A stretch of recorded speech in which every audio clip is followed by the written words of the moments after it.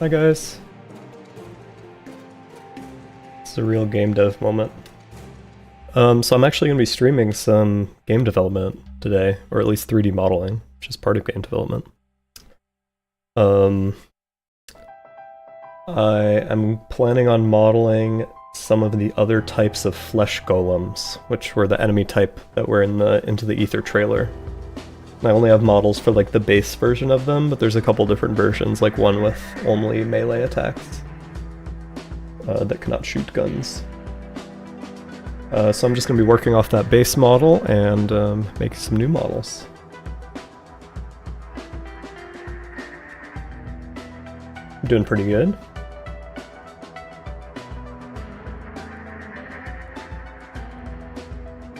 I wish there was some way to get rid of that, like, webcam software pop-up. Actually, I'm getting a capture card. I ordered one capture card, and it just didn't work. It was one that went into the, like, PCI slot in my computer, and it just doesn't show up on my PC. So I don't know what's up with that. But I'm ordering another one that just is a USB capture card, and that should work better. Right now I'm just tethering my camera to my PC directly with a USB cable, which sort of works. Like, obviously it does work, like you're seeing the camera, but it's not super high quality. It's like, what is it? It's like 720p. And it also has that annoying webcam software pop-up every time I change scenes. So that should be improved soon.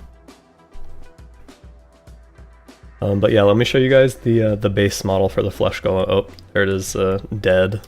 Rest in peace. Here's the high poly. And low poly.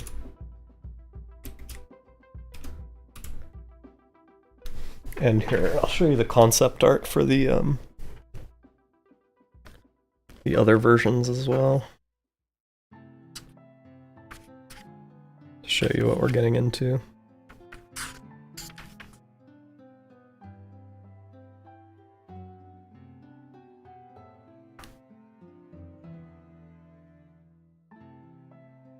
Here's the other version. There's gonna be, oh yeah, and then this is the regular version, which has gun and like a giant spike arm.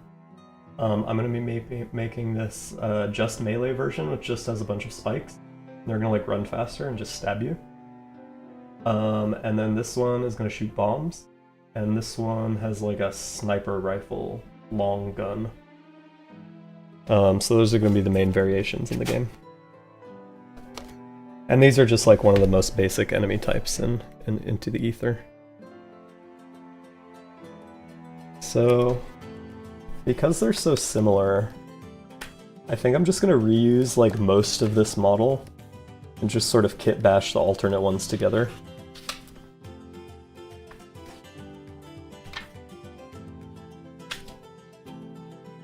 Closed my book and now I've lost the concept art. Okay, here it is.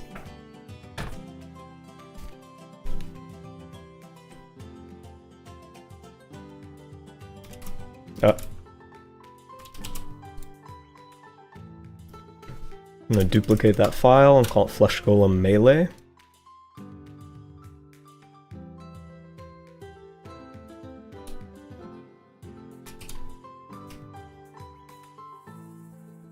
What's the name of this perfect thing? These are called Flesh Golems.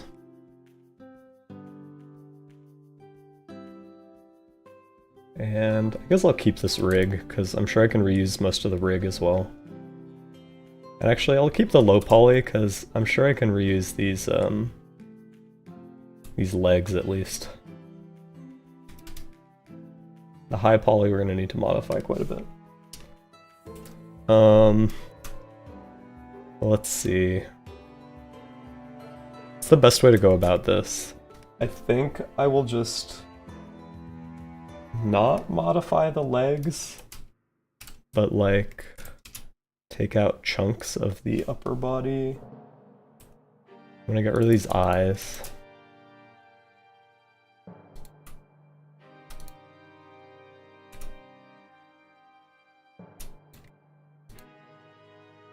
Like this.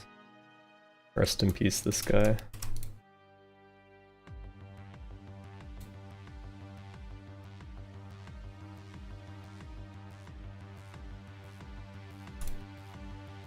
Oh shit, that's kind of fucked up, isn't it? Maybe I should have boolean those spheres first. I'm gonna redo that.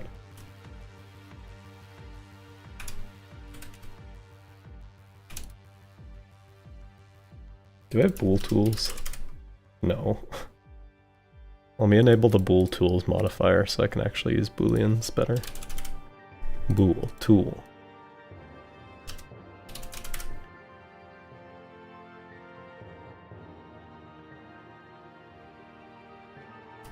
Did I do the wrong one?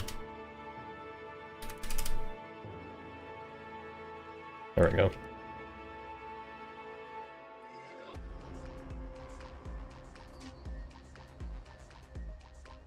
Wait, I missed some chats, sorry. Have you heard the news, Zach?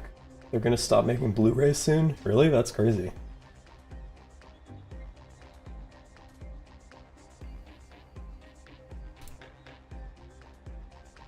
Shit. Press the wrong button. Okay, we're good. Successfully booled.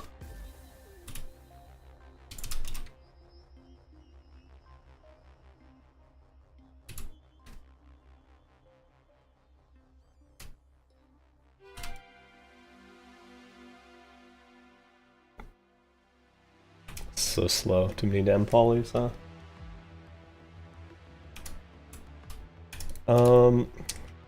So in this one, the arm's angle is a little bit different.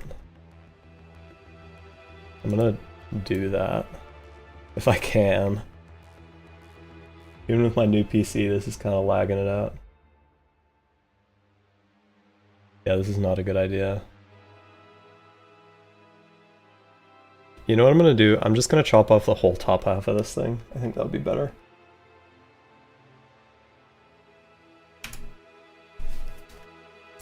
I've frozen my my computer by trying to use proportional editing. My god, my favorite VTuber? Yeah, I'm not a VTuber anymore. I'm a professional streamer with a damn DSLR. How many hours in Blender, Zach? And did you go to school specializing in game development? Just curious. No, I never went to game development school. And I don't track my Blender hours because I don't use it, like, I don't use the Steam version. So I have no way of knowing. Oh my god, look at that. Okay. Okay, we're gonna do a little bit more boolean.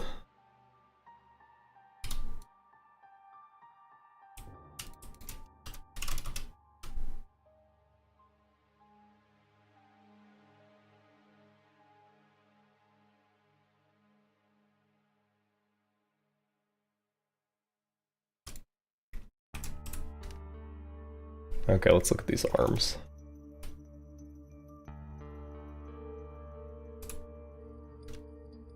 Sort of like...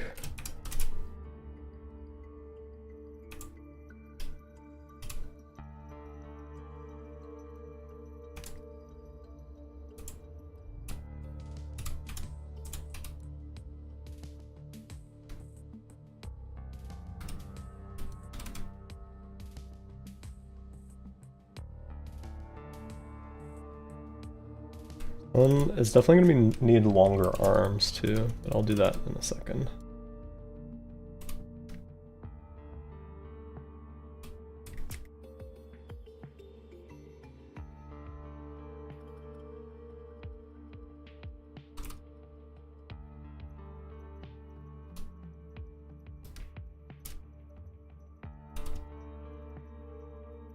Can we get some hints on how this guy's going to try to attack us?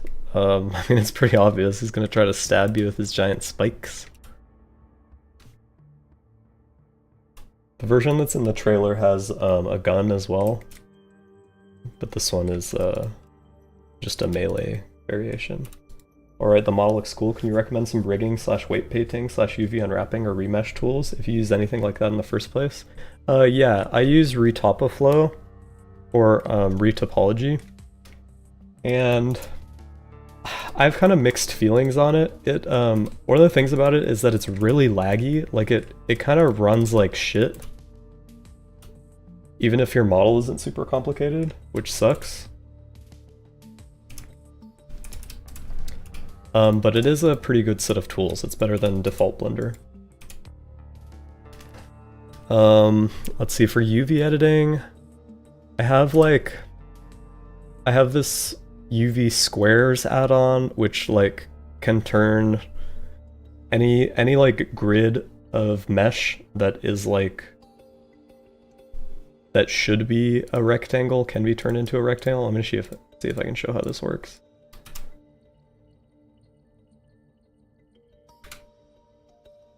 So let's say I have, oh shit, I missed a damn edge.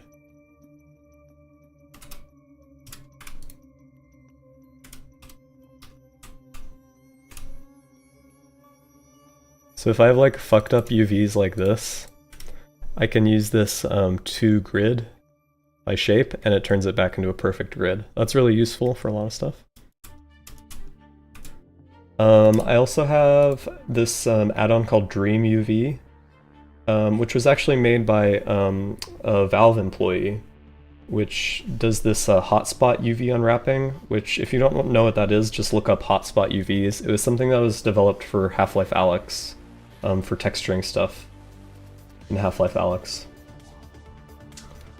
For weight painting and rigging, I don't use any add-ons at all. I find just doing it myself is good enough.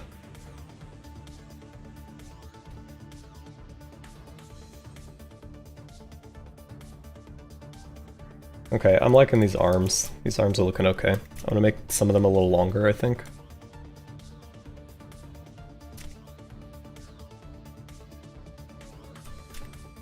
Oh, this one's a little wiggly, isn't it? Just made it more wiggly.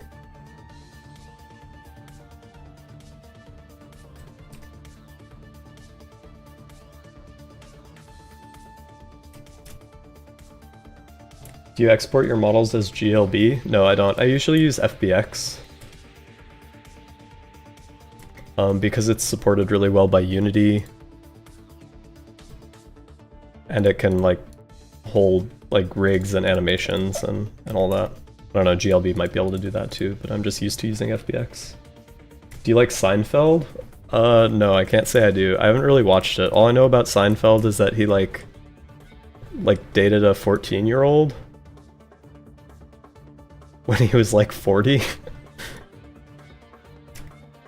Or a 16-year-old.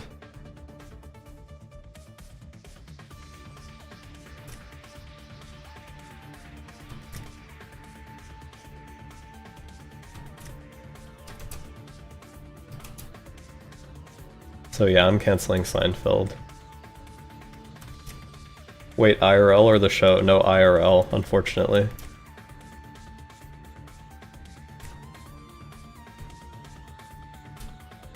Or, wait, it was actually a 17-year-old, I think. Sorry for the slander, Seinfeld. Only dated a 17-year-old. Fascinating? Yeah.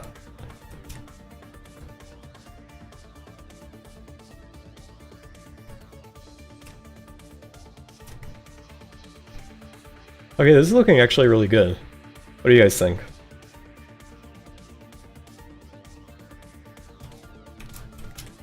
Oh, that makes it okay? Yeah, totally. Alright, it's boolean time.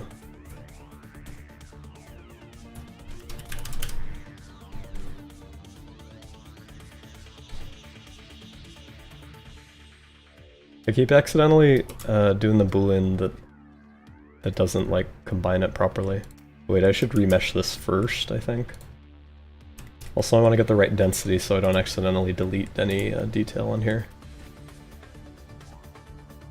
I have no idea what the right density is. That's not good. I think there may be holes in the mesh, guys. Yeah, there are holes in the mesh, whoops. Fill holes? That did not work. Okay, interesting. Let's see if I can do this. Okay, there we go.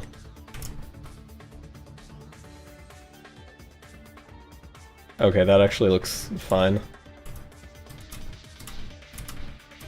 Yeah, I kept the detail pretty good. Cool. Can't wait to fight these guys, not gonna lie.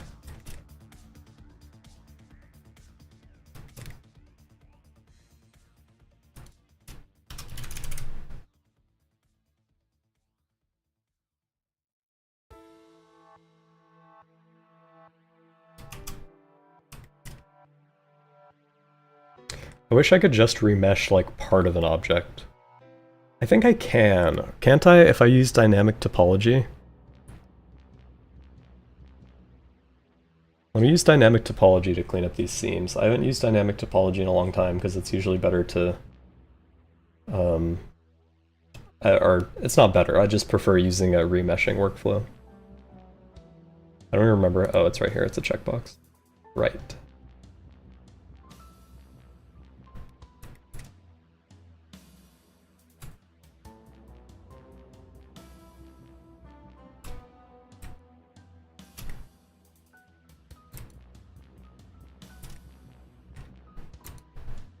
Yeah, this is working good. And then I'll just remesh back to high poly once I'm done.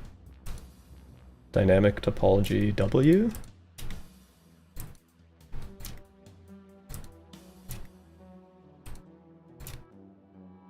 Yo, is this for the DLC? Yeah, it is. Yeah, these are some of the basic DLC enemies. You saw one of them in the trailer, briefly. Or a couple of them in the trailer, briefly. This is like a different version. Why is there a hole? Where did this hole come from?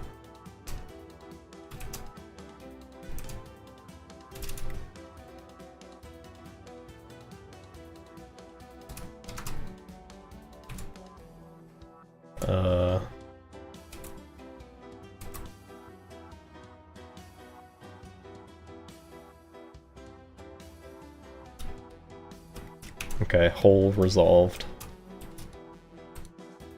Why is this hole so fucked up? Also, what happened to dynamic topology? Did it just turn itself off? Okay. Alright. Oh wait, I'm using like noise, I call this sculpt draw noisy. The regular one, I do not want noise. Just wanna...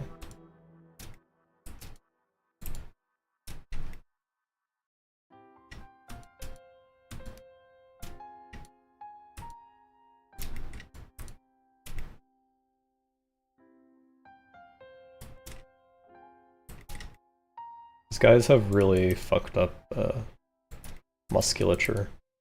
I'm not really following real anatomy at all because they're supposed to be like freaky guys. Know what I'm saying?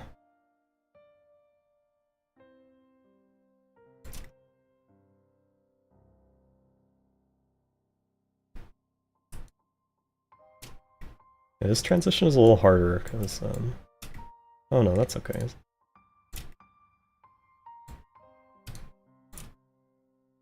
Are you using a tablet right now? No, I'm not, but I should, because I have a tablet. Thanks for the reminder. I'm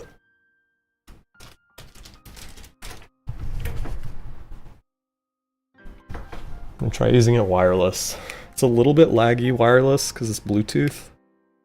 We'll see if that's okay. Oh, I have to pair it to my... I'm not gonna do it wireless. I want to deal with pairing it right now.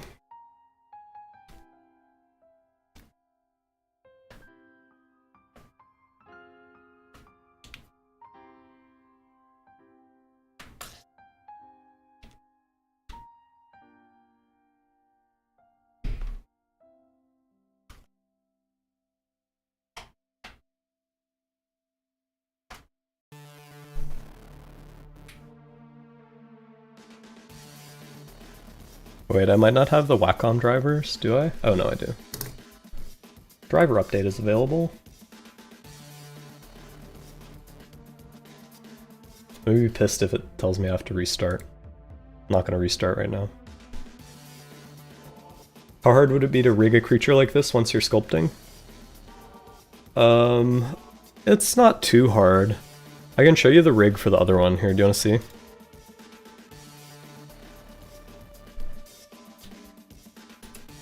Restart required. Boo. Yeah, here's the rig. It really doesn't have that many bones, you know, it's just got one bone for the body, one bone for the gun, one bone for the arm.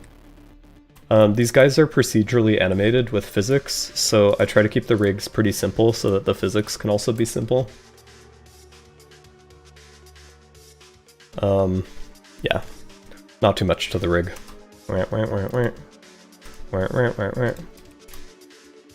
Yeah, not too bad.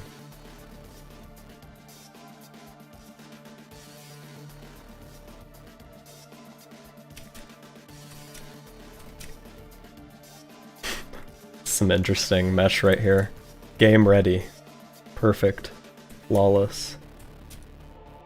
Oh, this is good actually. Dynamic topology gets rid of all the weird shit there. Friendship ended with remeshing. Dynamic topology is my best friend again.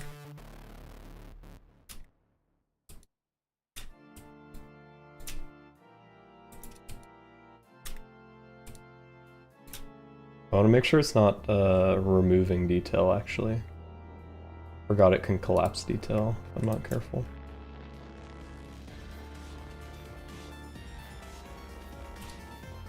Okay.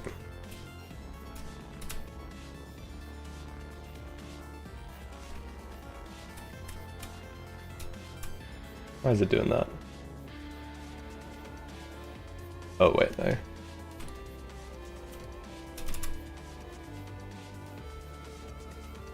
It is not adding detail. Why is it not adding detail? Oh, there it goes. Okay, I just had it way too low.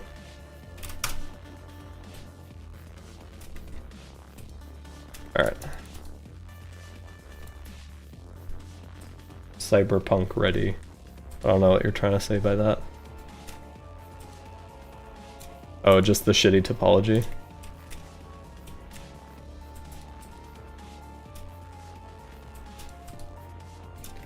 Yeah, it's interesting for a bunch of modern games like Cyberpunk, or even something like Half-Life Alyx, basically any AAA game these days, a ton of assets will just be like stock 3D scanned objects.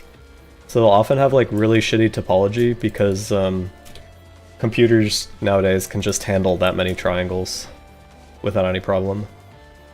It's a little bit sad. I feel like it takes some of the art out of making game assets, but it's also like when you're making a game where you need to fill the whole world with like really high detail props, it makes sense to kind of cut some corners there and automate some of that, rather than having an artist, you know, make sure everything is like optimized, every polygon is optimized. It's only if they don't need to be rigged and animated though. Yeah, that's for like yeah, static props generally. Any characters will still be done by artists.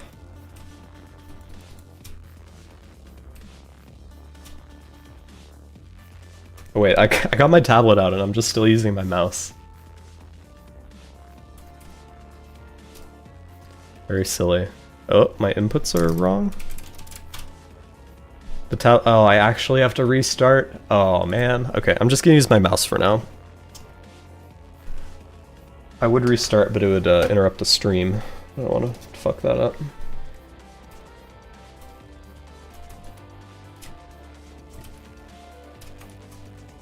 It's okay, I'm pretty used to sculpting with my mouse. Just for a long time I didn't have a tablet. What is this for? New project or Into the Ether? Yeah, it's for Into the Ether.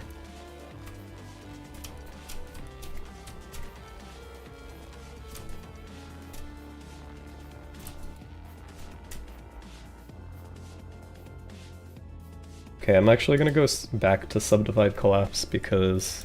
Oh shit, that was bad. Maybe I shouldn't. There's just the areas where the density of the triangles changes quickly, you end up with these weird like ridges and stuff. I think I'll be able to fix them once I remesh the whole thing though. Ah!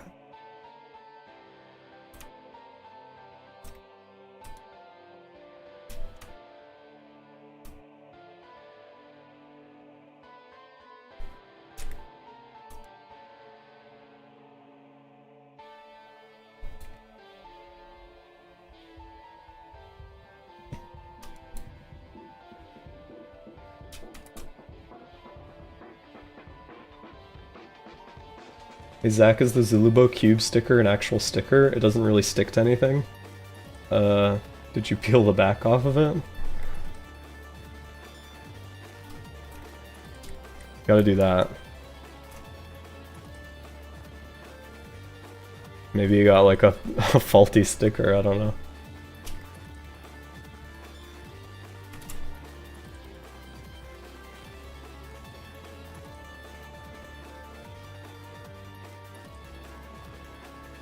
How long have you been a dev for? I love Vertigo. I mean, I've been doing it like as a hobby since I was like 13. I started actually working on Vertigo in 2015, so I guess you could say that was the start of me being like a professional dev. Well, that topology is crazy. Yeah, don't worry about it. We're gonna be remeshing later. I guess some people may have missed it, but like to make this model, I like chopped the top off of another version of this creature and just like adding stuff on top of it. So there's a lot of insane topology transitions here that we're just gonna not worry about right now.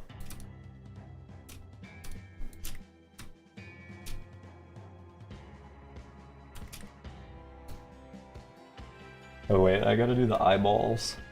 The eyeballs on this one are like right here.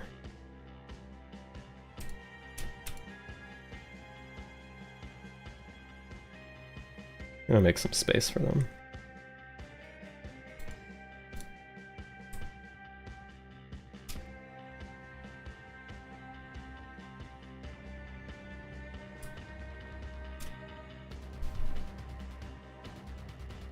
Yo, going to college for game design next year. Got any tips for someone starting out?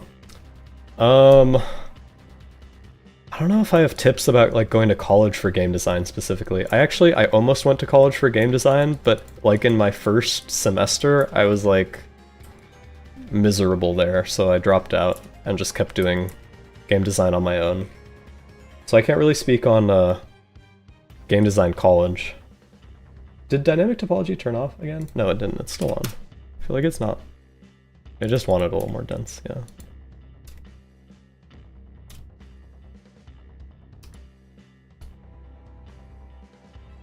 My tip for people starting out with game development is always to start small. Like, you're gonna want to make your dream game first, but it's so important to start with something that you're actually able to finish, because finishing making a game is like the hardest part.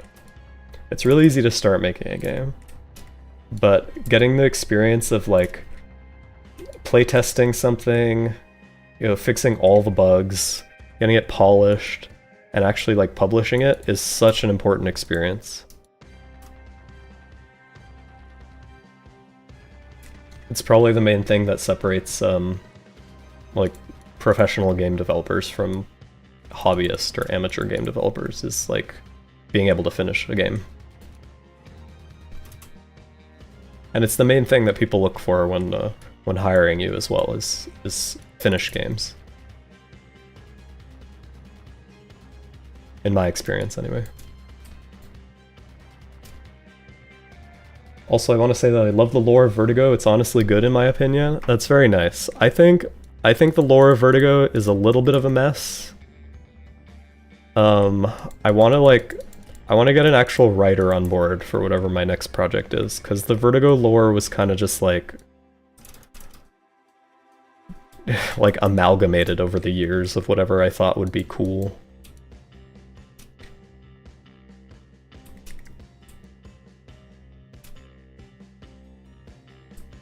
But I'm glad it's still enjoyable. I kind of like how these eyes are looking a little bit more like bony than the other one.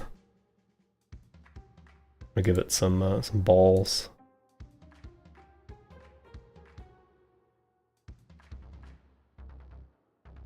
Oh, and somebody was asking about the music for Into the Ether, and yes, I am making new music for it.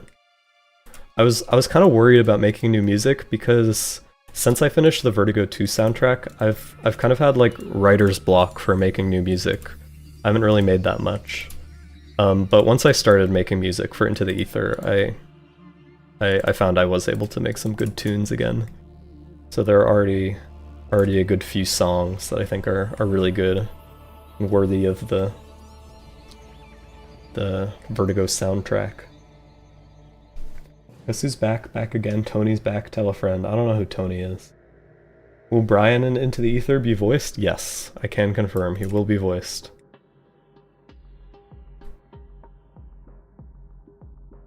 I just sent the script to the voice actor to record his voice lines.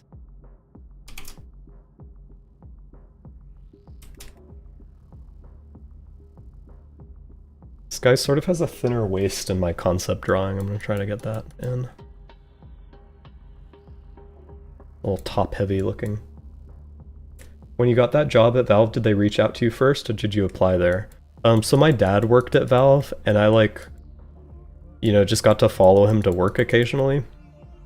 And eventually someone found out, someone else at Valve found out that I had made Vertigo, and it turned out they were looking for Unity developers, because I think at that point, everybody that had made the lab was now working on other stuff.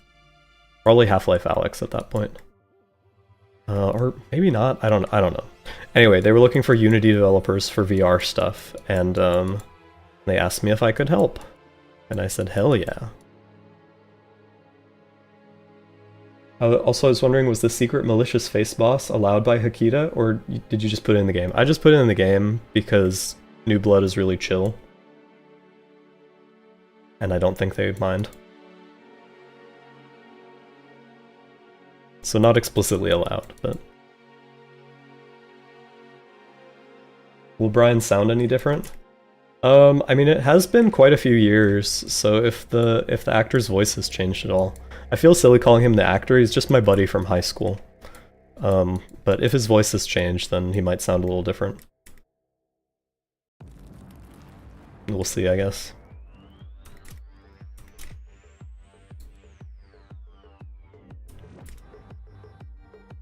Cool, did you get to work on HLA? Not really. Me and Keith, who is another contractor at Valve, we did a bunch of research on throwing input in VR, throwing grenades and getting that to feel reliable and feel good. And then some of the techniques that we came up with did end up in Half-Life Alyx for their grenade throwing. I don't know if you'd really count that as working on Half-Life Alyx though. It's more incidental.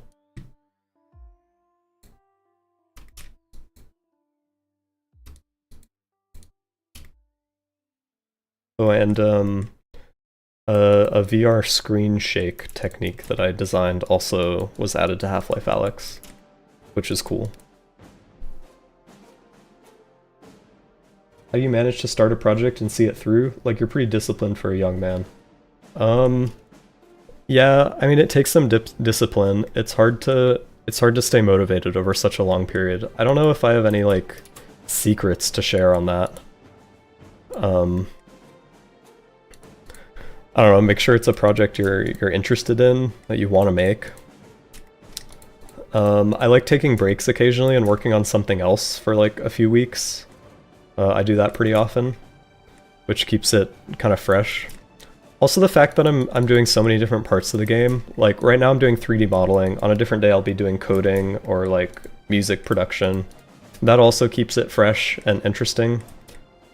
And less monotonous. Will you ever do a re-release for the first Vertigo game? I literally did Vertigo Remastered. Does that not count? Does it have to be a one-to-one? Where I don't change anything?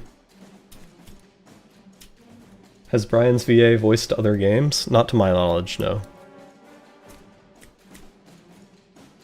That keeps it fresh? Doesn't it keep it more stressful, lol? No. I mean, it means everything takes more time overall, but as long as you know that going in, and accept that stuff is gonna take a long time, it's fine. I have no idea what's going on with this anatomy. It's just kind of making shapes here.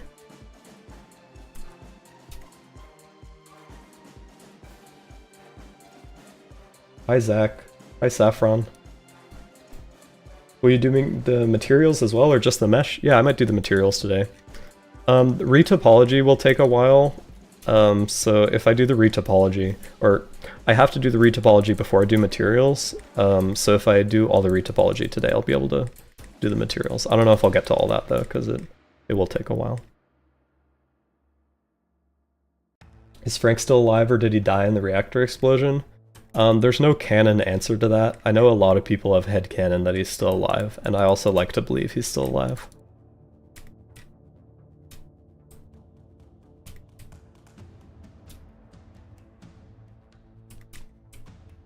But it's not canon until it's like in the game. Oh, dynamic topology got turned off again. This should just be turning itself off.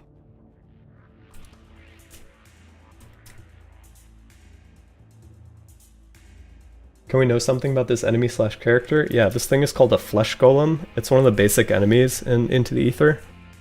You saw another type of it in the trailer, the type that can shoot. I'm just modeling some of the other variants today. This one is a melee only version, so it just has these big spikes that it'll stab you with.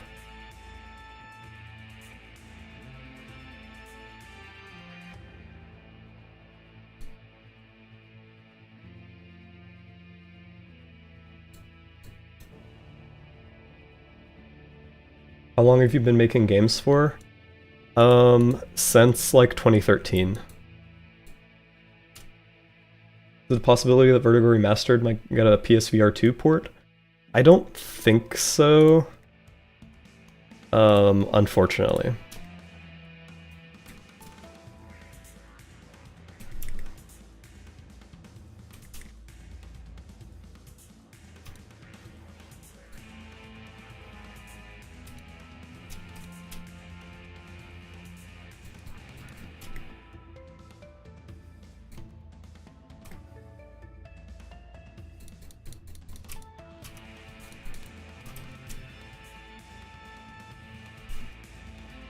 It looks more like a boss than a basic enemy, but it might just because it looks big. Yeah, it's not that big. It's like this big-ish. It's just a freaky looking enemy. Do you think he'll move on to a new project other than Vertigo after this one? Yeah, I'm gonna be done with Vertigo after Into the Ether, for real this time. I really want to do something else. I've been working on Vertigo for so long. I'm a little sick of it.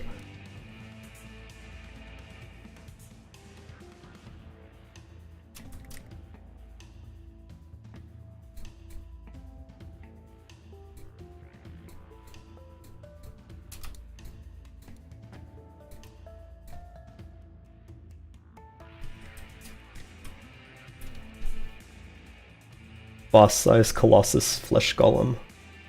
Ooh, air. Oh, ooh, alright. How many versions of the Flesh Golem will there be? I have planned this one, the one with a gun, one that can shoot grenades, and a sniper one. I think that's all of them.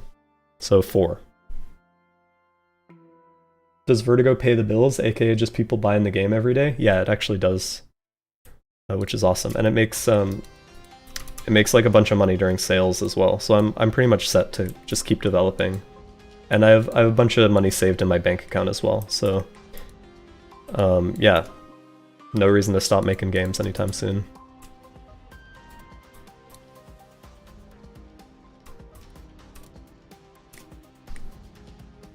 That's very inspiring as an indie dev. Yeah, I'm really lucky. It's like, don't get me wrong, it is hard to be as successful as I am in game development. Like, it takes a lot of luck and being in the right place at the right time. I think what helped me like make it was that I got into VR right as VR was popping off, so I was like Vertigo was one of the like earliest VR games that was like a full game. So I got a bunch of fans like right away just because there wasn't much else out there.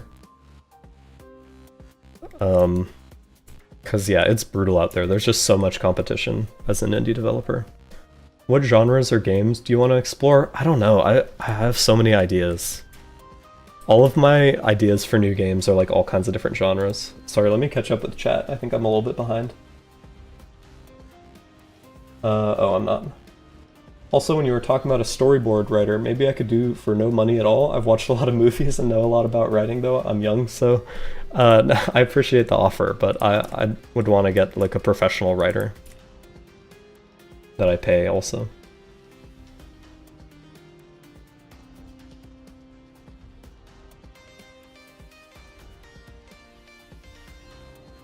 Do you think the game being in VR helped you have the ability to keep environments and gameplay simple while still being fun because of VR? No, I don't think so. I think there's plenty of games that, or I think you can do that very well on in a pancake game as well.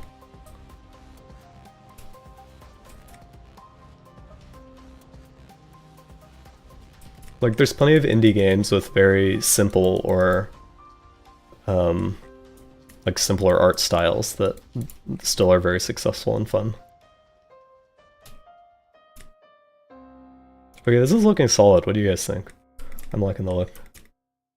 Maybe this like big lump should be a little bit smaller. Let's smooth this out a little bit. A little butt.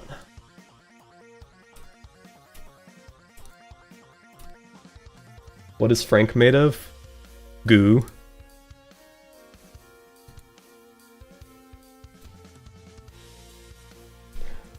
I guess I doubt a Half-Life loop would be like Vertigo would be as successful on flat screen. Might just be me though. I don't know. I think you'd be surprised. Lots of people like love Half-Life and want more Half-Life games, and there's kind of a drought. Just because like that kind of game is not super trendy right now.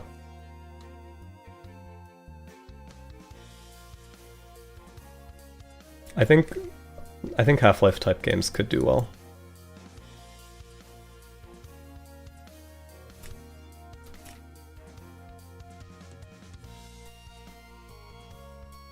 By the way, your webcam is blocking chat? No, that's just the top of chat. It's just kind of small. I'll see if I can like I could make it show more chat. I think I intentionally made it a little bit bigger because chat was so small. Let's see if I can change it.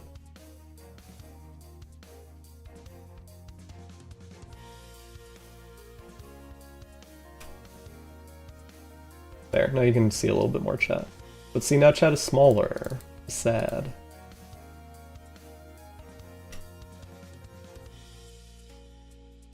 Shit. Made it even smaller. Okay, I'm just gonna do this and like that.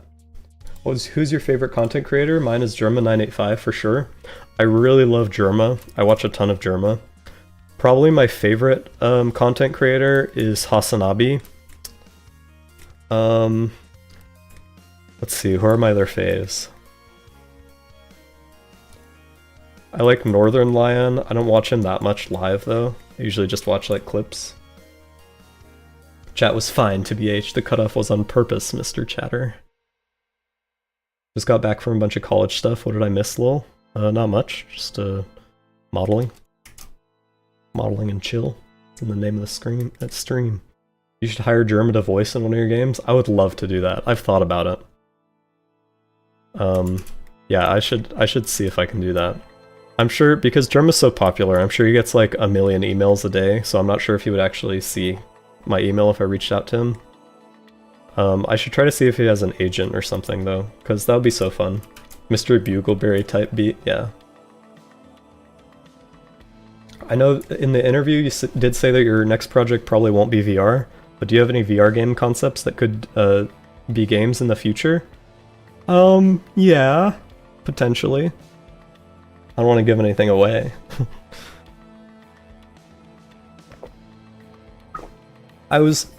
So a bunch of my ideas work as like both VR and flat screen games.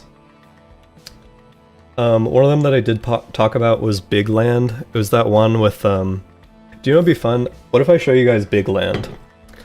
Do you guys want to see one of my game prototypes that is kind of abandoned now?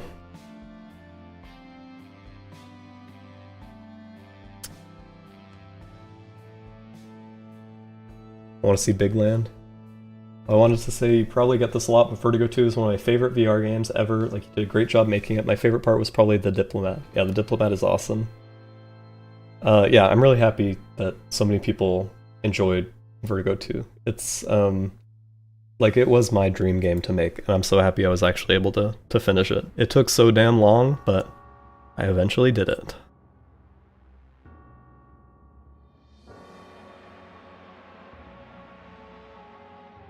I haven't even opened Big Land on my my new PC here yet. I hope it works.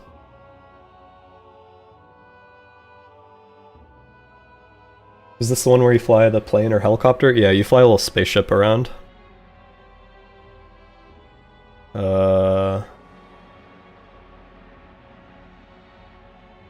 Wait, shit. I don't have the right Unity install, but I should be able to open it in a different one. Excuse me, I'm burping so much.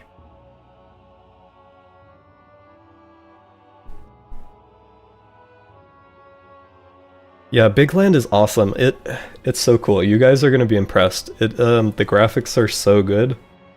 But I could not think of a fun gameplay loop for it.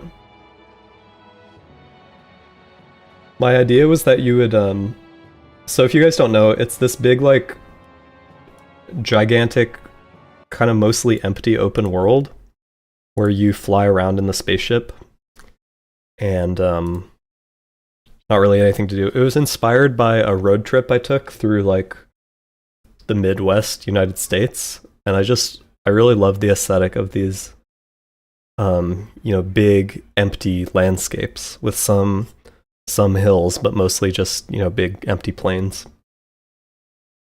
So yeah, I just wanted to capture that with computer graphics and fly around in a spaceship, obviously.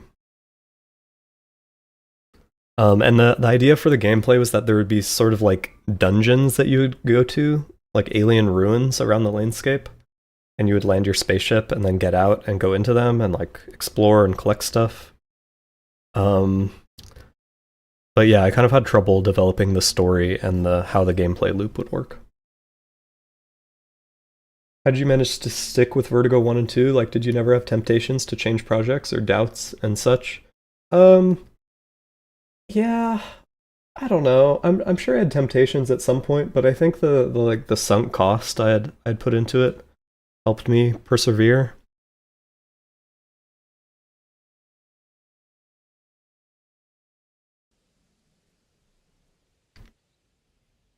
All right, let's go. It's Big Land time. Oh wait, the controller's not plugged in.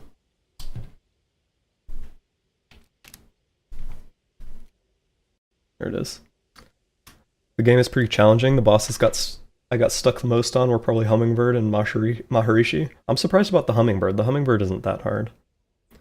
Game loop idea, abduct cows, run from cops. I actually do have cows in this game.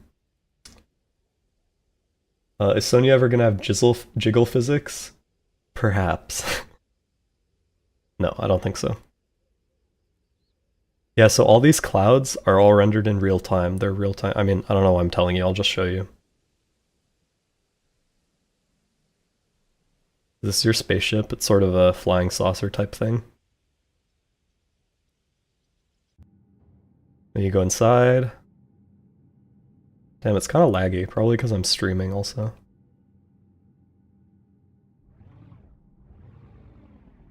Here, let me move chat so you can read better.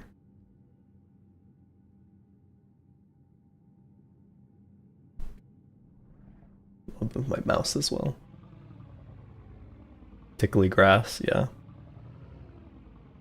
So all the instruments on the panel there are real, which is kind of fun. Oh yeah, and there's a third-person view as well. It's also fun. Oh yeah, and check out the grass. It has like simulated wind from the engines. Let me see if I can actually show this.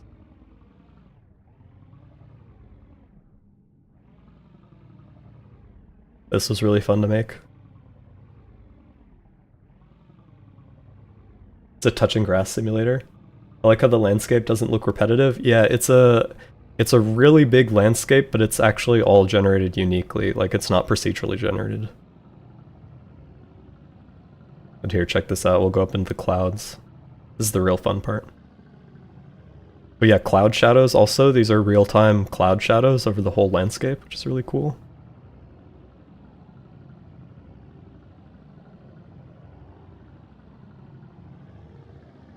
Check it out. You can go into clouds.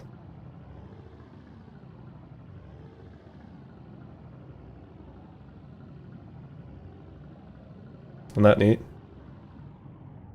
Those are some dark shadows. That's how dark clouds shadows are.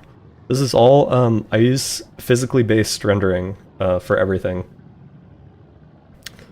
So this is all like, you know, realistic to actual daylight. Oh, these are supposed to be rivers, but they don't have water in them, so they're just like sand right now. And yeah, there is day-night. There is a day-night cycle.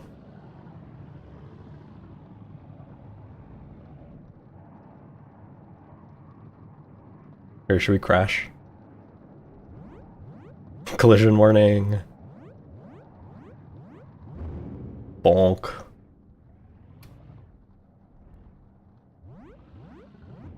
So I know you said not to report bugs, but 2 I found was that during assembly required there was no save between the final boss and the seer boss, but that might be intentional. No, that does sound like a bug. Here we are in some shade. Oh look, it's raining a little bit. There's the sun up there. I should make it so the camera can't go through the ground.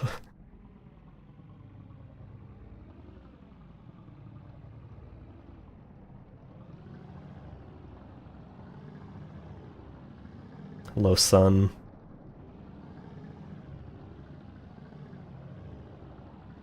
Dang, no metal pipe hit meme sound? Yeah, sorry. Here, I'm gonna show you guys nighttime. Make it less cloudy also. But yeah, sunsets are really pretty, check it out.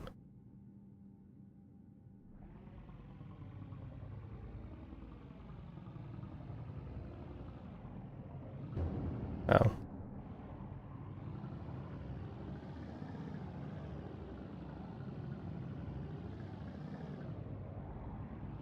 Oh yeah, and you have headlights at night.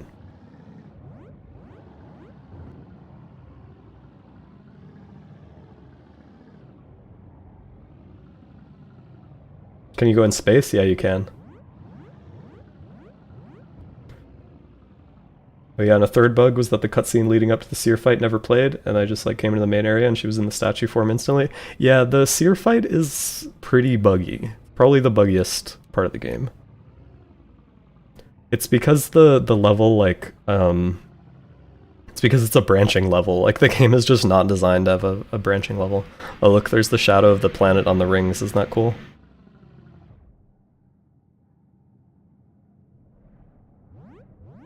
I'll go up to space soon. First, let's go to morning time, and I want to show you some more weather as well.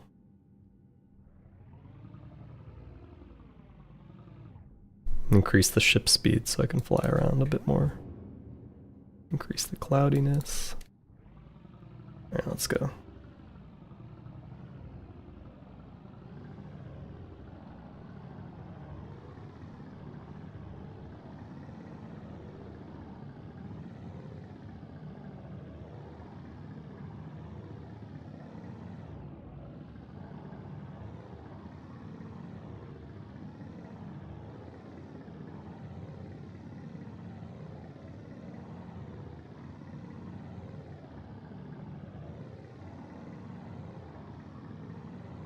There's the edge of the world. It is just like a square right now. But we are starting to get pretty high, almost into space.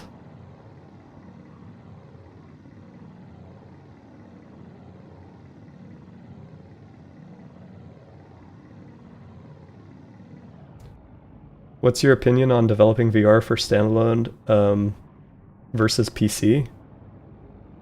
I mean, I've made it clear I prefer PC VR, but it's also clear that like mobile VR is the direction the industry is going.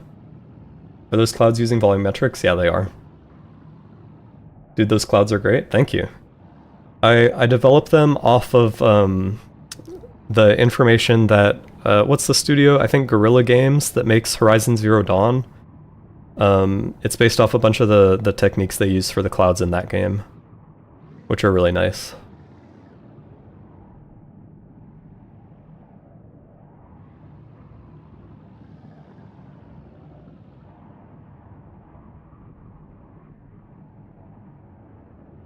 Also, I'm halfway through Vertigo Remastered because I didn't know... Oh, I lost the chat. But yeah, do you see that over there? There's a big volcano that goes higher than the clouds. We should go over there soon. First, I want to land on this mountaintop.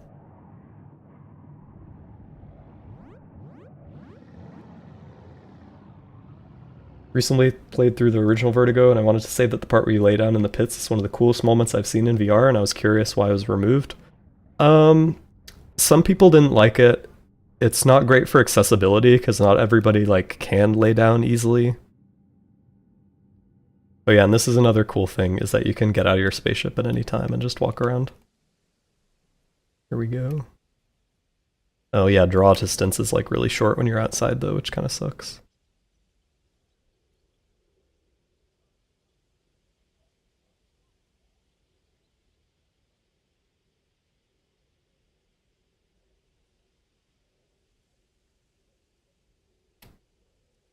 Is this meant to be like a tech demo? Yeah, this is mostly a tech demo. I wanted to make this into a full game, but I wasn't really sure what to do for the actual gameplay.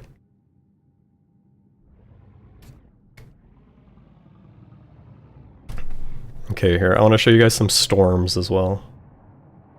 Oh.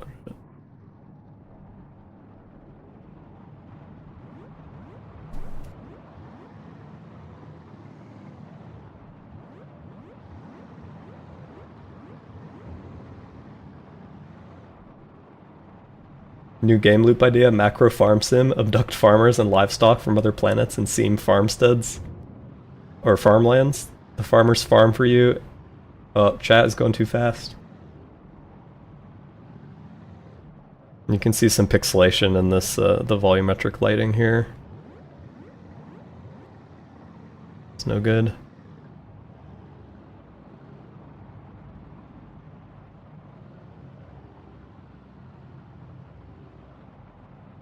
Lightning. I really love the transitions from stormy to sunny that you get here.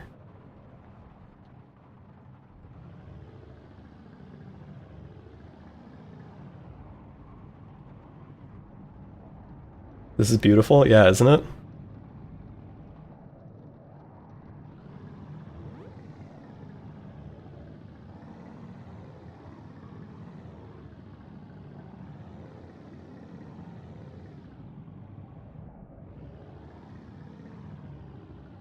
Storms at night are also really cool. Let's go nighttime.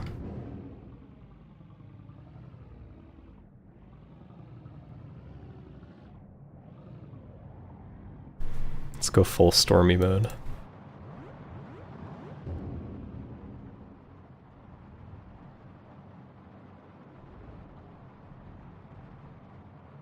Can't see shit. Oh, there's the ground.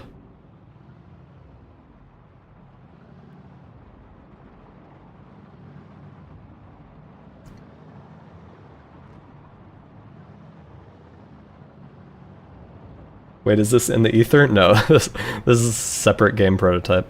Sorry, I got sidetracked from my 3D modeling.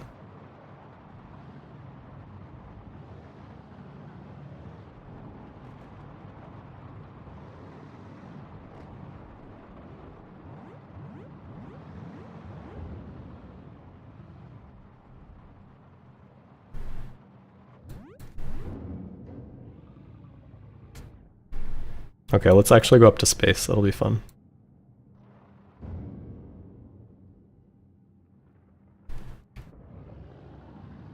Matthias Hall Simulator.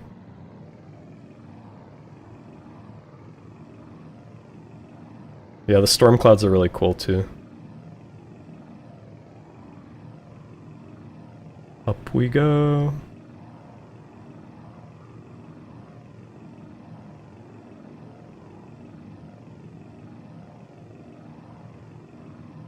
Holy shit, big clouds, so true.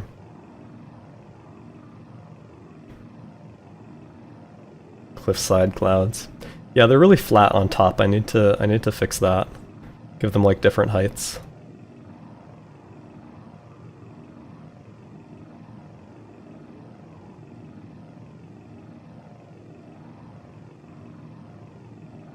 Why are the clouds so thick? Don't worry about it.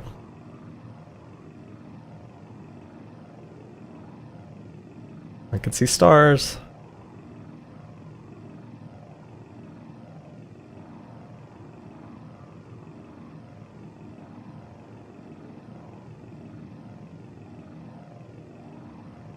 Why is it so purple? I think that might be like an atmosphere bug.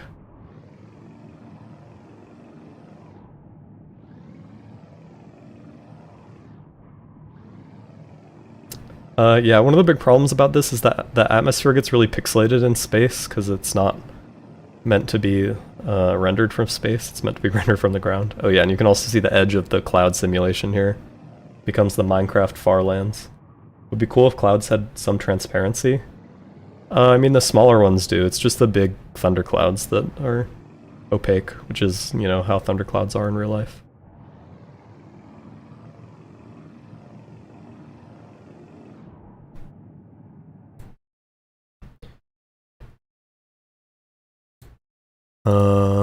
Where the hell is the spaceship? There's the ship. So something that's kind of cool is that the rings are an actual 3D object.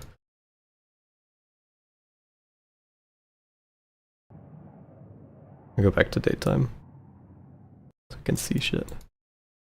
This is what the whole map looks like. It's really big. I don't remember exactly how big it is. Let's see. It's called Big Land. Grid. It's 1, 2, 3, 4, 5, 6, 7, 8, 9, 10. 10 by 10 kilometers. So 100 square kilometers. Pretty big. I like the weight painting monitor on the dashboard. That's the damn weather.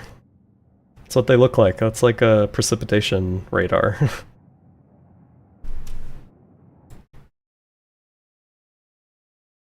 Halfway through Vertigo Remastered because I didn't know it was a story-based game and played the second one like an idiot. And can I just say the hybrid auto sniper gun is really satisfying. I love the handle when you pull the sound when you switch the handle switch modes. Yeah, it's a fun gun. Should we fly over to this volcano, or are you guys bored of Big Land? I can go back to 3D modeling if you want.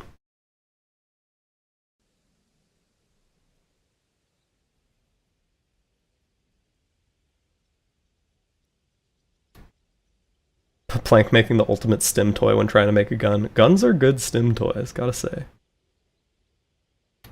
Nice try, we know it's the secret alien's weight paint for its rig. No way, is this Zulubo? No, it's not, somebody else. Wait, we gotta boost our speed again. Give us some storms to fly through. Oh yeah, and look, we can turn off the atmosphere, turn off the clouds. Check it out, we're going to space. Okay, I'm turning them back on.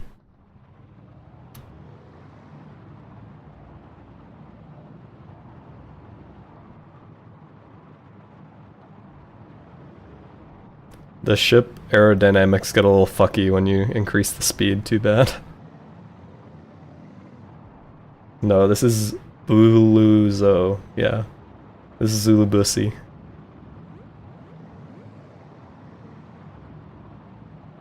Can't show the Zulubusi on stream, I'll get banned.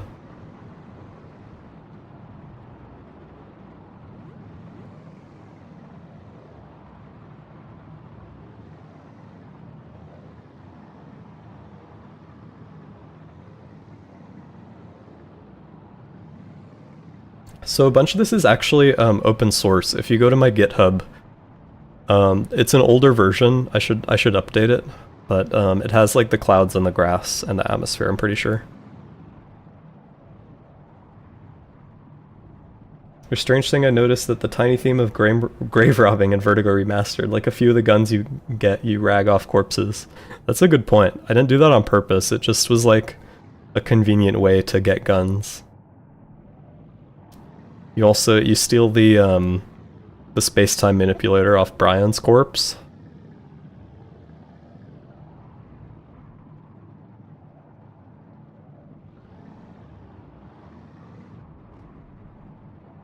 The first gun and the hypercube gun, yeah, so true. Why do you use Windows 11? I got a new PC and it came with Windows 11. I also asked my dad and he said it's not too bad. A lot of people die in Plank, yeah. Have you ever played games like The Last of Us or Red Dead Redemption 2? No, I actually haven't. I'm not really a console gamer. I know that's not a very good excuse because like they're out on PC as well. I've been wanting to play Red Dead Redemption though. I've heard it's really good. I have a lot of friends who like it. Good features of Windows 11. Window Explorer is tabs now. Yeah, that's pretty much it. But the volume pop-up is better too. It's just this little thing at the bottom of the screen instead of like the big ass thing that like covers the corner of your screen. Okay, this is the volcano. That's it. It's pretty cool. Oh, there's the coastline.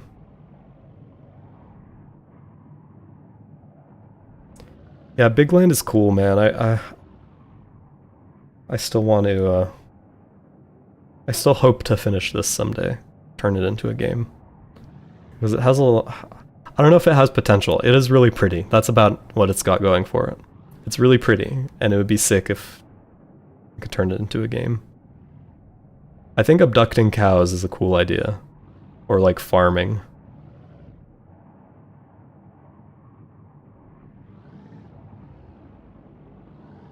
Also, something funny is in my first playthrough I got the good ending completely on accident. Like I didn't know you didn't have to do the puzzles and talk with Cowboy to progress. Yeah, it was designed so that you can kind of stumble into it.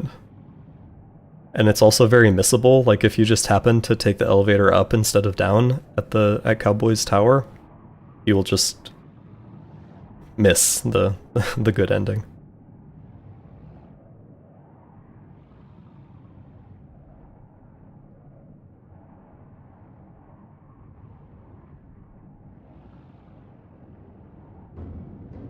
Nice, I bonked. This reminds me of Voices of the Void. Isn't Voices of the Void like nothing like this? Isn't it like a walking simulator where there's aliens? Or do you actually fly around in a UFO? I think you'd enjoy The Last of Us 1. It's on Steam and much shorter than Red Dead Redemption 2. Yeah, maybe I should play The Last of Us.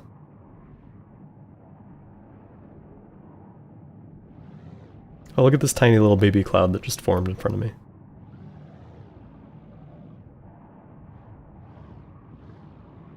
Tiny cloud. Baby cloud.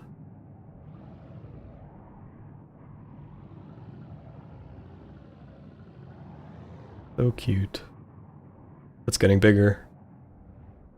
It is expanding. Well, now imagine a spaceship with an actual orbit cam, like the cockpit is on an arm that swings around. Yeah. The idea for this one is that it's like a simulated orbit cam. So you're just seeing like a computer rendered view of the outside of the spaceship. Because it's like, you know, very high tech or whatever. Because this whole thing is like a high tech display as well. It's not an actual like window.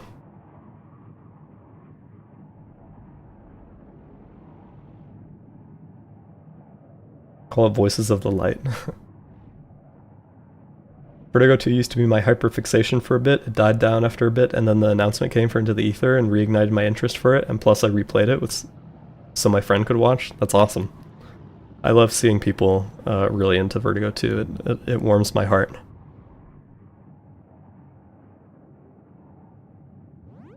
Bonk. Anyway, yeah, that's Big Land. Pretty cool. Pretty sick. Oh, why is the color grading so fucked up in the... Forgot the clouds look so weird in the scene view. Oh, do you want to see the cows? I had some cows. I don't know where they are.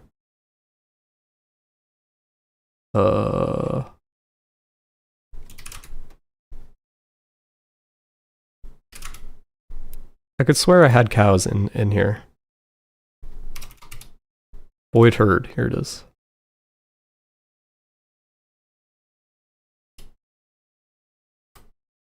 Yeah, I spawned cows and they're like afraid of the ship. But the cows are just cubes right now. Can't wait for Brian and Miku to do the fusion dance in Fortnite while wearing Air Force Ones in 2026. Yeah. That's like the bad timeline where Vertigo gets too popular.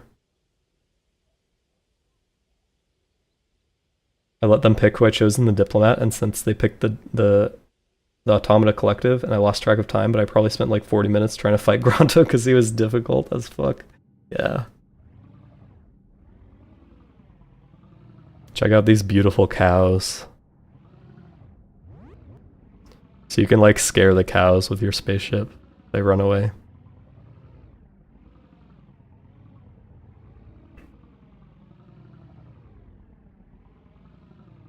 What if you're like a cleanup crew or something and you're being tasked with coordinates and having to go get rid of or pick something up? Yeah, that'd be cool. I don't know, I think it just would get monotonous like if the only thing you're doing is like flying from place to place. I think there needs to be something more. Which is why my original idea was that there would be like dungeons that you would go into. So this is like the overworld. And you fly around it. And then you go into dungeons and there's like first person shooter type gameplay.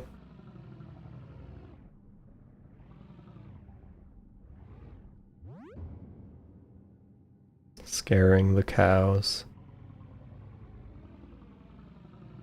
Yeah, the cows are kind of cool though. They use they use boids, or they are boids, so they have this cool like herding behavior where they form groups kind of organically. Wander around.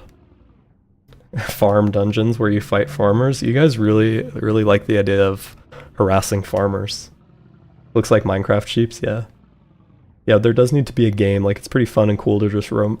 Oh, but does there need to be a game? Like, it's pretty fun and cool to just roam around the beauty. The Boyd delegation, good one. It is fun and cool to roam around, but I just think if there's a game, then the game would motivate you to explore for longer, and in the end do more roaming.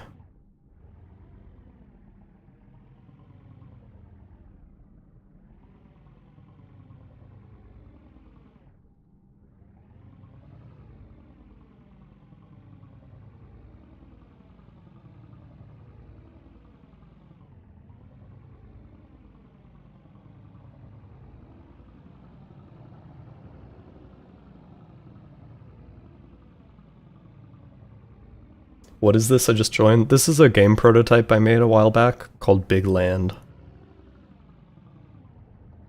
I was just showing it off for chat. Wait.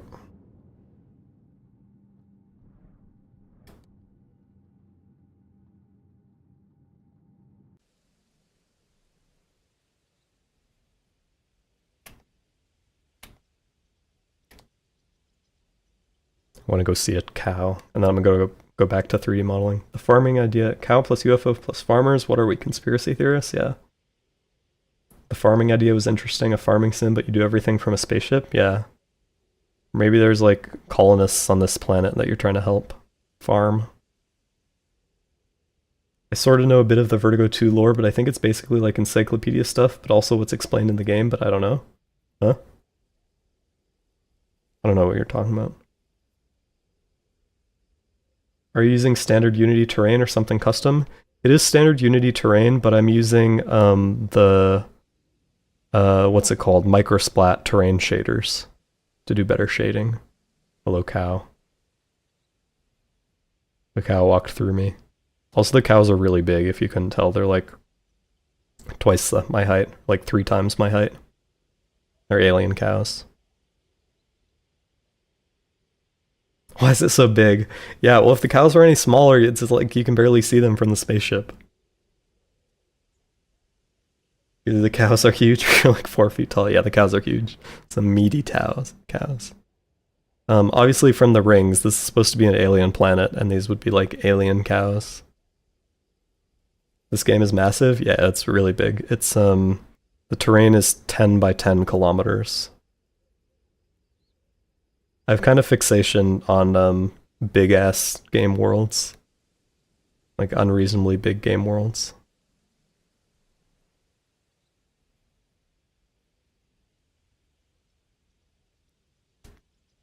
But I know that it is a folly to make your game world too big. Because if it's just like really big and empty, then it's boring. Alright. That's enough fucking around in big land. Let us return to doing work so I can finish this DLC. Have you ever played Spore? Yeah, I fucking love Spore. I got really into Spore as a kid. Spore is awesome. Okay, I'm gonna remesh this baby into high resolution.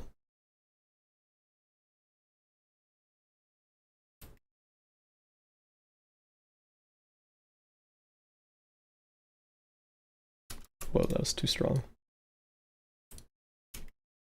Wait, is no, dynamic topology is not on. Oh, this is nice though. This is sort of smoothing it out. I didn't know the clay. Oh, it's the clay brush. I thought I was using clay strips. Yeah, clay blush, clay blush. Kind of doing a good job of smoothing out these polys. I wish my tablet was working. Wait, do those guys have evolutions or something like that? Oh, is music? Oh yeah, I turned off the music for Big Land. I'll turn it back on.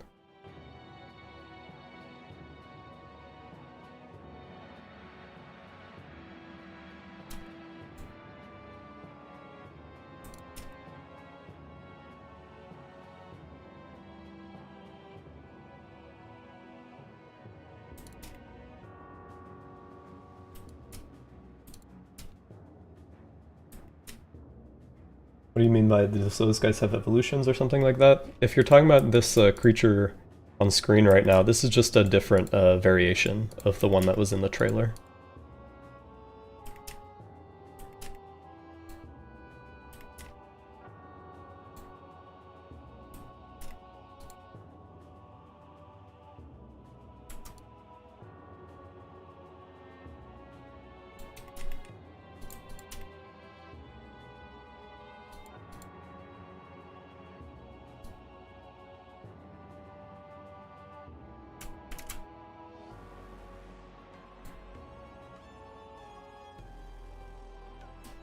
The V2 soundtrack slaps. My compliments to the chef. Thank you very much. I am very proud of it.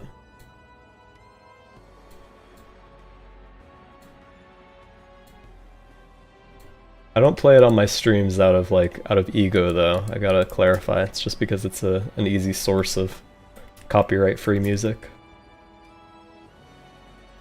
Or music where I am the copyright holder.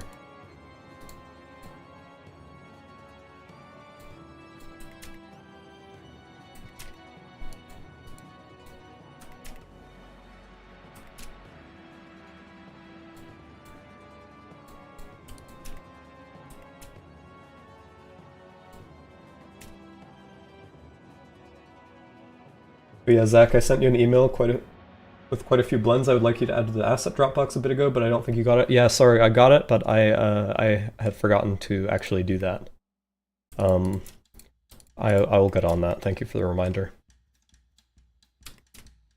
You can just keep bothering me about it until I remember to do it.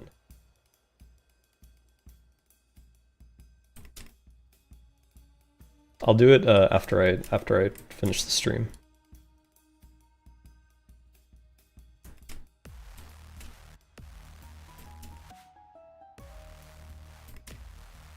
Okay, this actually cleaned up really easily. I'm gonna add some like wrinkles and such, and then we'll be ready for low poly. This was actually so fast. I'm glad I was able to reuse the legs and the arms. That made it so much easier. Ugh, these wrinkles would be a lot easier with the damn tablet though.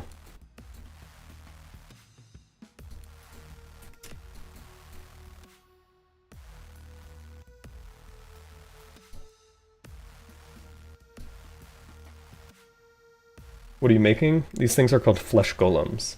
What's the lore behind those creatures? I am not revealing the lore yet. You're gonna have to wait for the game to come out. No spoilers allowed.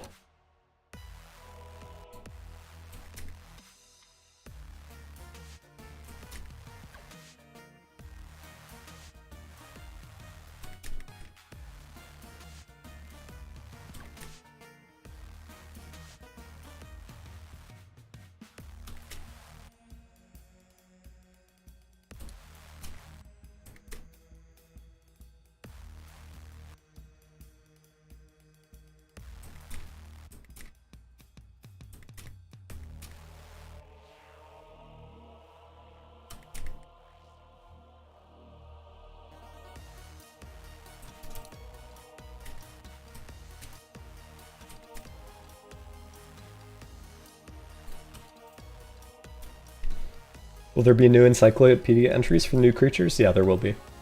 How much do you plan to add to the sandbox for the DLC? I want to add any new enemies and props and everything. So like everything, all the new assets in the DLC should be in the sandbox, unless there's some reason that makes them too hard to add, like the hummingbird.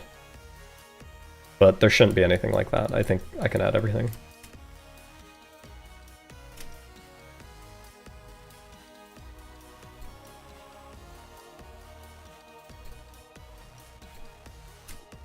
Are you making this for the Vertigo DLC or a new game? Yeah, this is an enemy for the Vertigo DLC.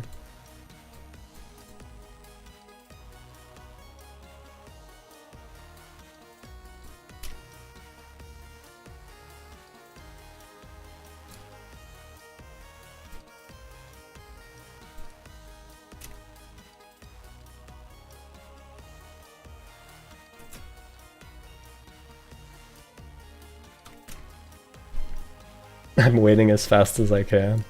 Yeah. Hurry up. Everybody else is waiting too.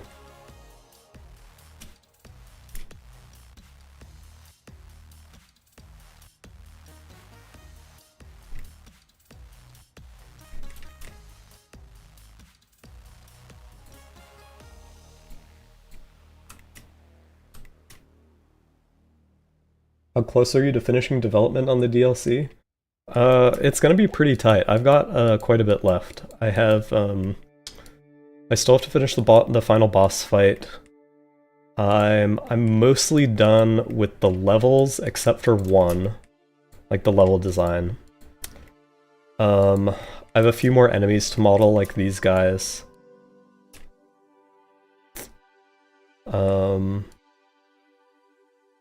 Yeah, I've got a bunch of stuff left to do, but I've got, 2 months left to do it.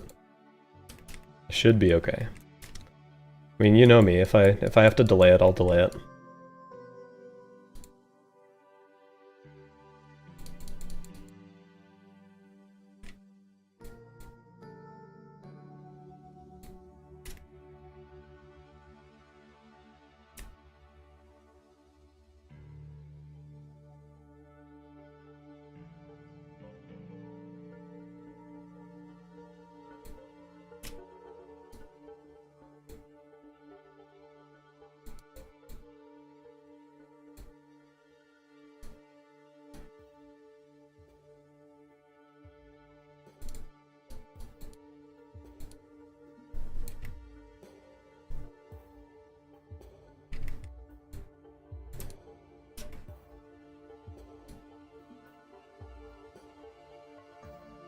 What do you use for texturing models? I use Substance Painter.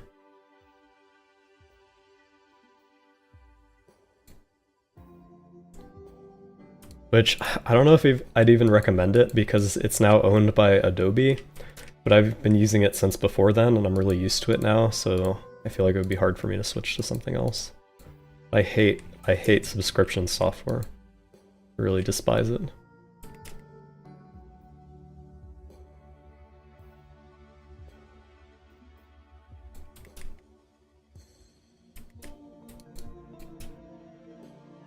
This Christmas I gifted a Vertigo 2 to my cousin with a PS5. That's very awesome.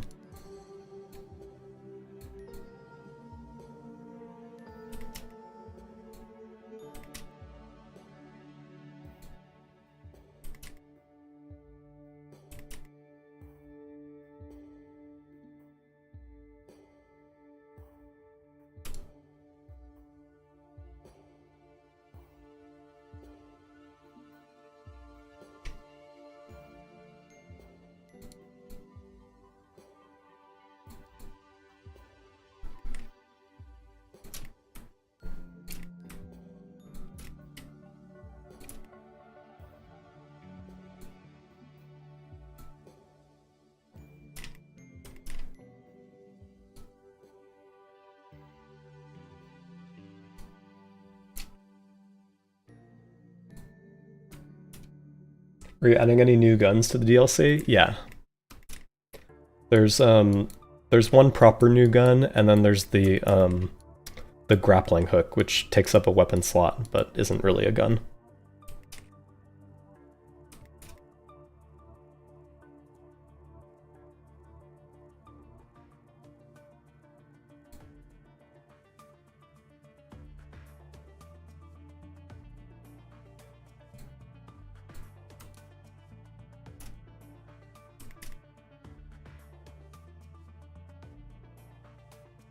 Kind of like how these deeper grooves look. I might add more of these.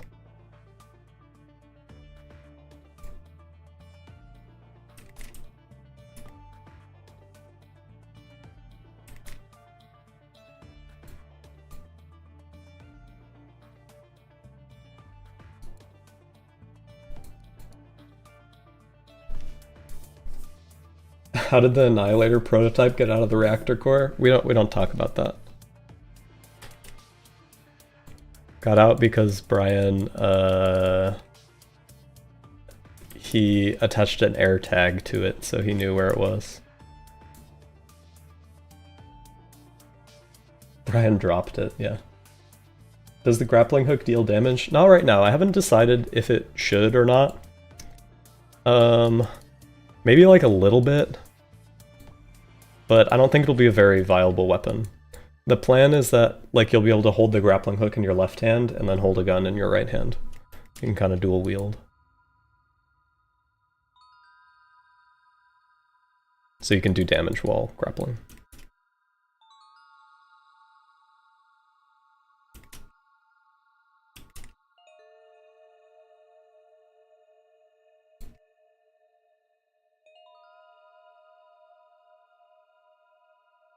It's looking pretty sweet.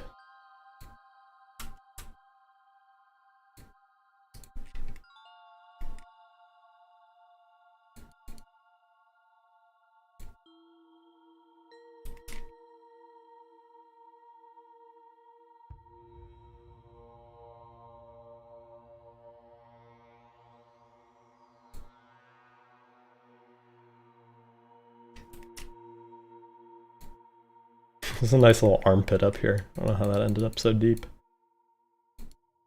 The wonders of freak anatomy. Grappling onto bigger enemies would be pretty cool. Yeah, so the way it works right now is that if it's an enemy that is not physics-based, you'll just grapple towards the enemy, so you can effectively grapple onto bigger enemies.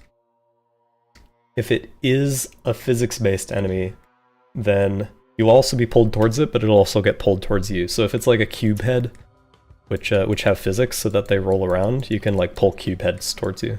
And actually these guys, flesh golems, are also physics-based, so they get pulled towards you a little bit. But they're so heavy they don't like, you know, get completely yanked towards you. They just get sort of pulled off balance if you grapple hook them. I should make it like stun them and confuse their AI if you grapple them.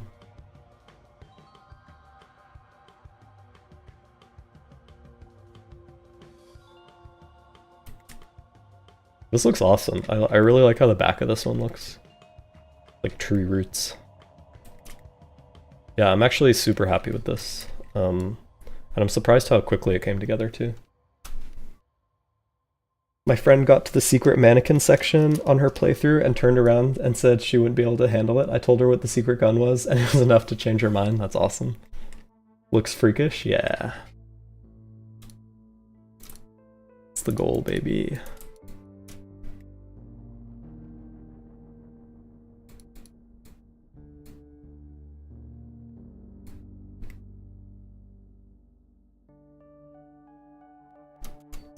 All right, I'm gonna say this is done. It honestly looks great. Shipping it. Okay, so next we got to make the. Oh, there's just a single leg appeared. It's nice. I'm gonna get rid of these. I get rid of this. Oh yeah, this was my temporary model before I had a model for flesh golems. This was what would attack you. Pretty great. I think I'm gonna get rid of this.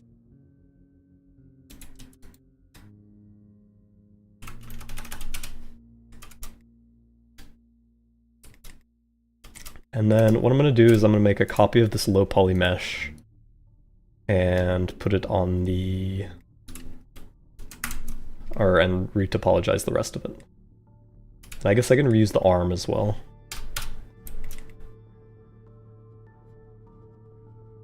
Or at least some of it.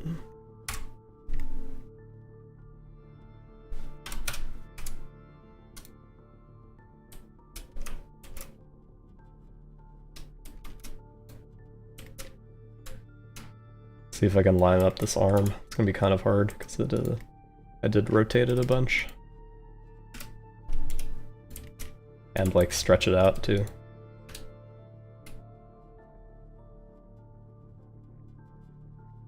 The blubbo. What do you think about alien rights? I think aliens should have rights.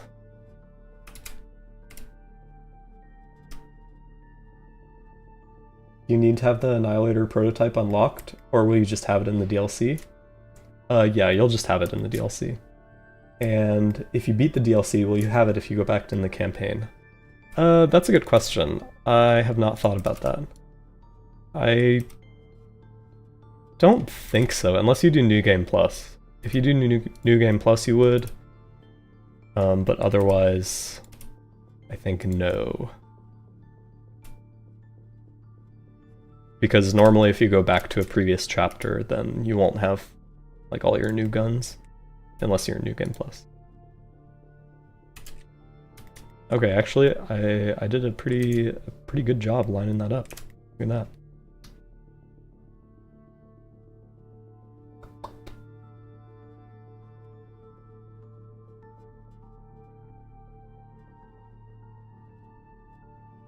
I just realized my face is like off camera. I gotta sit up straighter, I think.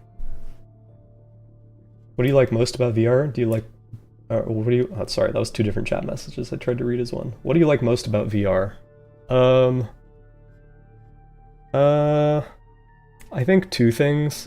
One is the fact that it's like 3D and all around you. That's kind of the obvious answer, right? It's like you're actually there. You feel like you're actually there. And then the other thing is motion controls and VR controls. I think you can do really fun stuff with them, and it's so fun to like aim a gun in VR compared to a pancake game.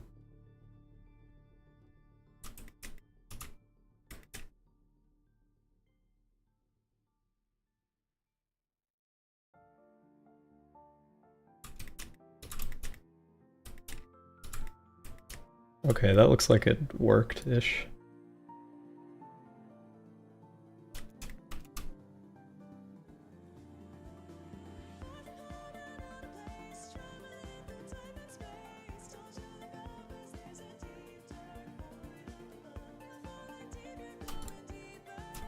I'm gonna make a slightly less high poly version of this for Retopology, because otherwise Retopoflow will be sad.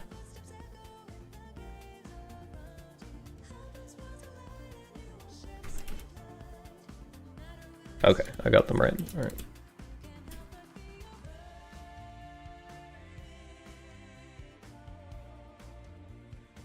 I just froze Blender. Okay, we're good.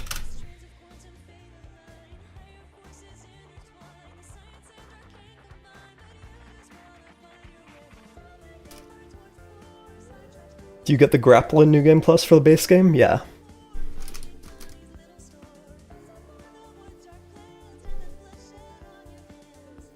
And there's also going to be a mutator, so you can use the grapple even if you aren't in New Game Plus. Just because the grapple is awesome.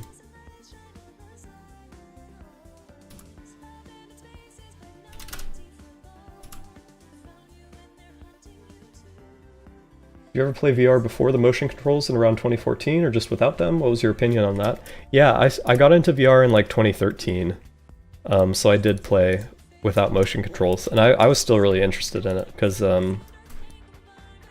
it's still pretty cool even without motion controls.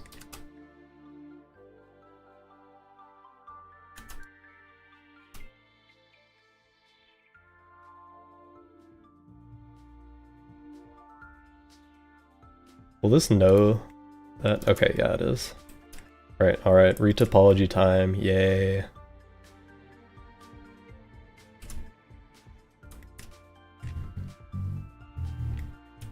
First I'm gonna just make sure that all of this leg topology lines up properly, because we're gonna be building off of this, so it's gonna kind of suck if it is not. Oh wait, actually I want to add the other arms as well, because these are all identical.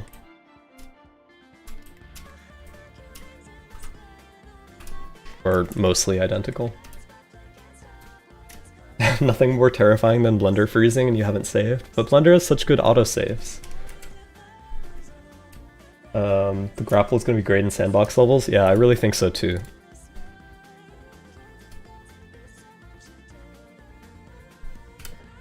Oh yeah, so the way the grapple works, I don't think I've explained this. I don't think I've explained this publicly.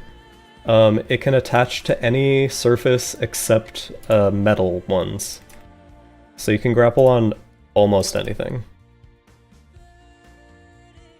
Why is this... This one's so weird. Why is it not, like, lining up? I rotated wrong?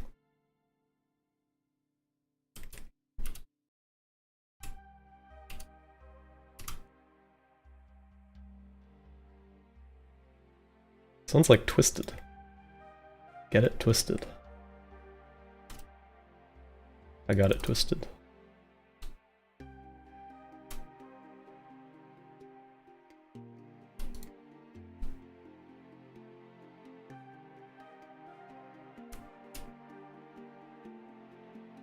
Does Zulba play other VR games?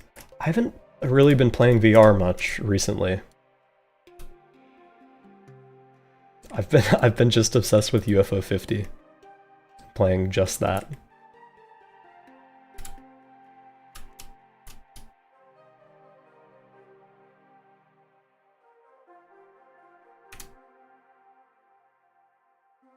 You have to add a grapple surface detector to sandbox so we can trigger inputs when the hook hits the surface. Yeah, I could do that. How would that work? Would it be a special prop?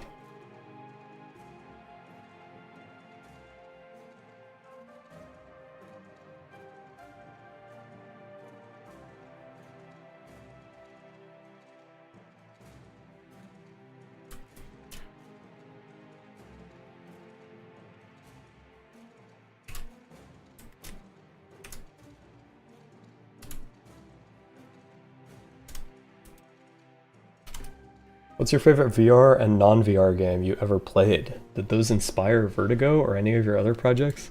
I'm really not good at picking, like, favorites of all time of anything. I don't really, like, think about things that way.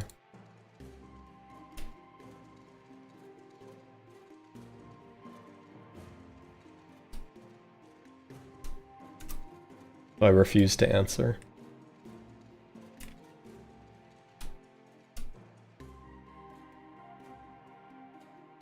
The biggest inspirations for Vertigo 2 were obviously like Half-Life and Portal.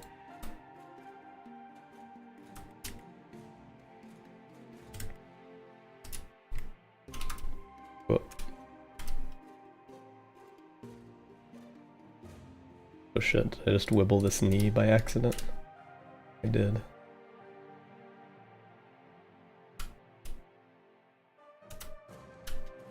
Alright, well, hopefully this will line up again when I shrink wrap it.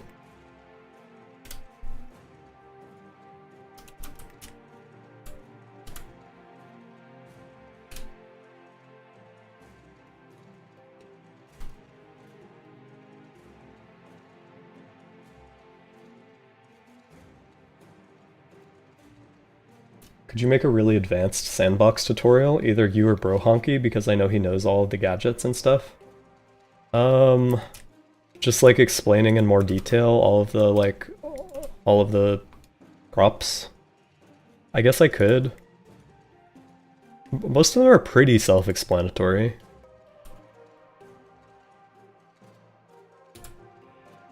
Like, I know there's some where it's a little confusing what they do, but I don't know, I feel like you can figure it out for the most part.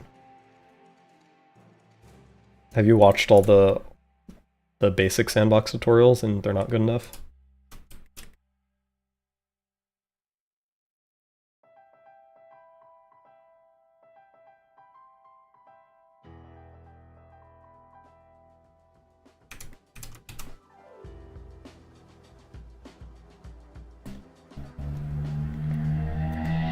Okay, we're actually retopologizing now.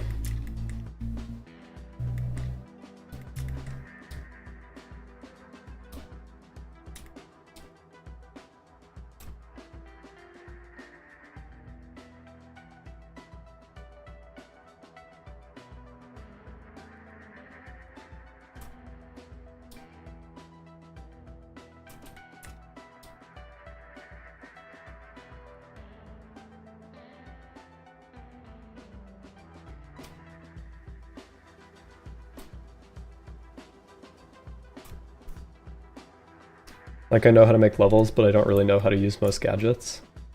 Yeah. My gosh, dude, what add-on is this? It's Retopoflow. It is a paid add-on, but it's really good for retopology. The only problem is that it's kind of laggy. Like, Blender freezes for like a fifth of a second every time I click on something here, which is pretty annoying. There's supposed to be a new version soon that fixes that, but it's still like a huge issue, I would say. So I don't give it like my 100% endorsement.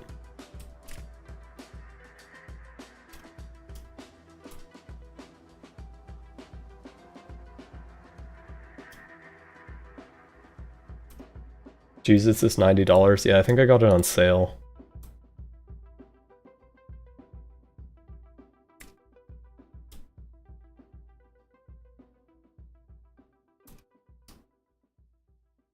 I don't think I would recommend paying $90 for it. Until they do the new version that is not laggy.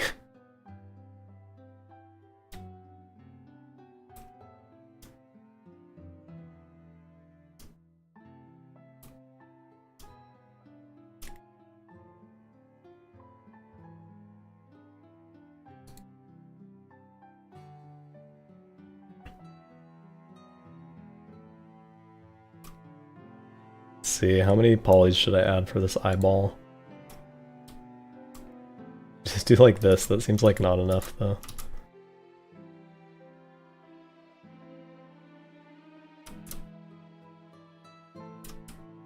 Can I not select this edge loop? It also has like slightly different shortcuts to regular Blender. A little annoying.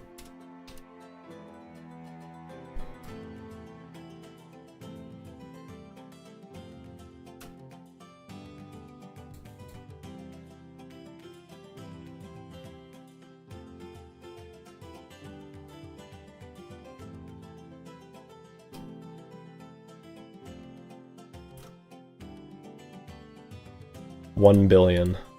Yeah. $1 billion, 1 billion polygons.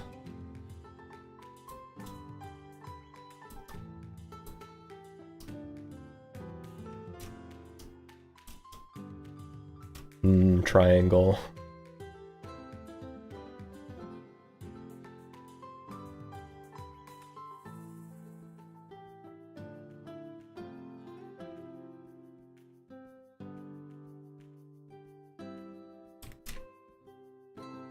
Triangle.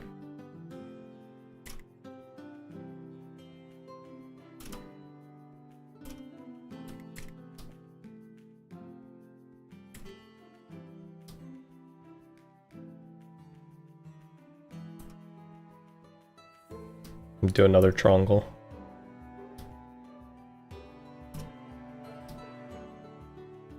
Oh, wait, maybe I'm not. Maybe I should put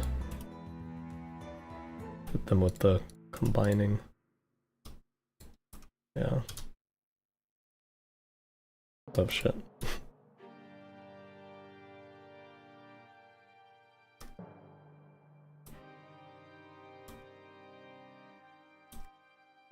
With half the Retopo eye on there, it looks like who's falling asleep. Bedtime, yeah. EP Flesh Golem.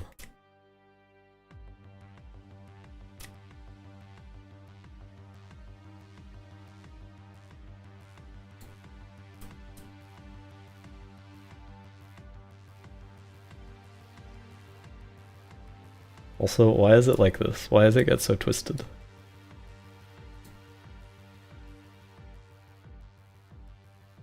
Maybe it needs more polygons than that.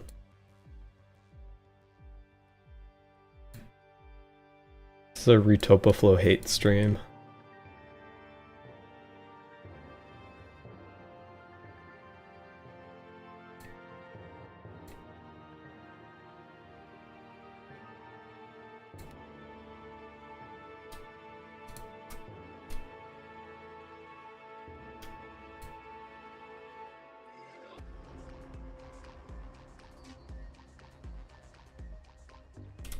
What's wrong with triangles if it gets made into triangles anyway? Yeah, nothing. That's just the joke. Is that everybody says it's like bad to have triangles in retopology, but it's actually fine if it's like for a game asset. Because everything's gonna get put in triangles anyway. The time that you don't want triangles is if it's retopology that's gonna get like subdivided in the future. Even then it's like, it's not a big deal. It's just that generally you want like a clear flow of edge loops like I have here around the eye, and triangles like fuck that up a little bit.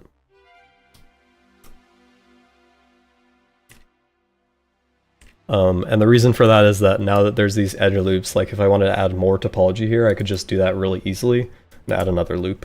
Whereas if there were like triangles, then the computer would not know where to add the loop.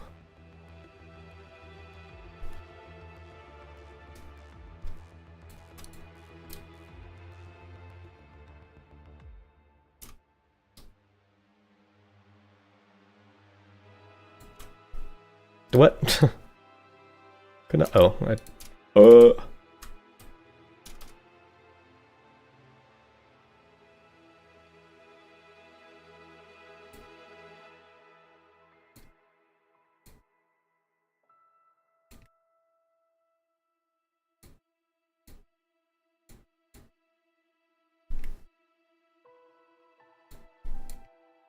Guys, what if I told you that there was a saxophone solo less than 30 seconds into the ether?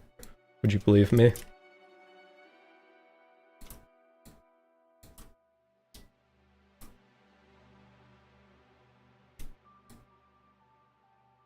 That'd be peak fiction.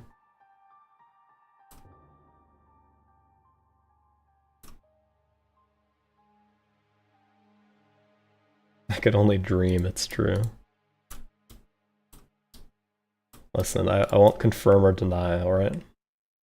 Have to wait and find out.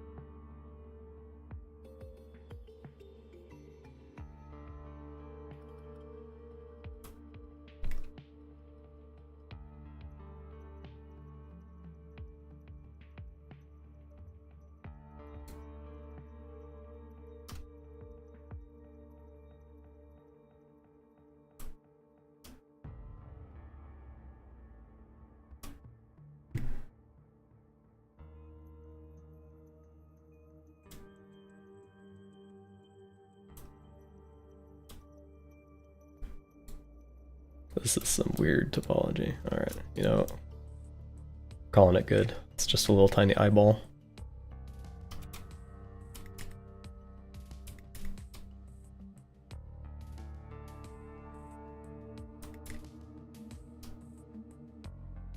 Do you see the lag here? I don't know if it's like even possible to tell on stream, but like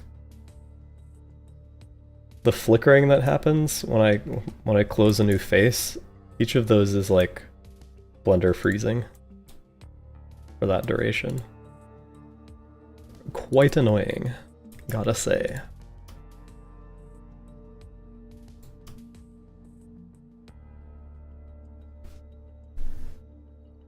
Stay Out of the Ether is such a cool story. I wish there was a game in the universe, maybe in a couple. Maybe even a couple.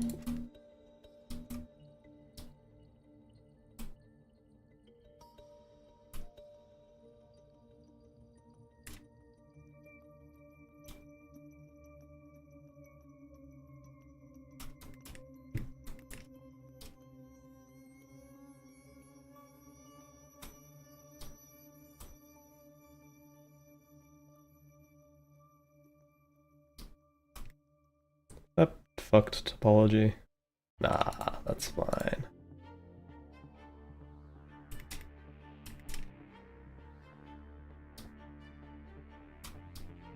What? That was fucked. Are the grappling hook and shield the only new tools, or are there more?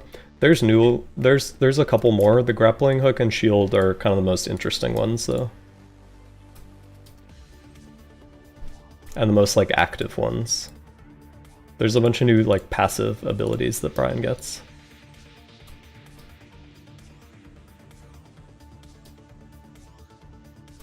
That's also weird topology. Not sure I feel about that.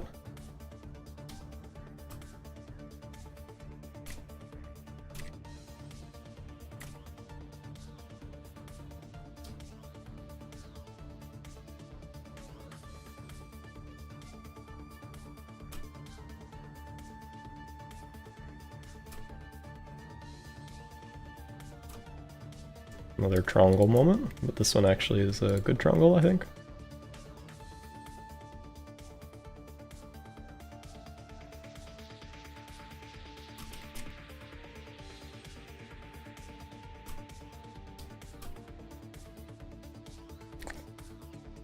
Face a little big.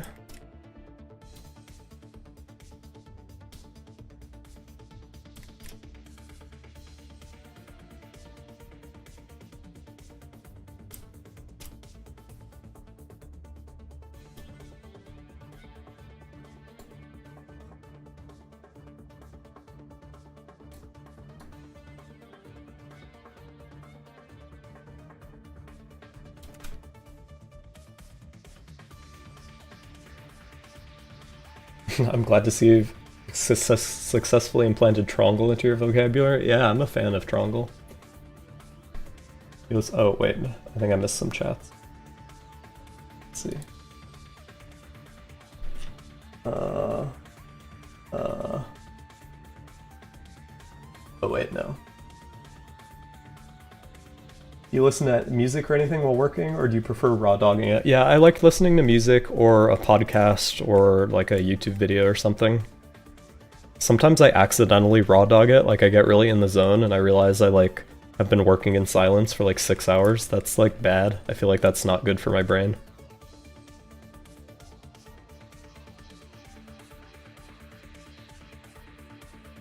Why can't I select this vertex? It really doesn't. I can't even move it? What? Hello? Bro? What is going on? What? It's not letting me move these edges. That's so weird. Okay, well, I guess I'll just leave them there then.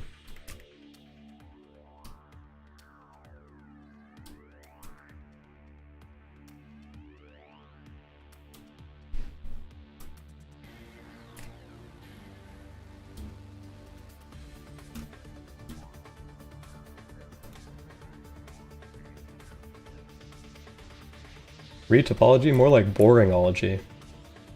Yeah, raw dogging it is much better for brain and dopamine regulation. Yeah, probably. I'm sure it's better for like attention span or whatever, but I don't know. I don't want to raw dog retopology all day. That's like, I don't know, that's depressing. Retopology is something you don't have to like focus on with all your brain power, so I think it's probably good to listen to music while retopologizing. How's the OST coming along for Into the Ether? The trailer music got me pretty excited. Yeah, the trailer music I think turned out really great.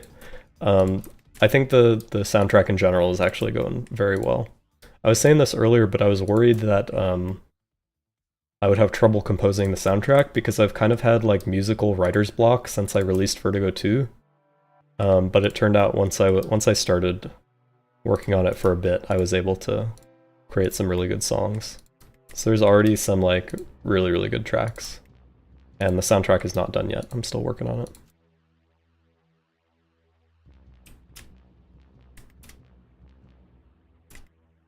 I'm using some like new kinds of digital instruments that make it sound pretty like distinct from the main soundtrack.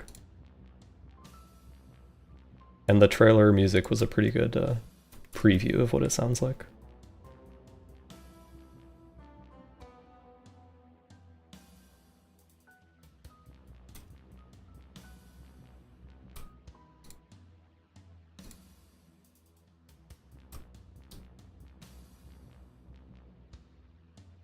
Did you ever get diagnosed with ADHD or anything? No, I definitely don't have ADHD.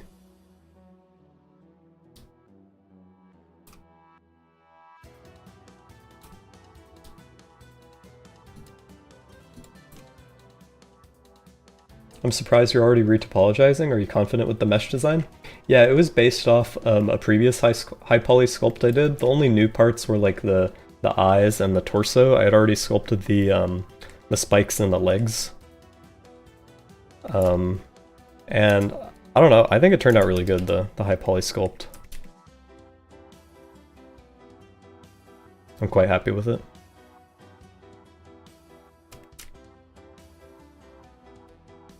Will we kill John Ether in the DLC? Yeah, you do. It's an epic boss fight.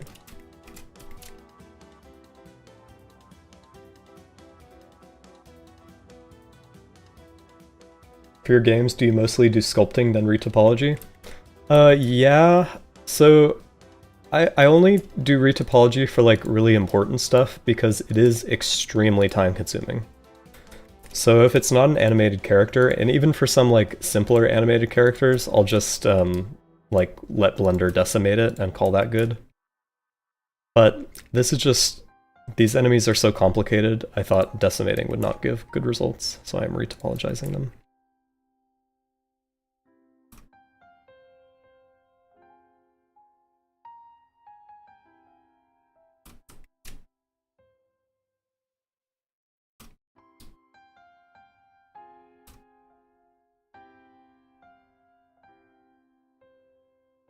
Actually, I might change this. Let me give it a little...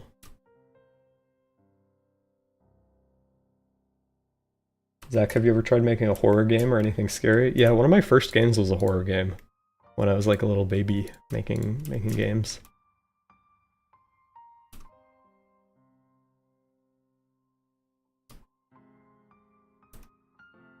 What's your like work ethic? Do you work with daily tasks or a schedule or anything?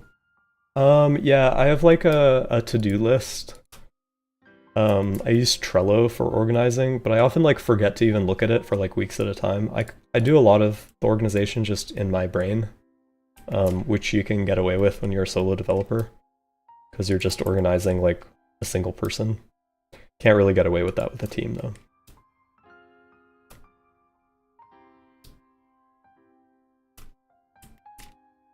But my daily schedule, I try to keep like regular work hours and only work in weekdays and not the weekend, because I do have like workaholic tendencies, and if I don't like keep them in check, I will burn myself out by working all the time.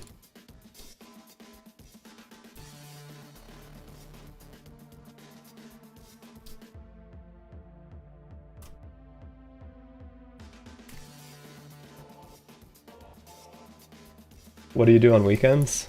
Chill. Chill.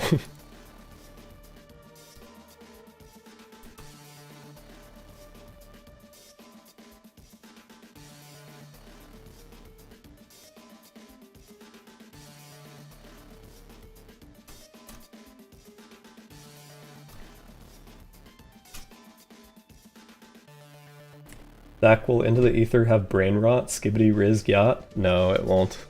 Sorry.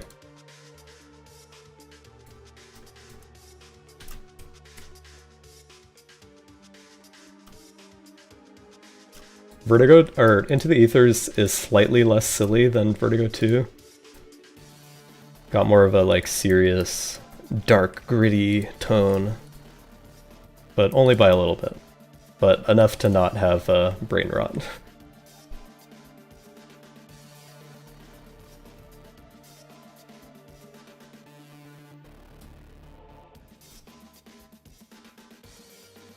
You a night owl or an early riser? Do you just kind of work whenever throughout the day or set time? I have my alarm set for 9 a.m. I've been really sleepy recently. So usually I wake up like before that by myself, and that's just like a failsafe. But recently I've been super sleepy and like been sleeping through my alarm every day, which is weird. I don't know what's up with that.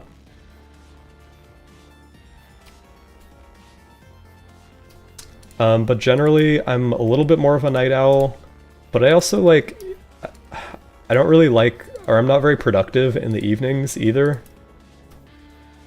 So, kind of neither. I'm a daytime guy. Daylight enjoyer. It's my cat. Check it out.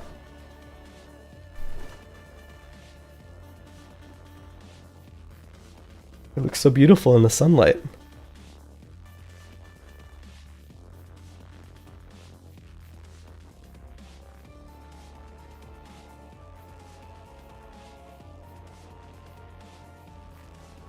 Cat in Vertigo 2 win.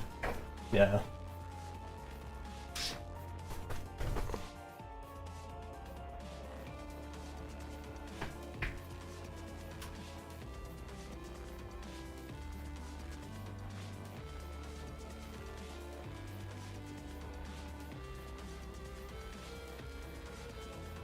He's not actually a Maine Coon, he's like a fake Maine Coon. I don't remember what he is, like a, I forget what he's called. Yeah, not an official Maine Coon, but just really big, fluffy. He's like extremely large.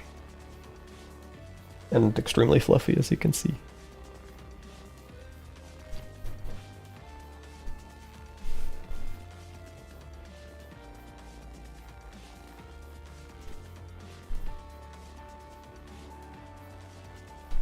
There we go, good cam.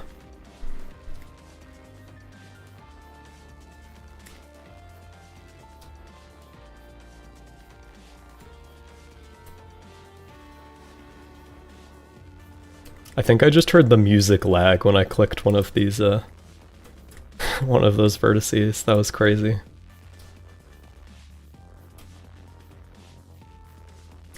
I need that new version of Retopology stat.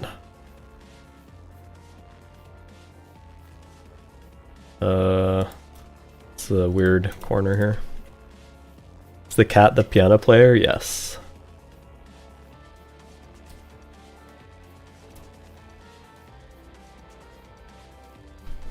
You should do the Germa thing where your camera is really far away, then crop down. Yeah. I was just rewatching that video that I made yesterday. It was a good one.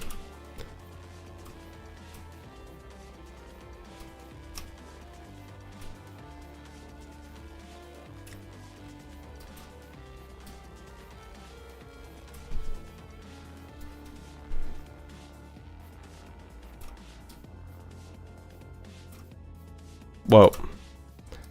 I love when it freezes and it like breaks everything. Because your mouse moved while it was frozen. That's awesome.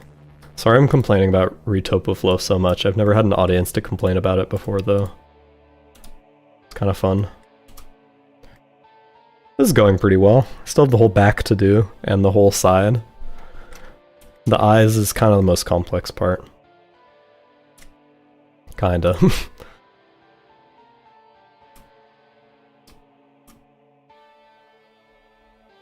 Yeah, I often watch your videos without realizing it's you. Yeah, people always say that. They say they watched this video and then realized in the middle that it's me. It's kind of funny. I guess it's just because my videos are so like varied in topic. Are you planning on doing more streams since you got a new camera? If yes, then would a music production stream be a possibility? Oh yeah, that's a fun idea. I could do that. Yeah, I am wanting to do more streams. I got the camera mainly for doing another book signing stream because the last one, I put so much effort into like making a cool set and like getting cool lighting and everything. But then my crappy webcam made it kind of look grainy and bad anyway. So for the next book signing stream, which I think will happen this weekend actually. So tune in. It'll be HD. Yeah, I saw that space MIDI video you made years before I found Vertigo. Yeah, that was, I think that might still be my most popular video. Or no, my cursed breakdown video is my most popular one.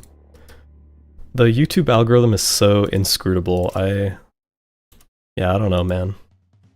Imagine if I just became a full-time, like, MIDI YouTube channel or, like, cursed video guy. I hate when people, like, I don't hold it against people, but it makes me sad when people have, like, one popular video and then they make that their, like, whole channel. It really feels like it's, like, the algorithm deciding, like, content. Like, I understand the idea of, like, make what people want to see, but also, like, do people really want to see that, or is the algorithm just, like, showing that to people? It's really cool how much of your dev journey is documented in this channel. Yeah, like there's a lot that isn't documented as well, but it's nice to have this as an archive of whatever I posted.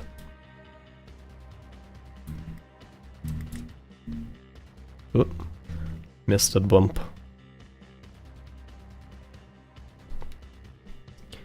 You mentioned during the Q&A stream one of your favorite jokes or gags in Vertigo 2 is the internet restriction. I just have to say that Off the Rail Explosion is one of my favorite VR moments ever. No, actually, I didn't say that. Somebody else said that. I think that joke is a little juvenile, but I mean, it's pretty good, but it's not my favorite.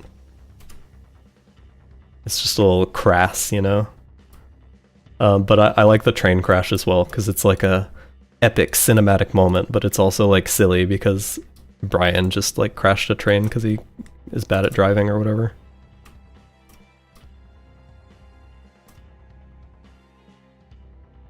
That was me. Bro Hockey said that.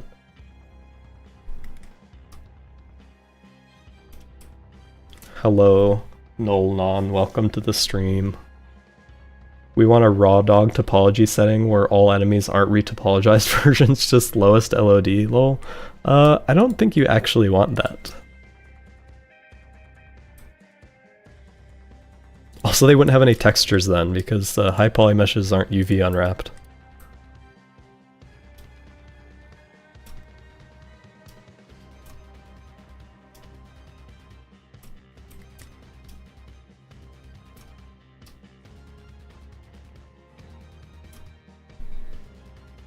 Have you been recording the development of Into the Ether so when it comes out you can make another behind the scenes? I have some recordings, but not very... I haven't been recording it very diligently. Here, let me look and see if I have, like how many recordings I have really quick.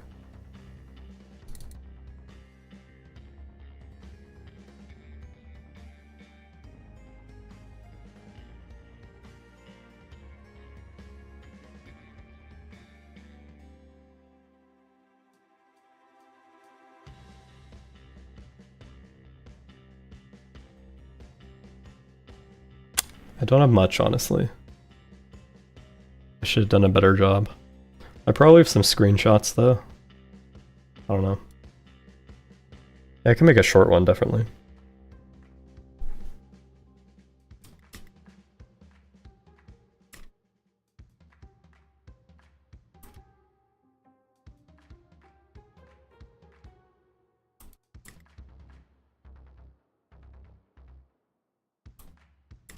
Do you ever get burnt out? Yeah, before I started managing, like, my working hours more deliberately, I got burnt out all the time. Because I would just work too much. But nowadays, I'm very careful to keep a good work-life balance and, like, have hobbies and, like, socialize and touch grass and shit. So it happens much more rarely these days.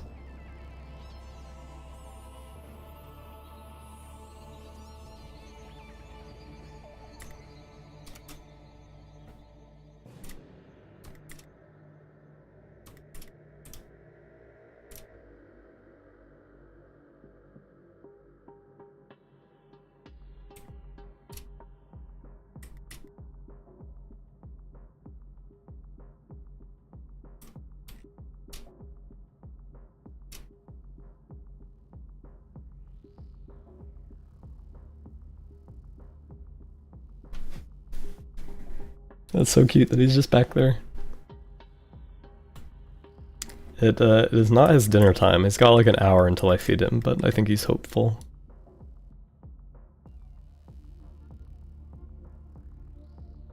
Thought you said you didn't have work hours earlier? No, I do have, I don't have like strict work hours, but I make sure to work not during the weekends. I make sure to not work during the weekends, and I mean, it's more about like the number of hours I work than like the strict work hours. But I usually work from like 10 to 5-ish.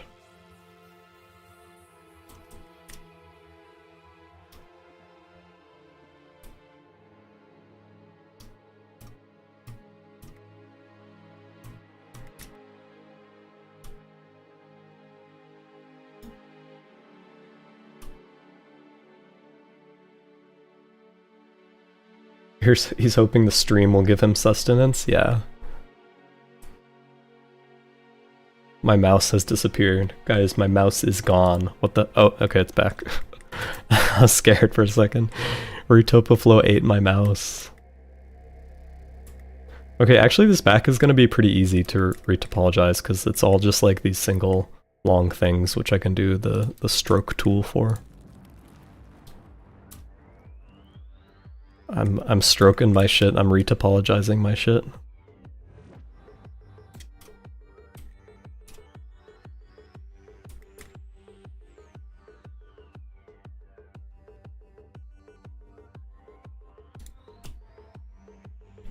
Windows 11 moment? Perhaps. I can't remember who it was. I think it might have been Ricky. Was it Ricky? I don't remember. But somebody sent me like a guide to removing all of the bloat from Windows 11. I gotta do that. I've not done it yet. Because there is a lot of bloat.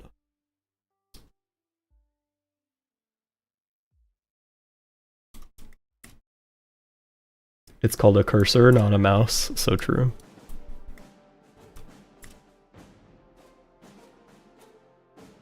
We love watching you stroke it on stream. Yeah, don't get me banned. Don't tell anybody I'm stroking it on stream. Hey Zach, I've followed you on YouTube since Vertigo 1 came out. I've been developing the candle for Germa as a solo dev. Wait, really? That's so funny. I just watched the candle clip today, like this morning. I was watching his UFO 50 stream. I was thinking about making the candle.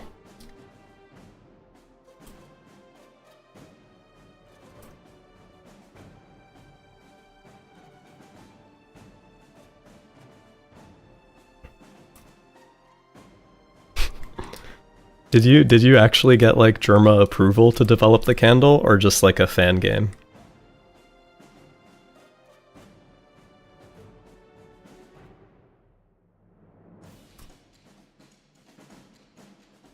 Too late, lol, I'm like 99% done. Nice.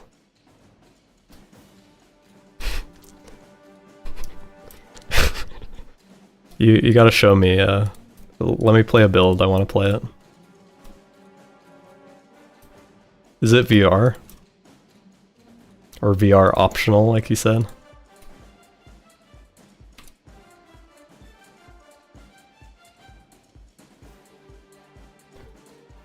There's a trailer up on YouTube? Okay, we gotta watch this.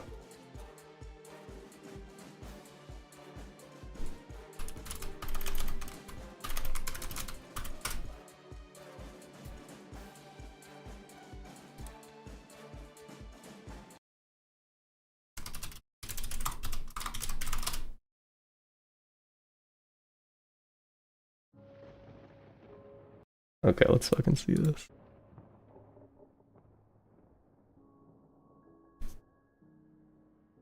This is the right one, right? Yeah, this is DTK, that's you.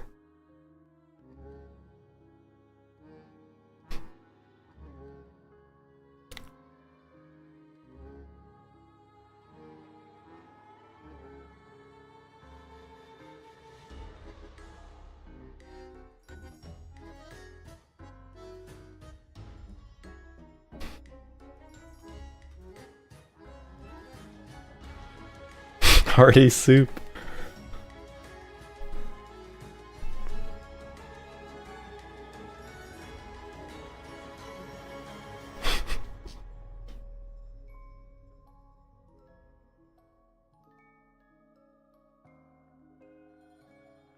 That looks awesome. That's sweet. I'm wishlisting. Rated R.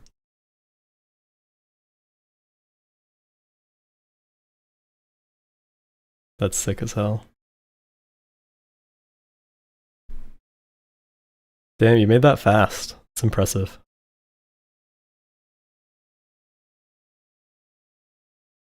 Germa should play all the Candle fan games, assuming there's multiple. I'm sure there is multiple. If it does well, we could maybe team up and you could help me port it to VR. Yeah, we could do that. I don't know if I'll actually have free time to help with that, because I am a bit busy at the moment. You know, making the Vertigo DLC. Oh, I didn't even see you said that was your first time making a game. That's impressive. That looks really good for your first game.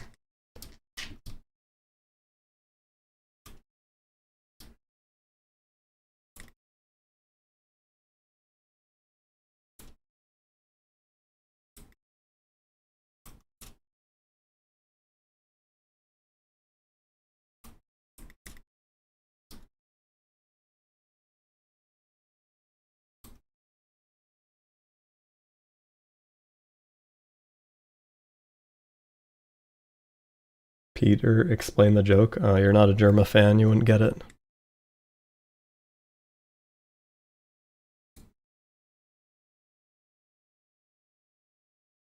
I refuse to explain the joke. It's an exclusive club.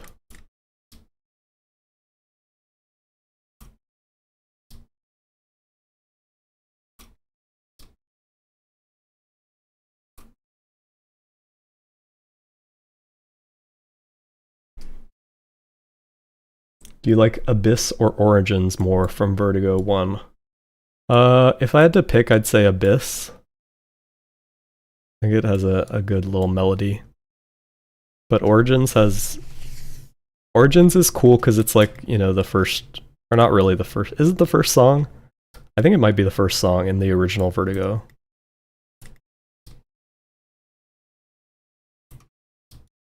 Maybe not in remastered because there's like the start cutscene.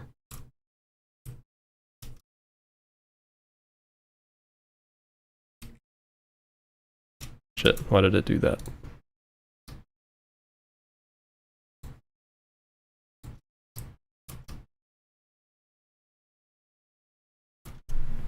This is a Germa +2 only zone, correct?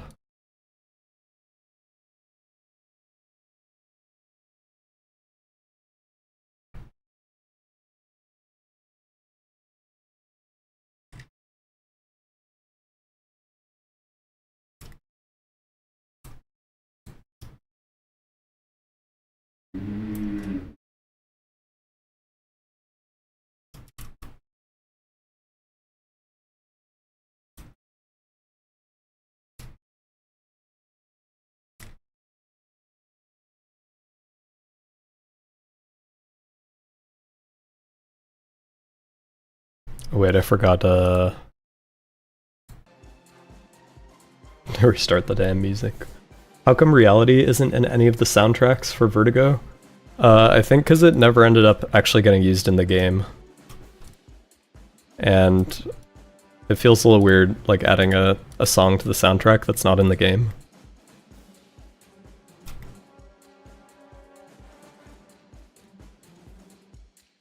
This is the part where he forgets to turn the music back on and has ultra focus, yeah. Your chat can have ultra focus on me. Will it even focus? Goddamn.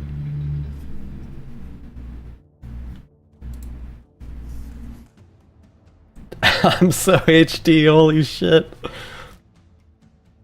POV, you are the Retopology. And I'm not listening to music.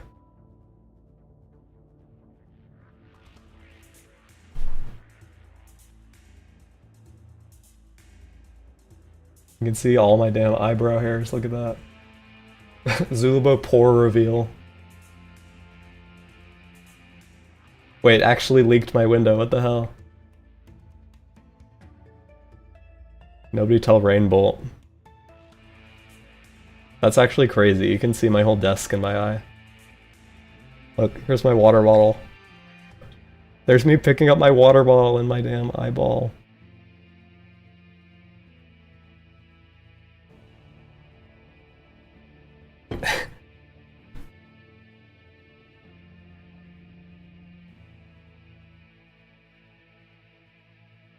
That's freakish. I feel like violated by this camera. Should not be able to see my skin this close.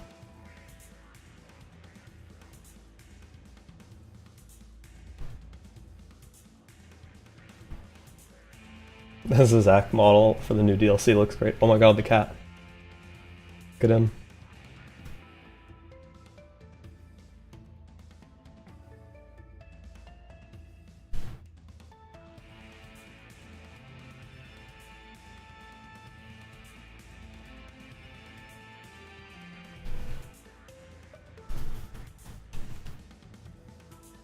Wait, we can zoom in on the cat too, I just realized.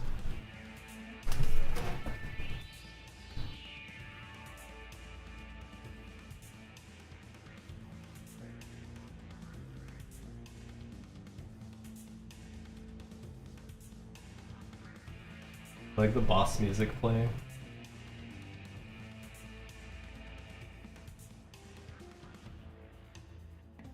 We demand cat photo scan in Vertigo 4. Your camera just picked up the floating dust, yeah.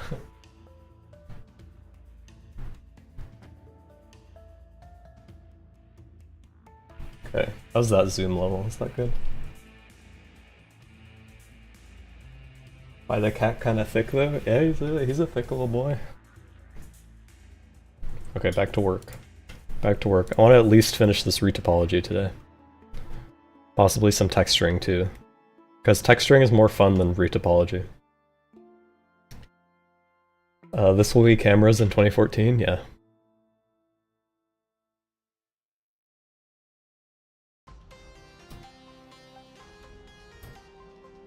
I think I mentioned on the last stream, or one of the previous streams, but I also ordered some, like, some proper lights. I'm really excited to get them. They're supposed to arrive today, I think.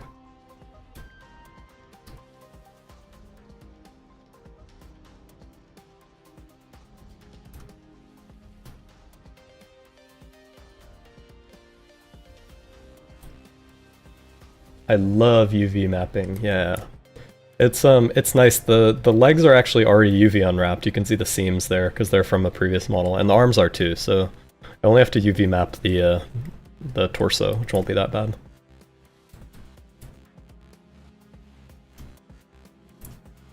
UV unwrapping is genuinely not that bad compared to the amount of time it takes to do retopology.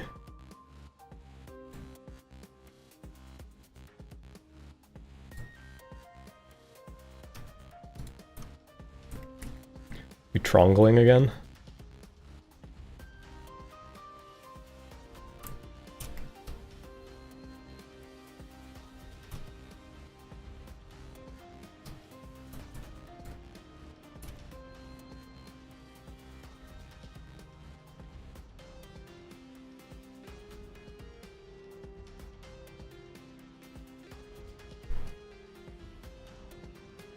Did you know from the beginning you would make the soundtrack for Vertigo 1? Yeah, I've been making music as what am I saying? I've been making music as a hobby for even longer than I've been doing game dev, or like even longer than I've been doing 3D art. I started using GarageBand on my parents' computer as like a little kid. Like digital music in particular.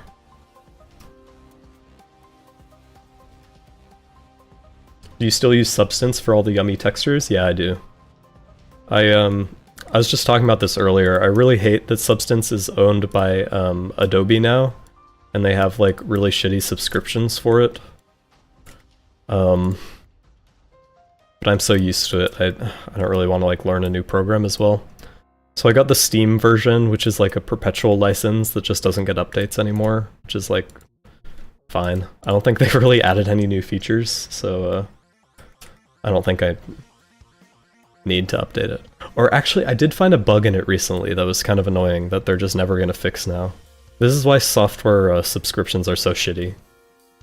Because to fix like a straight up bug in the program, I have to pay like for a subscription. Dude, props to your parents for unintentionally helping you develop skills so early. No, it was definitely intentional, you know, they liked that I was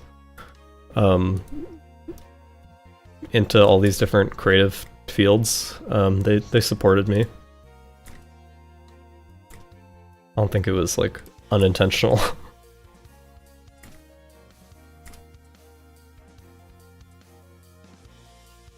Oops.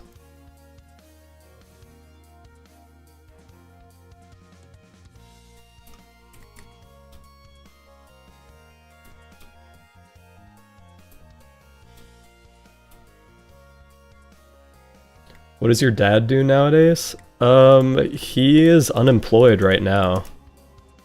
He doesn't do anything. It's DTK is now following? Hell yeah. My parents are both like semi-retired at the moment. I think my dad still wants to like work more, but he doesn't know what he wants to do at the moment.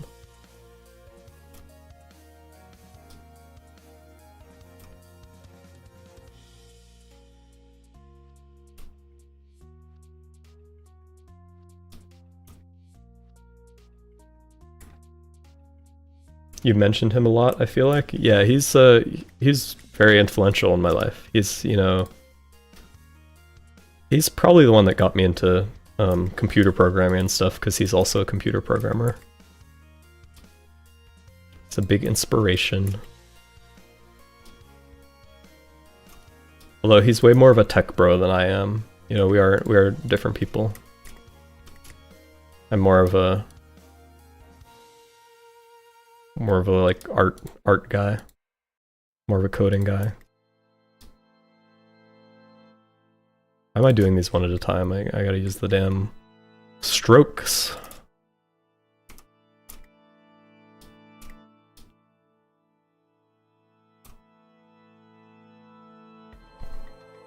How much longer was Vertigo 1 originally supposed to be? It was supposed to be the full story of Vertigo 1 and 2. So, like, however long that would have ended up. I didn't have, like, a specific game length in mind. It was just, like, however long the story would take. But then I realized, like, the full length of Vertigo 1 and 2, the story, would have been way too long. And I wanted to actually ship Vertigo 1, so I split it up.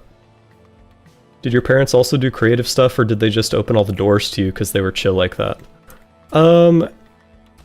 Yeah, they mostly open the doors to me. My dad is, like I just said, more of a coder. Doesn't really do art. My mom has done art in the past. I know she was very artsy in like college, but she doesn't really do much art nowadays.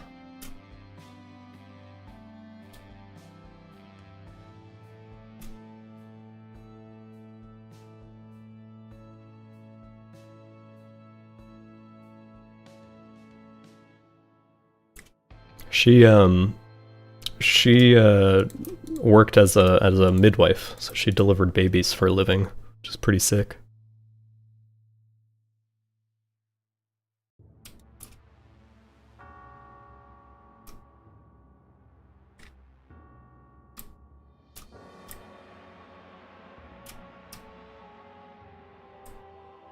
I'm using the past tense because she is now not delivering babies anymore these days.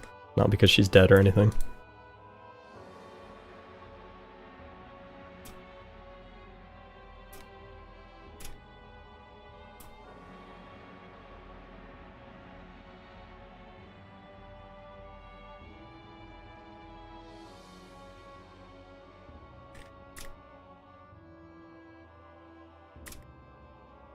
This is looking good. Oh, okay. I was gonna say, wow, I'm so close to finishing, but then I realized there's this whole front bit.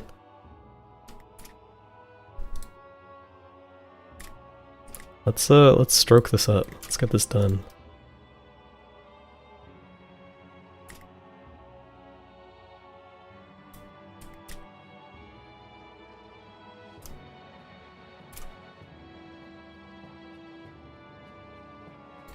Oh, have you guys all seen the trailers for Doom: The Dark Ages?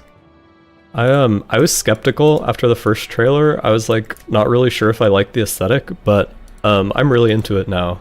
I think it's cool they're going in such a different direction for the gameplay, going like slow-paced, like tanky-like, instead of like super fast-paced like Doom Eternal. Because, you know, with Doom Eternal, it felt like they had polished the they'd polished the gameplay loop so much it was almost like too polished.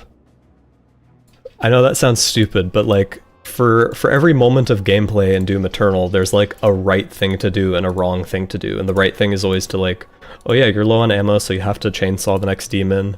Oh, it's you know, it's this type of demon, so you have to use this weapon on its weak spot to kill it. And it started feeling a little bit like formulaic gameplay almost. Like, I don't know. It's hard to describe. I still thought it was an amazing game, and I had a ton of fun with Doom Eternal, but I was worried that if they kept just like...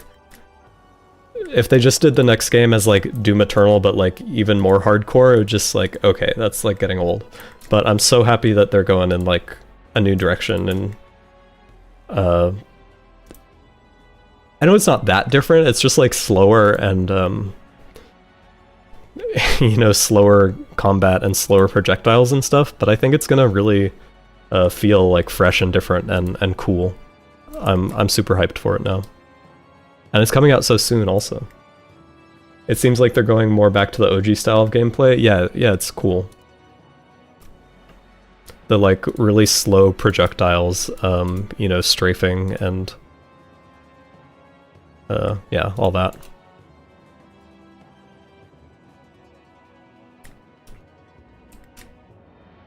Hugo really knows what he's doing. I trust that guy to keep making good Doom games. Yeah, same. It's such a, yeah, id Software is such a, or id Software's Doom games in particular. I know their other stuff is kind of not as reliably good, but the Doom games have been such a breath of fresh air for the games industry.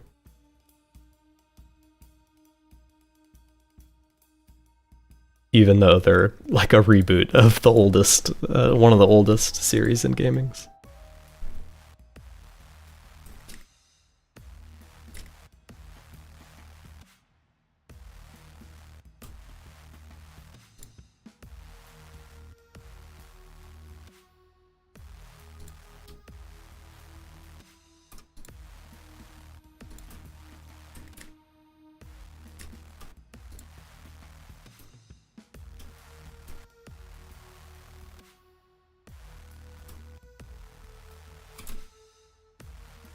Doom 64 type stuff, maybe? I have not played Doom 64. I don't really remember how it plays.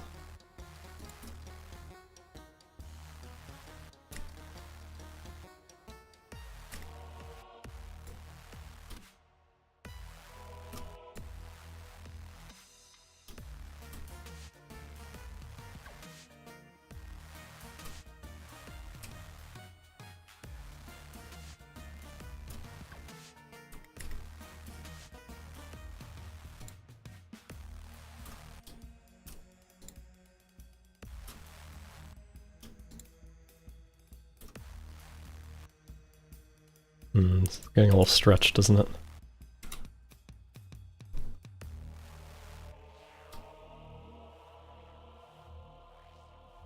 Yeah, that's no good. Okay. Getting the reset on that.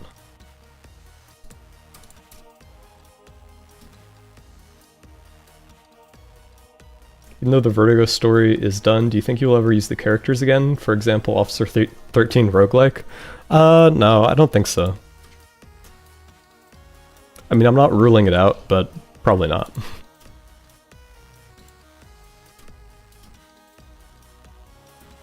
I'd rather make new characters.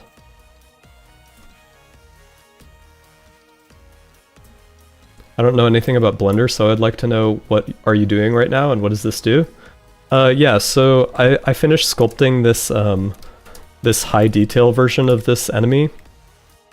But this has like way too many polygons to be able to use in the game or in VR. So what I'm doing is called Retopology, where you take the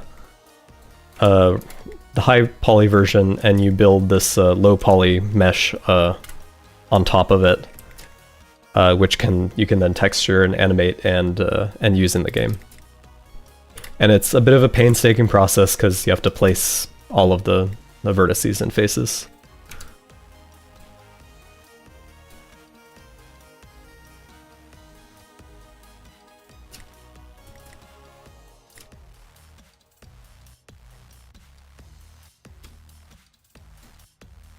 Bro.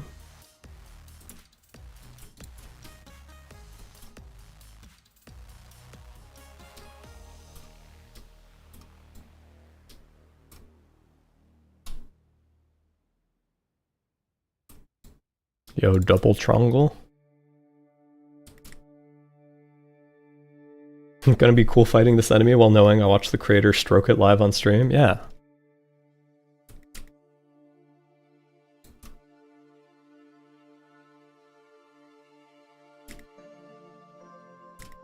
Okay, wait, I should finish this area. It's a problematic bit.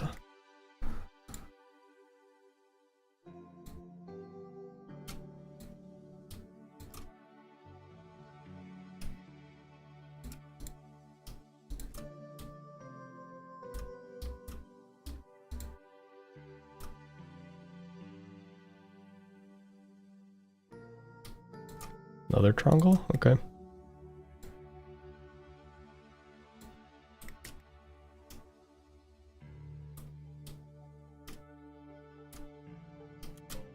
You should 3D print every single one of these highly detailed models and make them little minifigures. That would be fun. I do have some friends with 3D printers. I could do that. I'm gonna take a screenshot of the high poly version and say it's from the game files on Reddit. Yeah, get fucked. Well, you get fucked, because high poly models don't get included in the game files.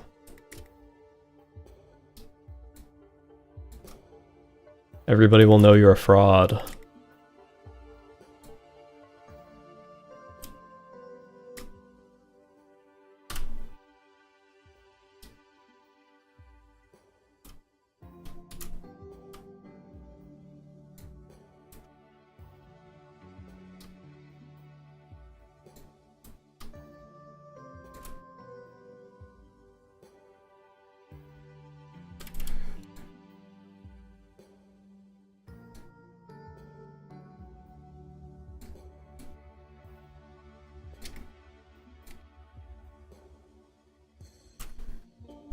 Never forget the garden of Banban models. Okay, yeah.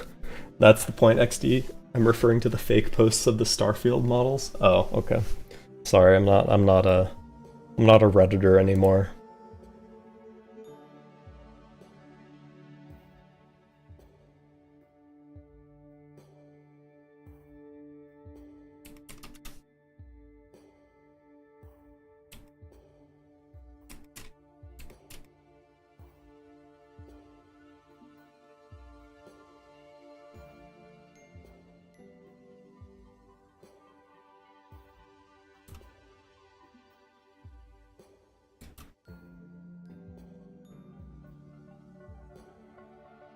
Is there anywhere I can find the song from the Vertigo 1 teaser trailer?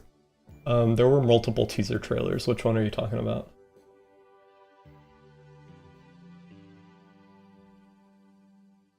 What do you interact with most? YouTube, X? Probably YouTube these days. I've kind of gotten off most social media. I'm on Discord a lot just because I have to run my Discord server. Yeah, that's about it. Probably mostly YouTube. Oh, and Twitch, because I watch Hassan on Twitch all the time.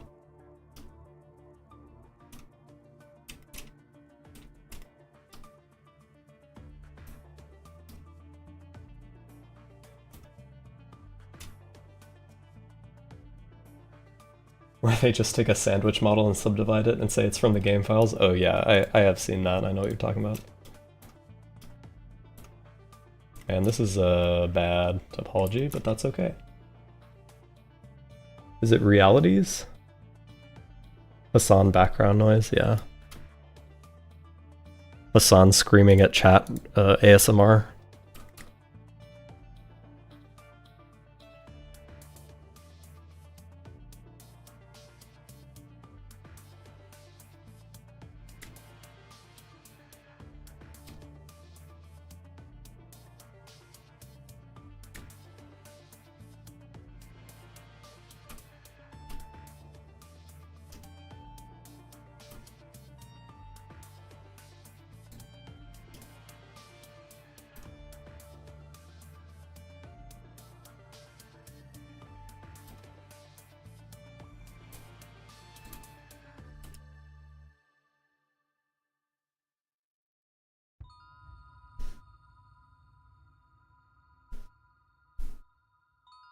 think I'm talking about the one with the speech text. Oh yeah, the I forget what it's called. Monsters of the Cosmos, right? Yeah, that I didn't make that song actually. It's by an artist called Melody Sheep. You can look it up. It's it should be on Spotify and stuff too.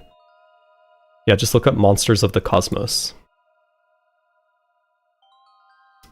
Yeah, shout out Melody Sheep. Very chill of him to give me permission to use that song in my trailer.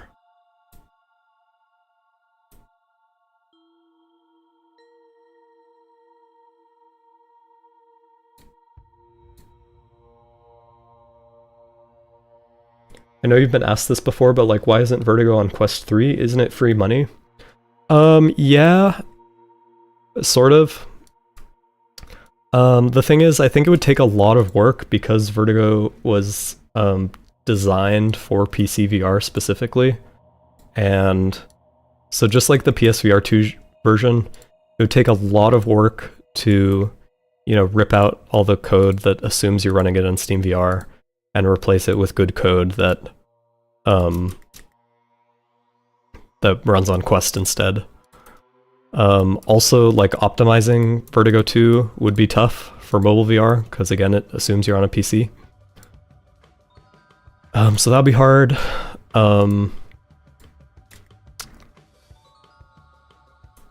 And overall, I think it would just take a lot of time, and it's not time that I want to spend. I would rather make a new game than, you know, spend like a year making a good Quest port. And I'm somewhat worried with how the PSVR 2 port went, which was like... It's not like awful, but it is a little buggy and kind of not up to my ideal standards. I don't know if I'd want to just hand it off to a publisher and be like, here you go, you know, make a port. If that makes sense. Wow, this is like the worst topology I've ever made. But it gets the job done.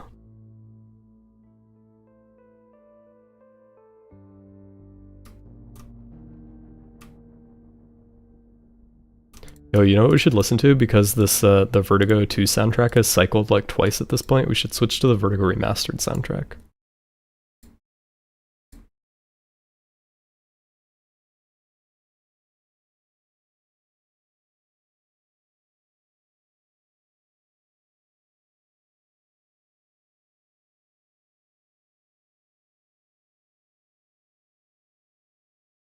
So beautiful in the sunlight. He's a black cat, but he turns brown when he has sunlight on him. It's really cute. He definitely thinks it's dinner time, which it is not.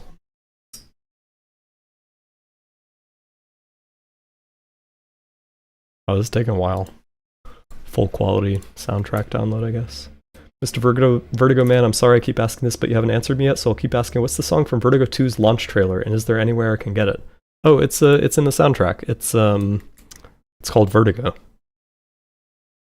It's we were just looking at it. Is in the soundtrack on Steam. This song.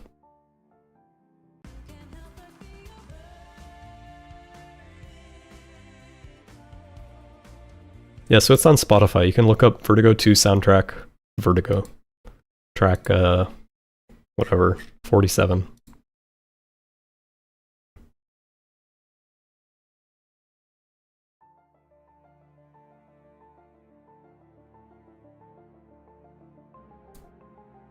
You're welcome, Odysseus. Determining location using sun rotation, using window leak to determine location specifics. Yeah, so true.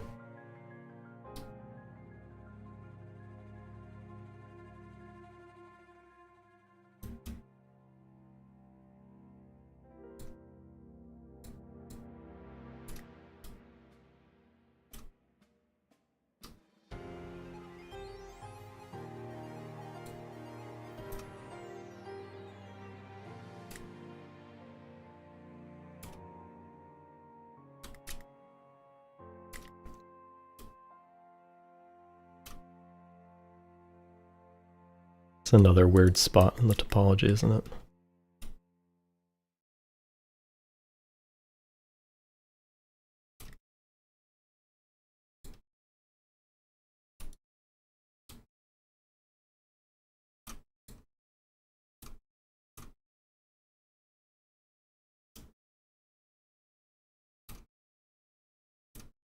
Okay, this is alright. Look at that. Only one tronkle. Why is it not playing the next song? What happened? What? Oh, it was like shuffling? Oh. There it goes. Yo, this was such a good remix for Vertigo Remastered.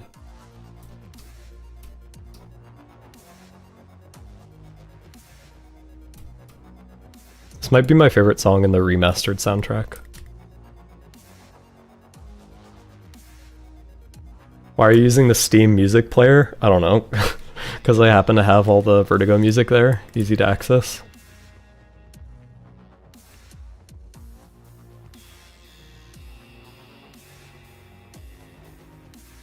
I was thinking about using Spotify, but I was worried it was gonna like finish the album and then start playing like copyrighted music.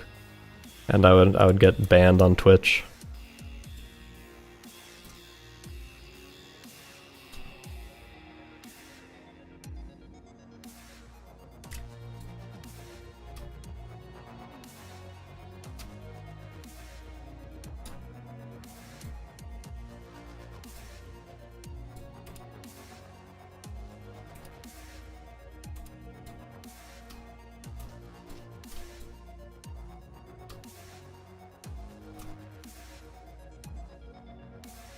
What's he making? I am making a Flesh Golem. Is an enemy for Vertigo 2 Into the Ether. There was another version of this enemy in the trailer, but this is like a different variant with no gun and just lots of spikes instead.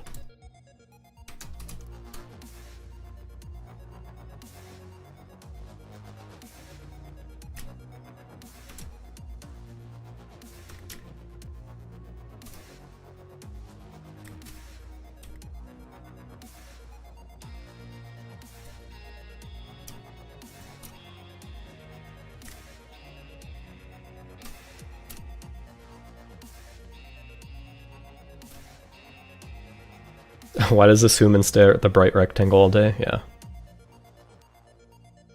When he really starts getting hungry, he'll get on my keyboard. That's how I know it's time to actually feed him.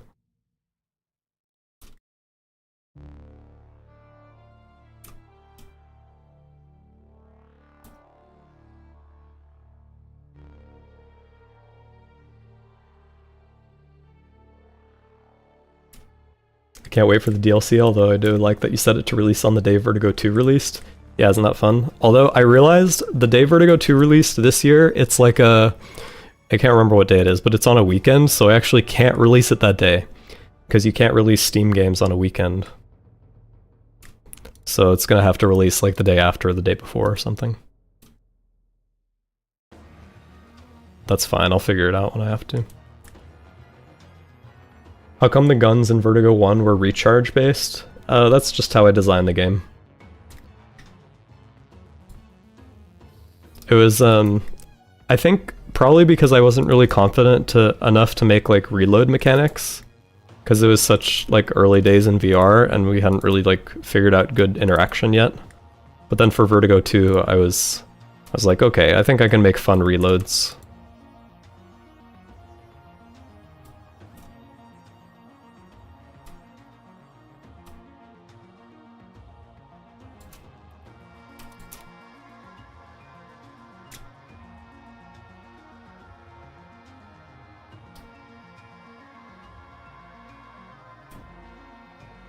Oh shit.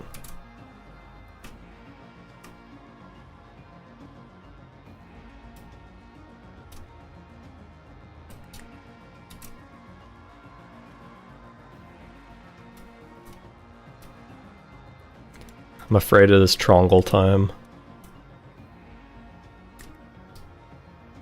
These yeah, these faces are too big, aren't they?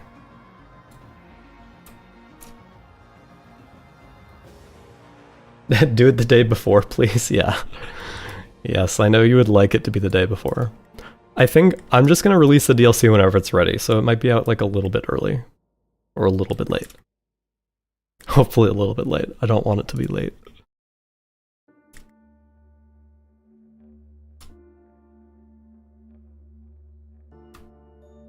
Yo, Abyss mention.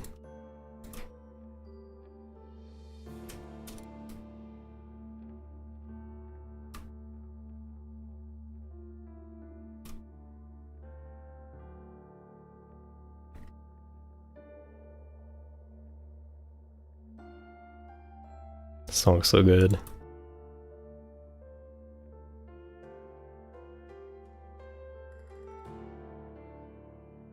Can I be beta tester? Maybe. I haven't really thought about beta testers yet. But I probably will need some soon. I'll probably have an application form just like Vertigo 2. So just sign up when that's out.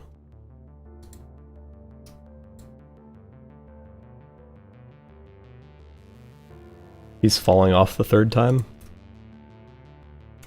Yeah. What if Into the Ether was actually just like garbage? Wouldn't that be funny? What if it was like really bad? Like unplayably bad?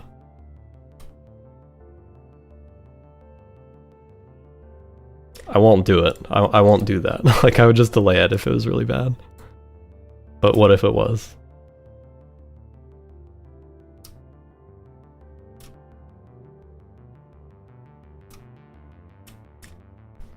No, he ain't. He's peak. What's your favorite character from the Vertigo universe? Probably Nani or Frank. I like both of them a lot.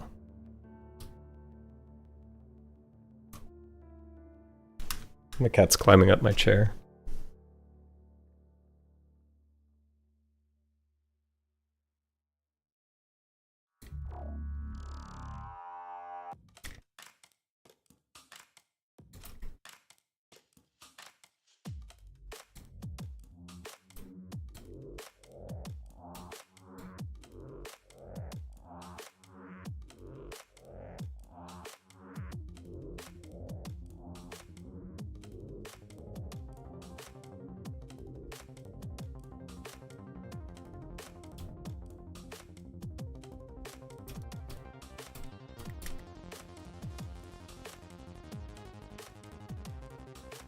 Zulubo makes the worst game ever as a prank.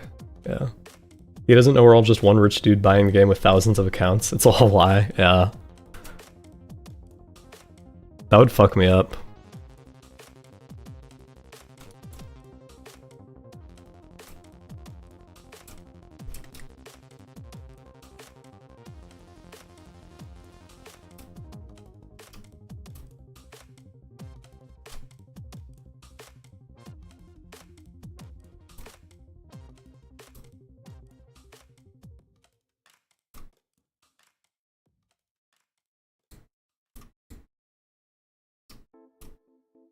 Oh, this is also a banger, actually.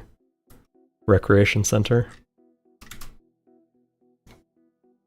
Wouldn't it make you feel special if there was just one rich person that really liked me? I guess it would. But they would also have been lying to me.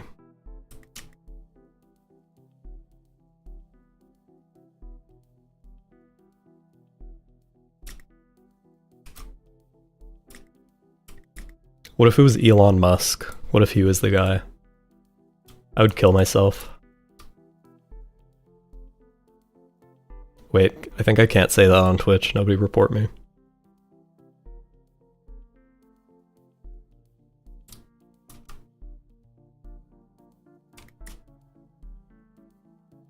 It would be better if it's thousands of people who like him. Yeah, isn't that better? Only base thing Elon will do in his life.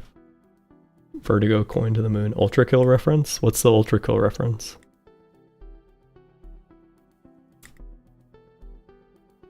Okay, now we're actually almost done. Look at this. Gotta close this dang hole.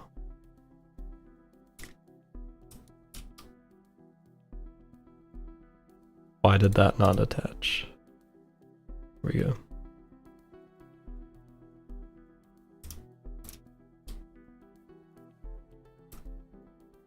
Coin. Oh, okay, yeah, true. Oh my god, Ultra Kill was actually like a cryptocurrency game because they have coins in it. Whoa.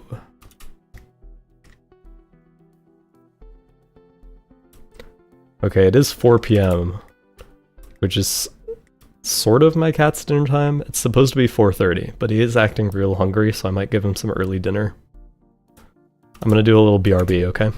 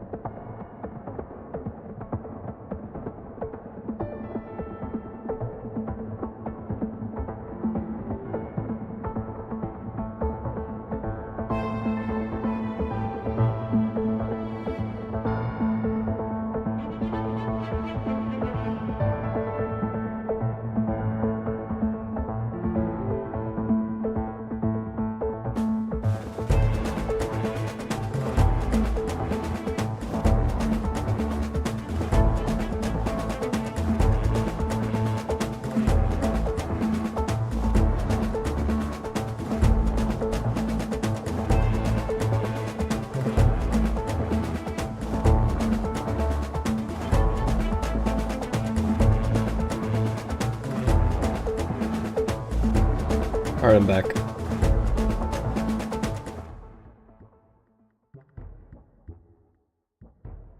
Did Zach influence Skibidi Toilet? No. I did not.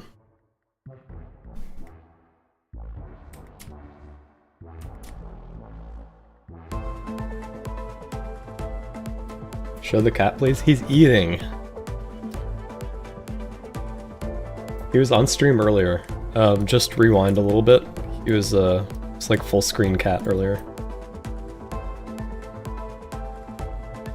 Just a quick reminder in case you already forgot about my email with the blends I want in the Dropbox. Tell me if you don't want to keep saying this. I don't want to be annoying. You don't need to keep reminding me during the stream. Just remind me if it's like been a couple days and I don't do it still. You don't need to literally remind me like every 2 hours. That is not helpful. That'll probably make me just resent you.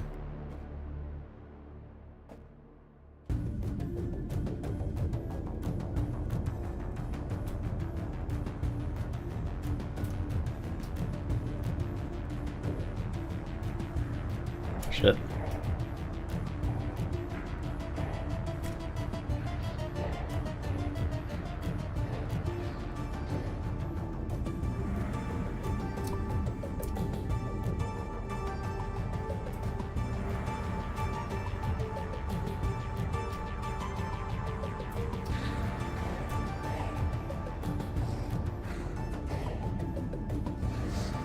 Little do all of us know Sebastian Solus is going to be the next Realm Walker re-encounter. Who is Sebastian Solus? I'm suing Zach for using Dark Souls' name in the sandbox tutorial. Yeah, okay. It's fair, I think.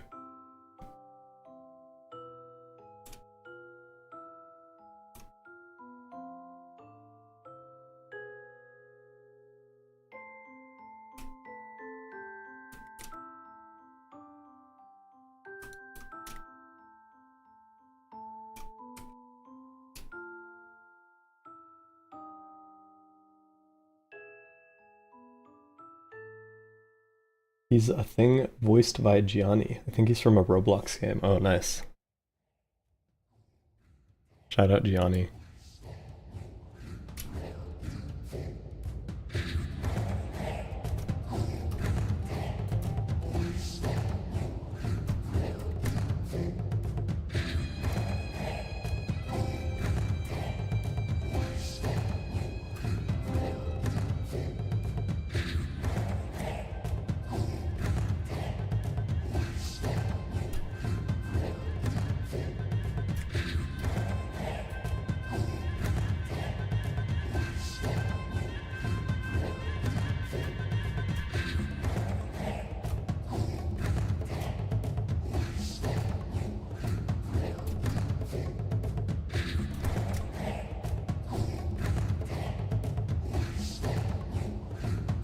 Mr. Vertigo, I have to ask, have you watched Epic the Musical?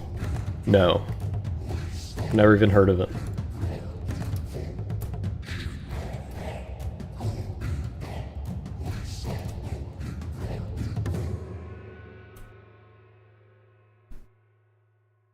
What do you think is the best boss in both Vertigo games? I think that would definitely depend on personal preference. So I guess what I'll answer is what my favorite boss is. Let me think about that.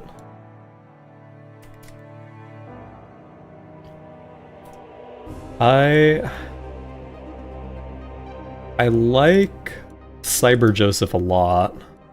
I think he's a great final boss.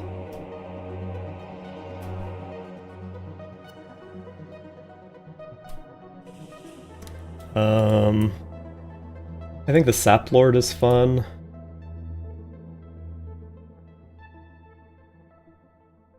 Man, I'm so bad at picking favorites. It's really my my worst skill.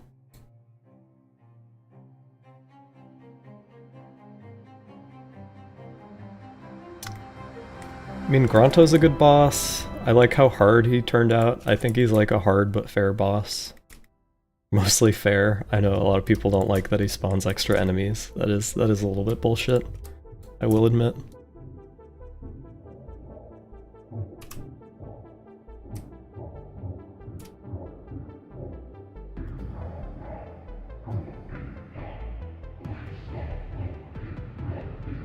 The Cyber Joseph boss fight is absolutely breathtaking. Well, thank you.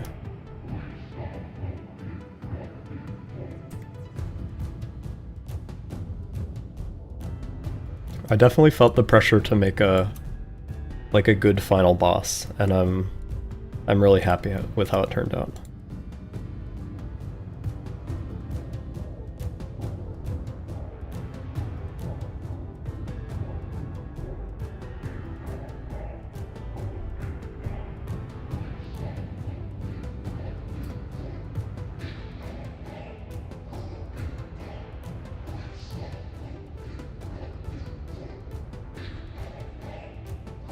Okay, this is some weird topology. We gotta run that back.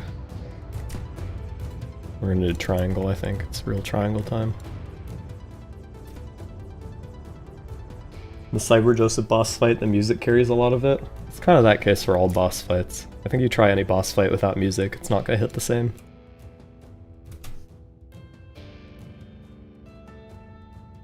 Fighting Cyber Joseph for the first time was like getting hit in the balls repeatedly. Yeah, that's intentional. Can't have an easy final boss. That's like an anticlimax.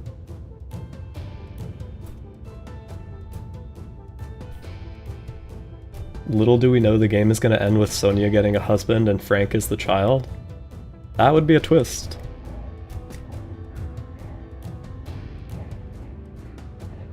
Do you have any productivity advice? I don't know if I have any like generic productivity advice. All I can say is like what works for me.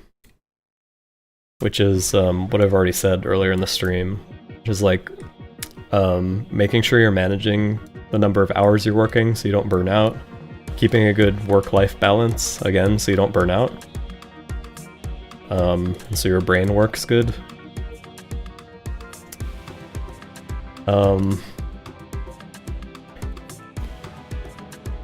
Yeah, I don't know. I don't have much more than that. Oh no, I'm getting like notifications. Let me see if I can mute those.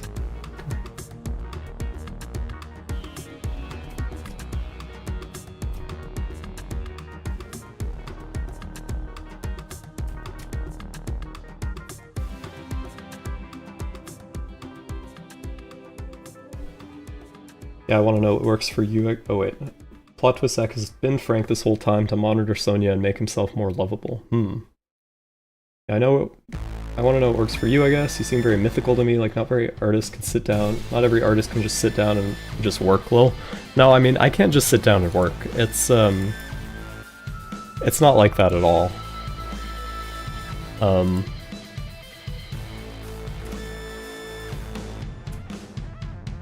Yeah, you know, I have to be in the mood if I'm doing art in particular.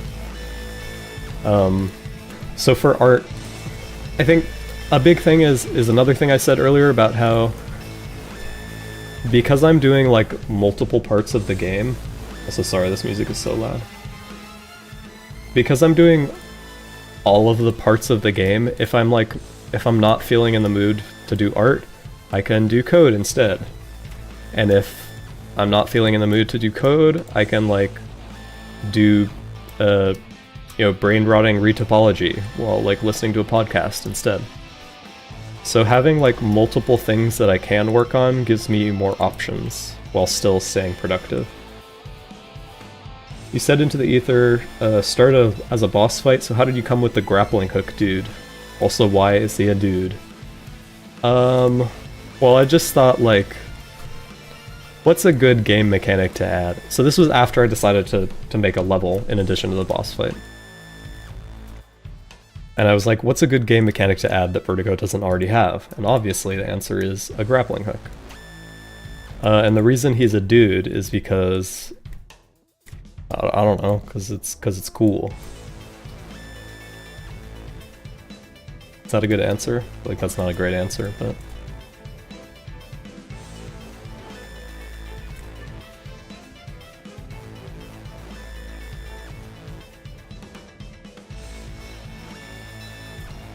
You should make Vertigo plushies, you would make a lot. I don't know if I would make that many. What's this topogun? It's a Retopoflow. Why was he cursed with the gift of life? Why were you cursed with the gift of life? Why don't you figure that out first, buddy? Before you go around questioning other people's existence. My parents did the do. Okay, that's true. Well, I don't know, maybe he has parents. Did he have parents and they did the do? I don't know, I don't want to reveal any lore before the game comes out.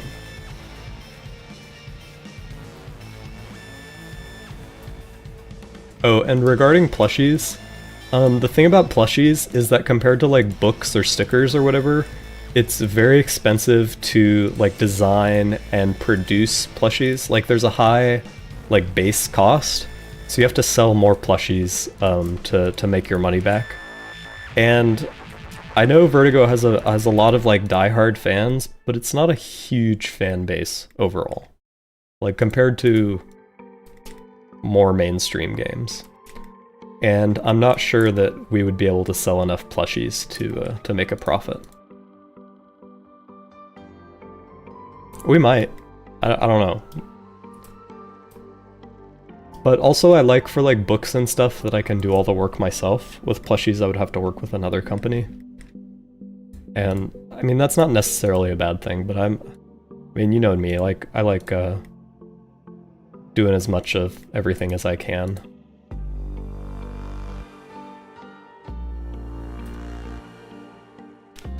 Make a Vertigo mug? Yeah. Didn't know Retopo... Oh wait, the message went away.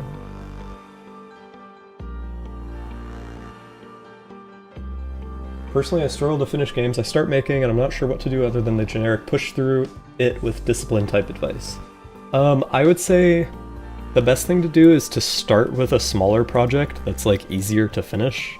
This is what I say every time. Start with a really small scale project.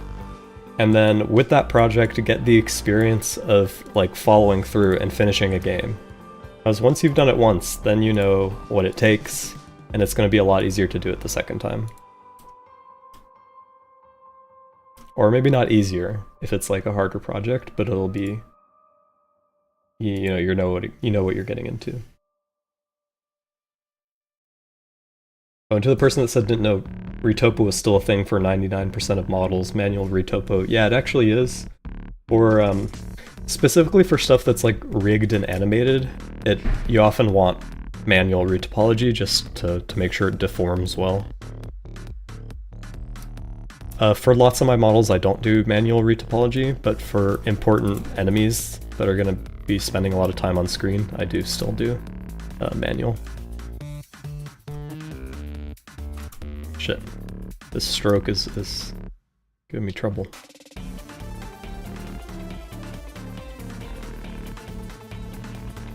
Are you thinking of working on any other game series? If so, what genre would it be? Yeah, I have several game prototypes that are of like a bunch of different genres. So, no clear answer. Oh yeah, game jams are also really good. Definitely recommend doing a game jam if you haven't. Game jams are awesome. And make sure you actually finish it. And if you don't finish it, scope smaller next time.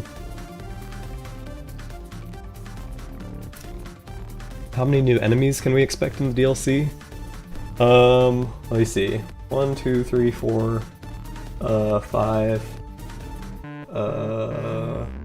6.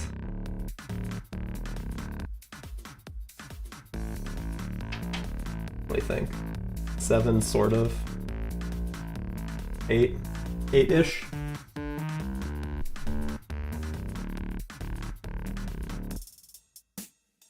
Problem is, I've already made like 8 Game Jam games. I want to make something bigger, I suppose. I'm the host of the VR Jam, which is pretty much like the only VR-related jam on itch. That's awesome. Yeah, if you want to do something bigger, just do something like slightly bigger than a Game Jam game. You can gradually work your way up to whatever scale project you want to do. If you've finished a Game Jam game, then you definitely have what it takes to finish a real game. Or not a real game, a not jam game. Didn't mean to say that Game Jam games were not real games. That was some unintentional shade.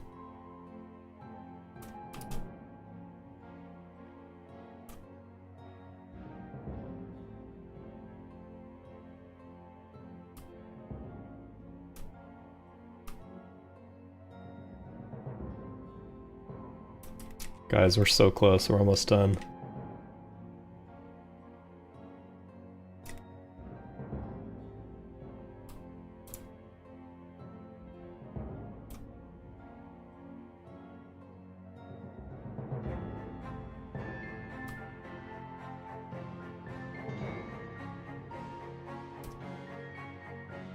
And it's like the epic ending music from Vertigo Remastered too.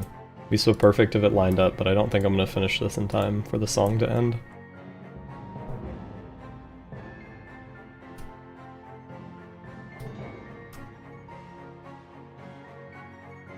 I was gonna say real game as well, but I didn't want to throw any shade. Yeah. Some people use game jam games as a foundation for bigger games. Yeah, that's a great idea too. Just take one of your favorite game jam games and like add more content to it.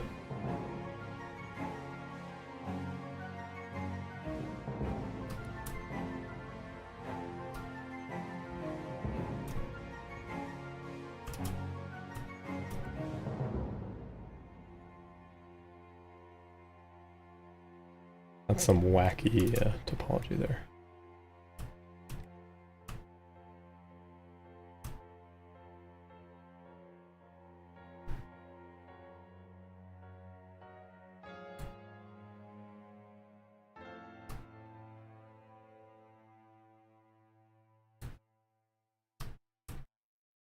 That's bad. Yeah, it seems bad.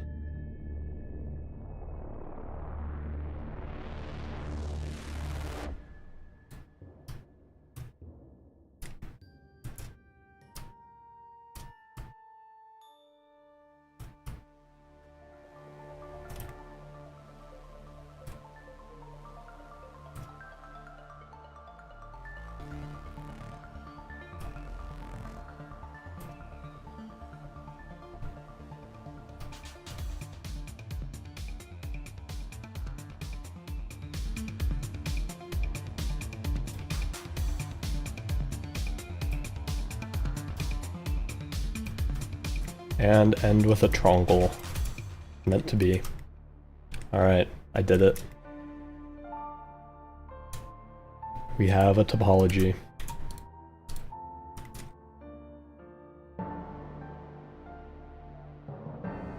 Looks nice.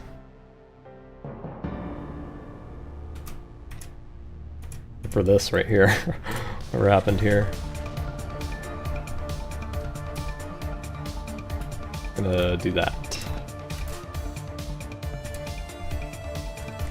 I'm gonna finish UV unwrapping all this. Oh, actually, there's a little bit of wonky topology here, isn't there? Okay. Go back, undo. Do a little bit of cleanup. It'd be funny if you just edged us here and turned off the stream by not finishing it up. Yeah. Man, I love your music. What do you use to make it? I use Logic.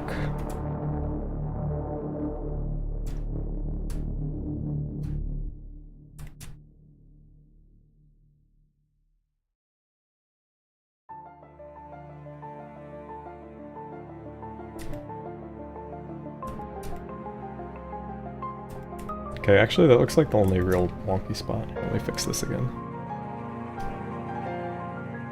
I don't even know how that happened.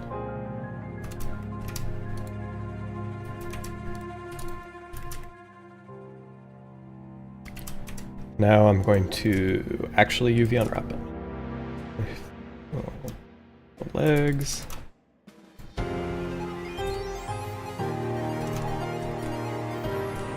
Good legs. Arms.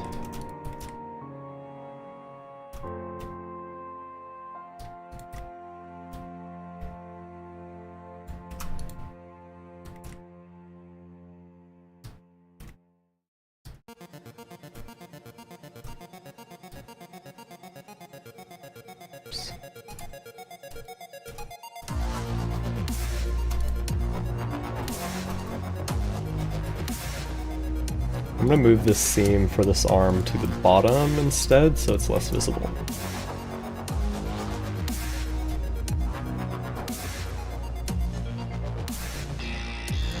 That is not the bottom, that's the side.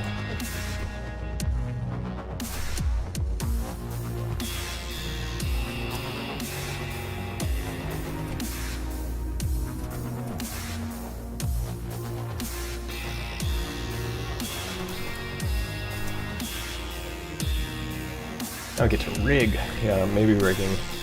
Giving Half-Life expansion monster vibes? Yeah. These guys are very Half-Life. These guys are very, like, zen.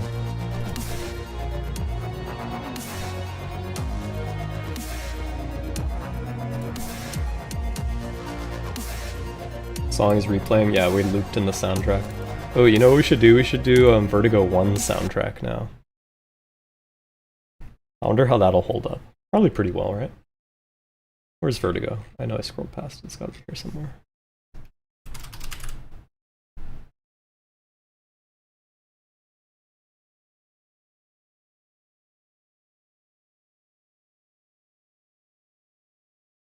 Sorry, it's also going to take a sec because it is also too high quality. Oh, that's another wonky quad. Look at that. I'll fix that up in a second.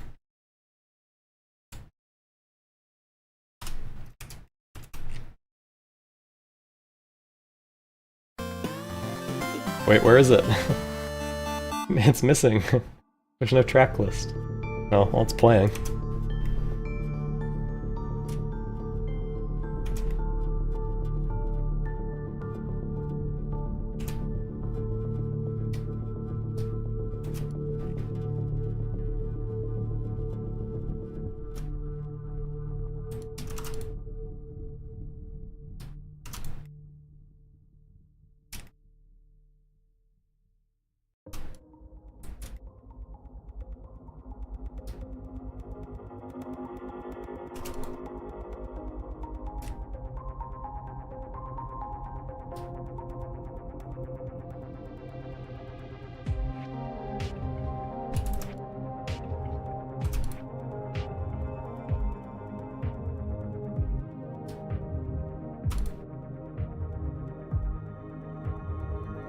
Okay, I think that's all the seams I need. Let's try unwrapping. Yeah.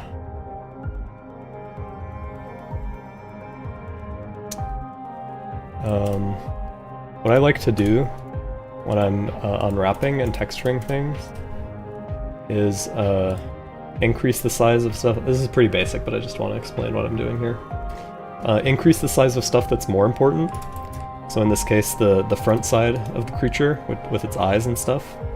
And decrease the size of stuff that's less important, like the back side, just so that more important parts of the model get more texture detail, and less important parts, like the bottom, get less.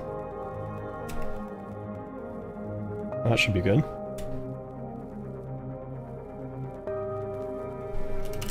Blender finally recently got actual good UV packing, like automatic UV packing, and it's so nice.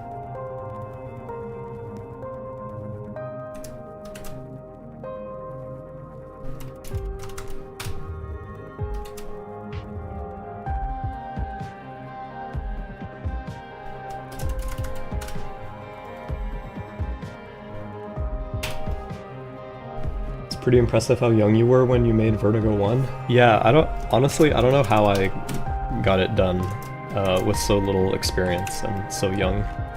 I'm impressed at myself.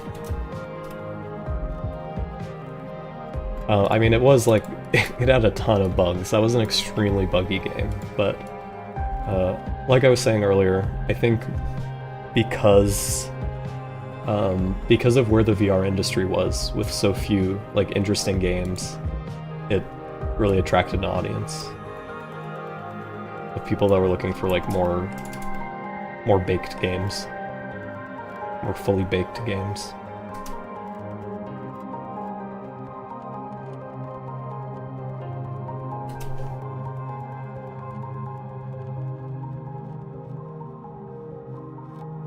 Okay, now that I look at it more, I don't think it's Cube's brother, it's an atrocity that's scary.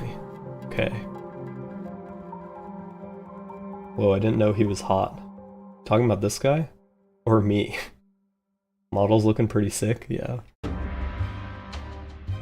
No, I look extra hot because now I have a good camera and good lighting.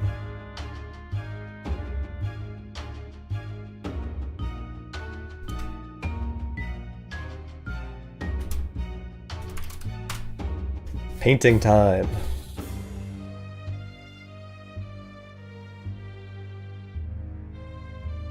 The camera hotifies, yeah. Oh, I'm getting some texts.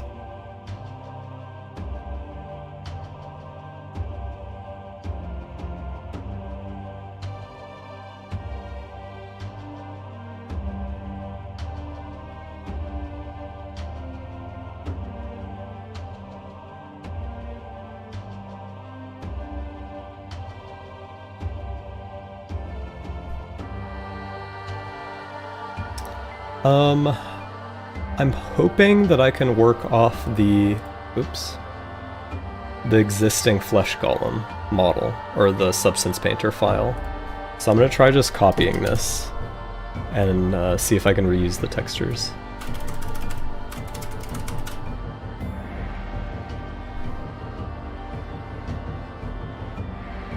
Is it opening?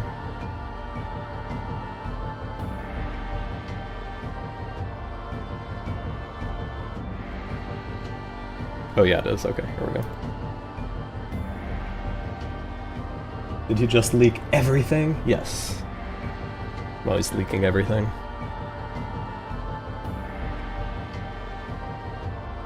Wait, no.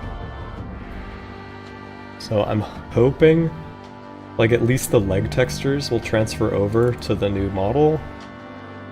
We'll see.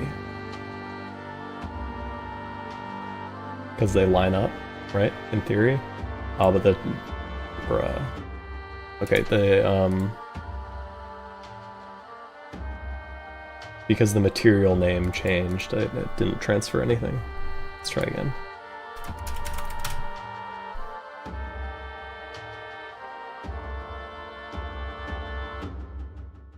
Is this a new model, or like Papa and Son Monster? They're variations of the same enemy. The other one was one with a gun, this one is just melee only. Nope.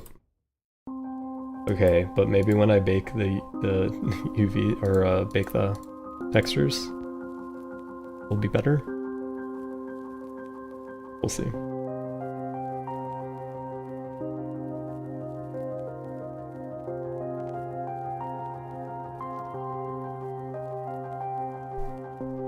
And Mr. Zach gave me a level idea to make in Vertigo.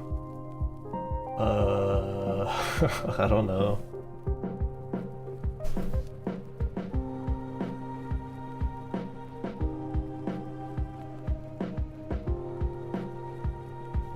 The textures are a lot more pink flesh-like than I thought. Yeah, there's a lot of color grading in the game that changes the color. Yeah, okay, so that just fucked up the actually, the legs look okay. It sort of has the bone texture, sort of. I might just start them over. This looks pretty whack.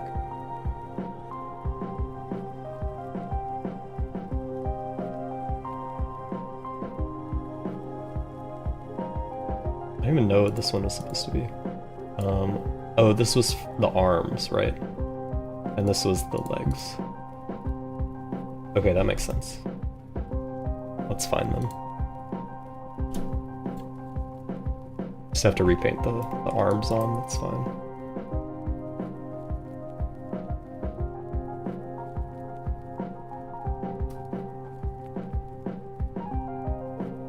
Sorry, you guys can't really read chat. Let me move this. There we go. I'm thinking on whether or not Brian is going to love these monsters to study them or cower in fear. A good question. Oh, I went into the leg.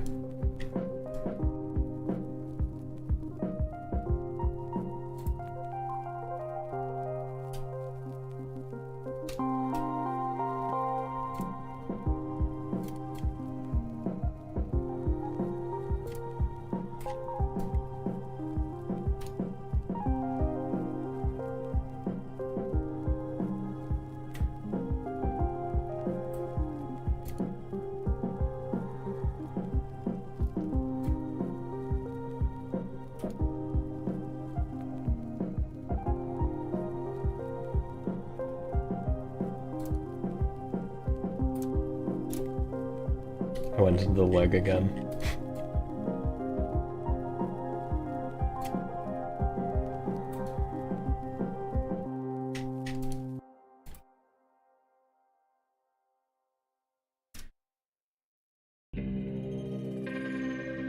Was hoping to see the process from scratch, but it seems like you've already set up the materials. Oh yeah, sorry, because I already texted the first one. I don't want to do it from scratch again. I can like go over how this layered materials works though.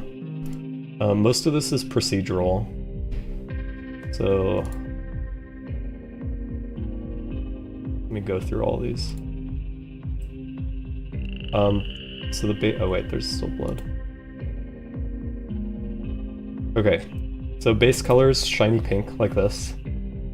There's this spots layer that just adds this like a white modeling, which it looks like it just uses, I don't even know what texture this uses. What does this use? A thickness map to mask out this, this coloration. Then there's these red spots, which, I don't know, it's just some red coloration. There's another pink layer, which is for thin areas, which uses, again, the thickness mask. There's this, which is like darkening cavities, and I think it makes it rougher too in the cavities. Yeah, so these cavities also add more roughness. Roughness variation is really good. Without it, you get kind of a plasticky look, but with roughness variation, it looks a lot more, you know, like there's different spots with different material qualities. And then I do a sharpness layer on it. And then to really sell the flesh, I have 2 layers of veins. This is the blue veins and red veins. And these are both using this vein texture that I actually created myself in Blender. With geometry nodes, I think. I like, you know, they grow some veins. That's just tiled, and then the veins themselves have a slight height offset, so they actually look bumpy, and then they're just, you know, blue and red. That's the flesh. And then the bone, I think, is actually just like a stock substance material that I did not make. Just sort of a generic bone texture. Oh, and then I have a layer of blood, which is just some more red. I set the roughness really low, so it's like wet and shiny. And then it multiplies the color, so it darkens the rest of the flesh. And it uses this MG dripping rust effect that gives it this cool dripping look. So yeah, that's basically it. And then the eyes are another layer, which I have not painted yet, but they're just, you know, black shiny, pretty simple.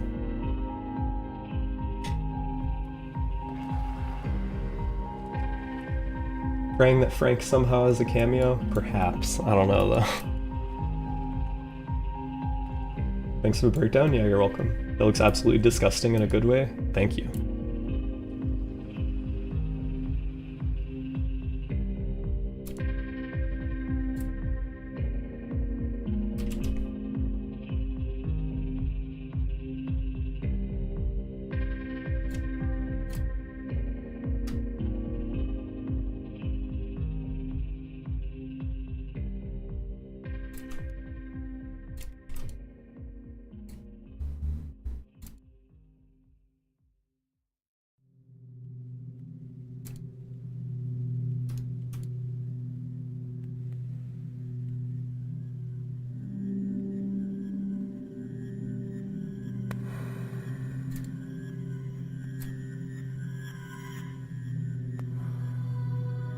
Getting impaled by that thing is gonna be scary? Yeah.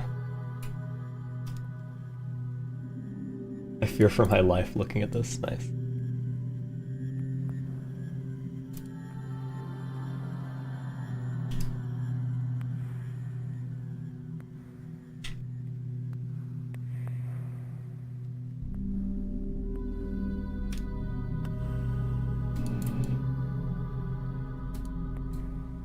Did you guys hear that car revving? I think my mic picked it up.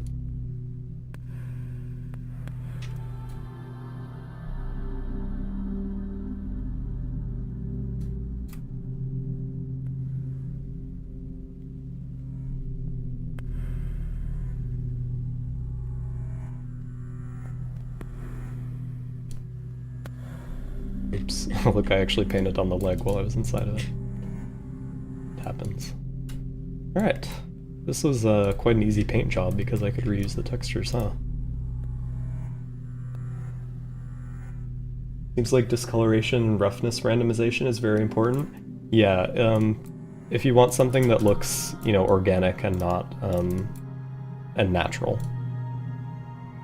And fortunately, Substance Painter has a lot of really good effects for that.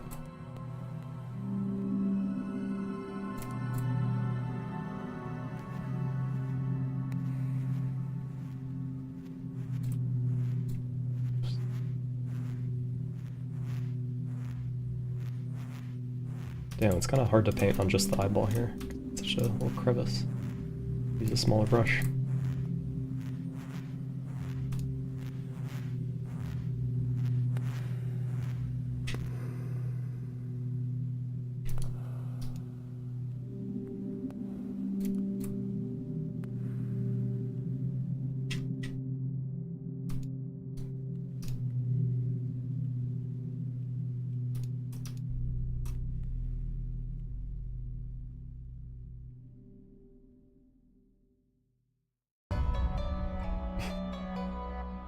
Why not use the mesh face select painting thingy for the eyes? Yeah, I could. The problem with that is that it gives like really sharp edges. Oh, I also forgot to triangulate, which is bad. And you can see it doesn't line up perfectly with the meshes. And so you can see the edges of the triangle right there.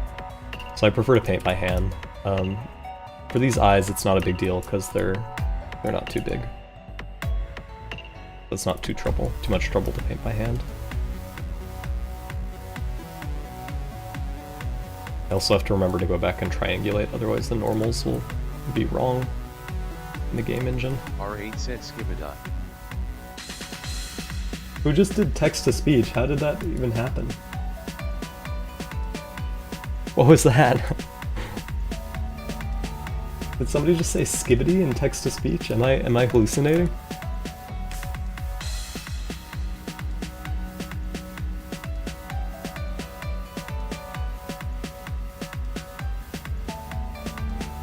Yeah, I've noticed that. I thought that was my fault for bad UV unwrapping or low res or something, lol. In the Discord? Oh, nice. Shout out the Discord. They would never be weirdos.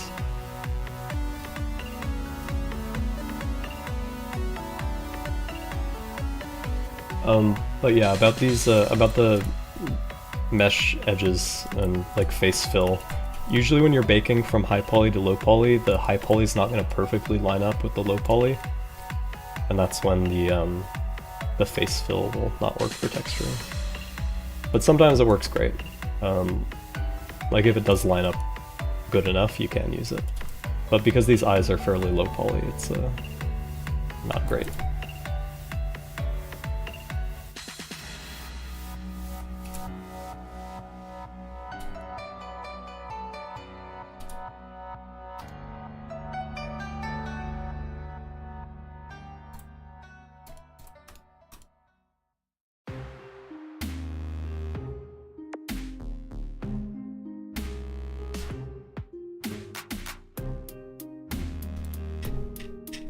Is the cavity dark mask bringing out all the high poly details from the bake? Yeah, and the normal map.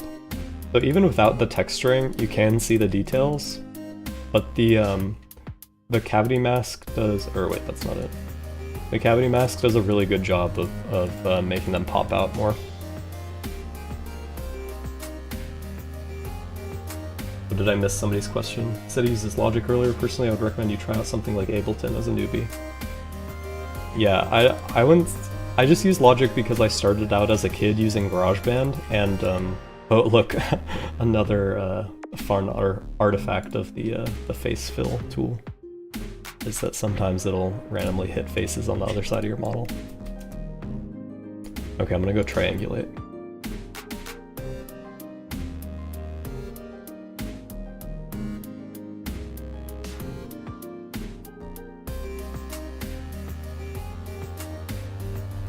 Can't tell if keep normals is like doing anything here. Or it is doing something, but I can't tell if it's good. I'm gonna leave it off. Okay. Maybe I should leave it on. It actually looks a little better on. Reminds me of the red handyman? Yeah, very similar texturing.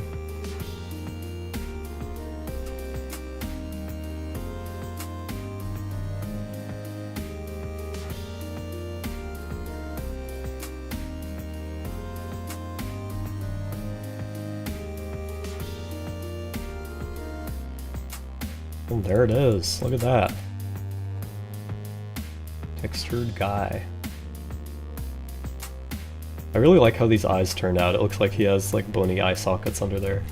In fact, I might add a little bit of the bone texture on here to accentuate that.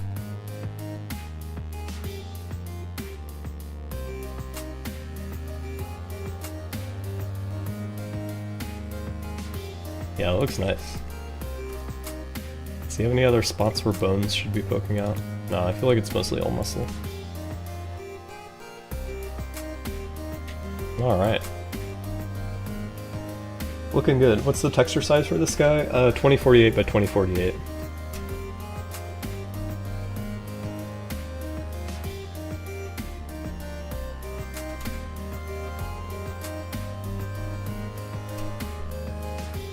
That bone around the eyes looks so good. Yeah, it makes the eyes pop really well. I love the re-import feature on Substance Painter. More programs should have stuff like that. Yeah, for real. Keep normals looks like slightly better. Yeah, I agree.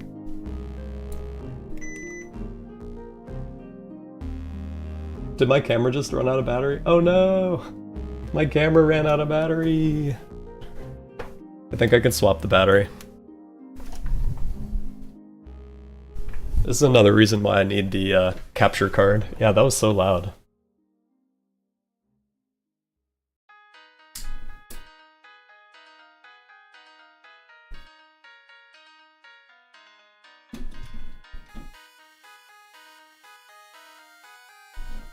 Yeah, I died.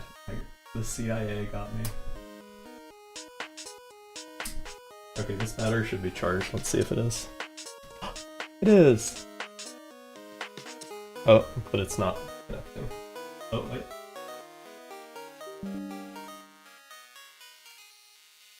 We're back. Here, let me plug in this battery. Oh, shit. I just knocked over my lights. Okay, we're good.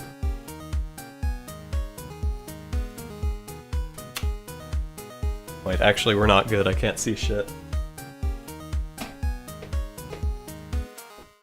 The sun is going down. It's dark out here.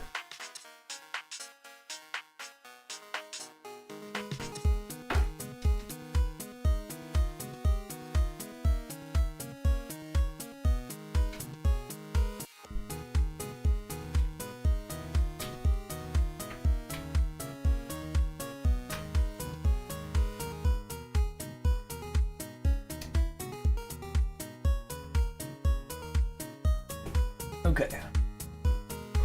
Old battery is charging, new battery is... oh shit, my lights. My lights! This is why I need actual lights, because my lights are just like desk lamps. That are liable to fall over. Returning this to IKEA. I don't remember that I'm returning this to IKEA Germa clip. Is that an old one? Or a new one?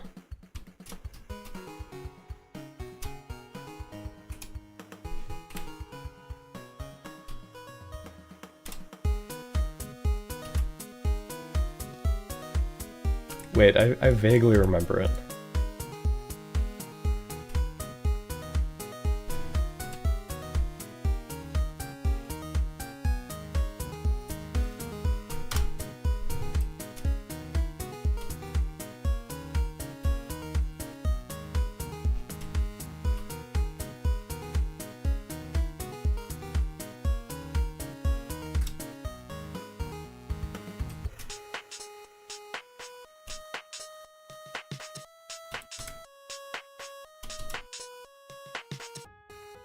Wait, that was the wrong arm. I just lined it up with the wrong arm.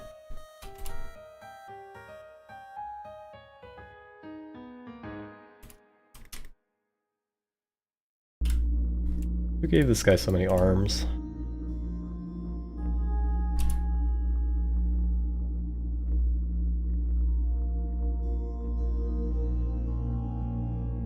Showed my friend Vertigo a while back, then recently showed him the Squid Game video you posted. Love telling him who posted that.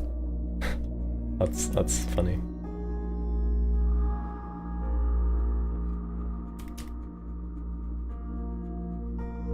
I'm kind of embarrassed about that Squid Game video now that Squid Game is like a meme. It's not even a meme anymore, it's like an ancient meme at this point. But that video is like taking it so seriously and like actually analyzing it.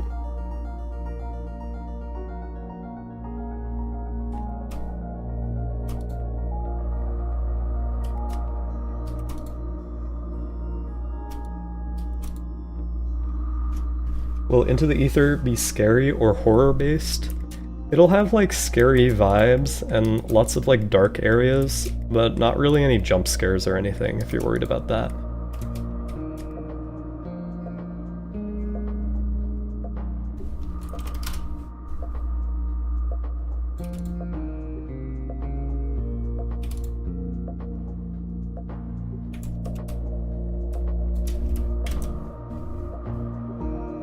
Wow.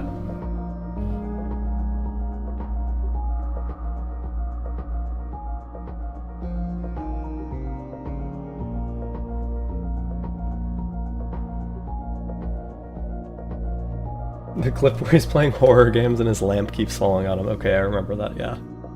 Have you watched season 2? Yeah, I watched it. I thought it was pretty good. I was a little bit pissed off that it was like a setup for season 3 and they don't like resolve the story at all. But I thought it was decent. I thought it was, yeah, it was decent. It exceeded my expectations for sure. I thought it was very likely it would be dog shit.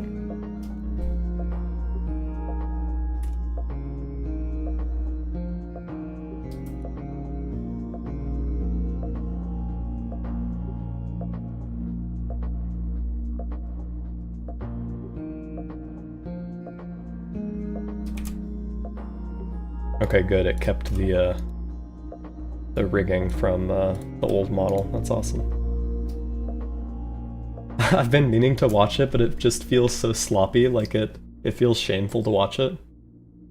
Wasn't season 2 only like 7 episodes or something? Yeah, it's only like 7 or 8 episodes. A very rare good season 2 on a mainstream show. You don't see that. You don't see it often. Yeah.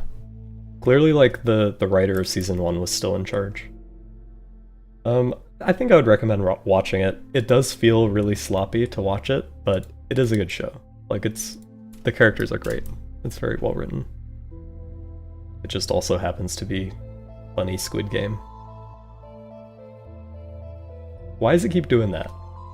Why is he doing that?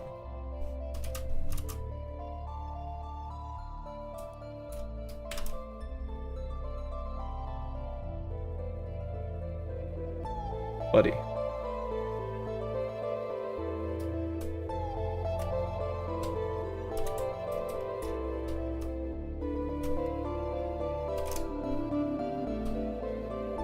Is that gonna ruin the weights also? Oh no, they actually look fine. Apply transform perhaps? Well, yeah, I mean it's easy to fix. I can just rotate it back. I'm just wondering why it is being rotated, because it's not supposed to do that. I think watching this is making me less mortified for playing the DLC. That's good, I suppose. Or maybe not, I don't know.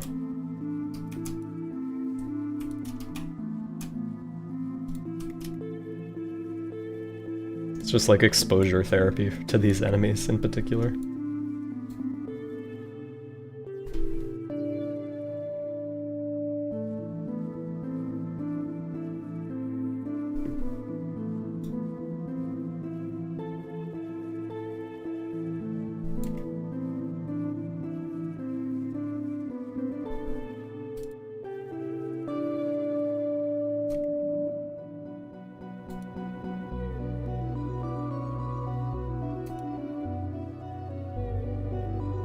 I hope to be as mortified as physically possible when playing the DLC.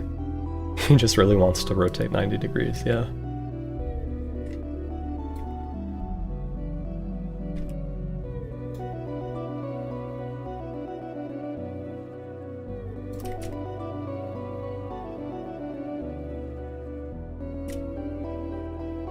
For the song that's playing now, was it put in on purpose for the dark one, or did you do that all afterwards? Yeah, it was actually on purpose. I had the whole, or at least that part of the story planned out from the very beginning.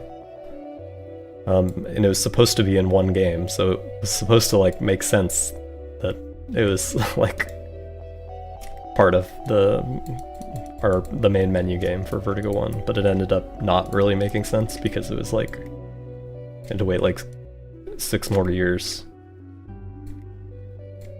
to get the lore.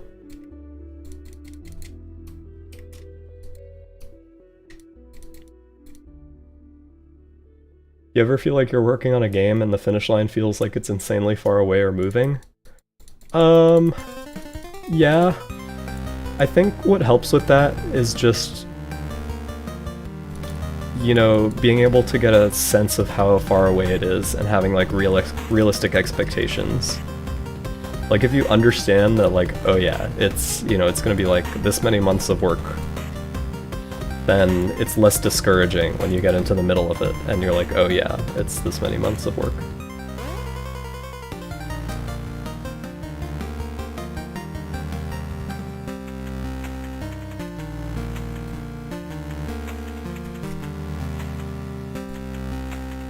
Clumsy bot, yeah.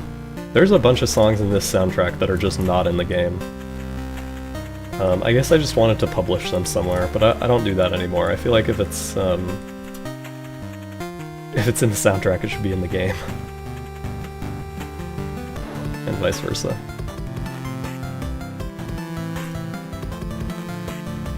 Time to hop on the spaceship game and use the weight painting dashboard display? Yeah.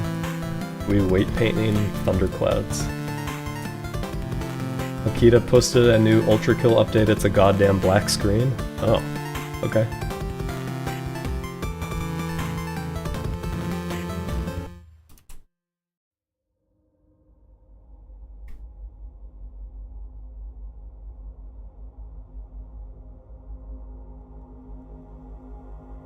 Arguably having it in 2 games is cooler? Arguably. I think it could be argued. It's like long-term setup and payoff. It's cool, but also it wasn't like intentional. That makes it less cool.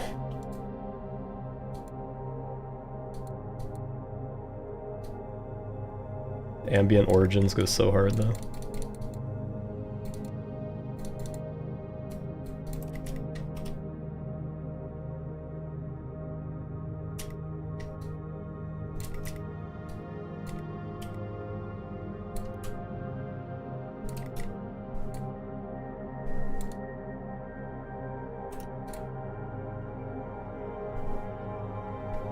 But yeah, really good weight painting trick.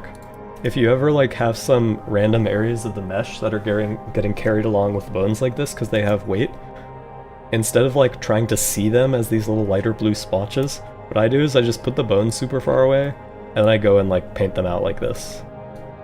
Because then you know you're not going to be painting the actual parts of the bone because it's like where it's supposed to be. Then you can just mask those out and now they're all cleaned up. Actual weight painting pro tip, and I missed some.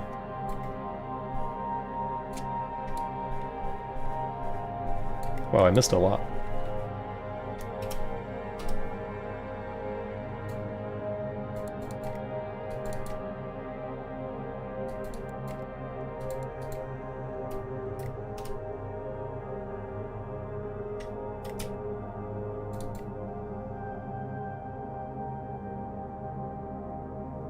A new YouTube video posted as a black screen with music. I guess it's something. Honestly, didn't expect the stream to have sculpting, to retopology, to texturing, to rigging.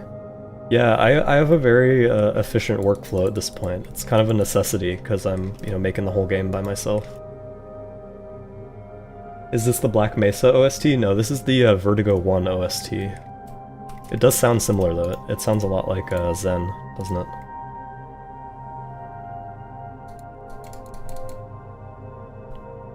How'd you get the mesh back like that without undoing the weight painting? What do you mean? I have the bone selected right now, so I just pressed Alt-G to reset the bone, if that's what you're talking about. Similar is a bit of an understatement? Okay. I mean, it does just sound similar. If you're implying I like copied Black Mesa, I wrote this music like many years before Black Mesa came out. just like ambient piano.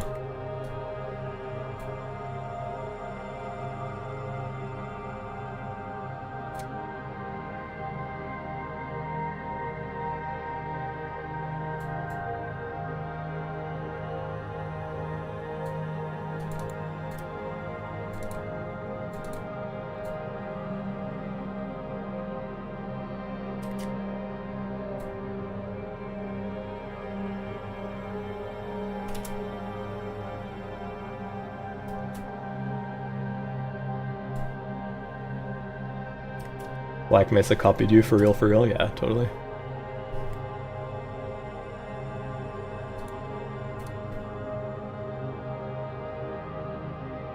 I'm surprised the claw thingies are just one bone. Thought it would be 2 TBH. Yeah, the thing is, I wanted them to be rigid, so I guess I could have done like a joint in here. Like I said earlier though, I wanted to keep this rig as simple as possible because it is going to be procedurally animated, and more joints means way more complexity for that. I'm gonna move this bone. This rotation origin is not great. Like further up there.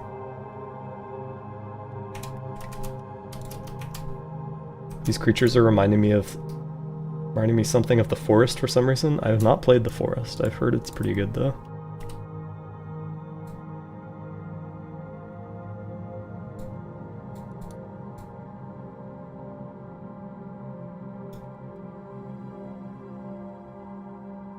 Whoa, it's fucked.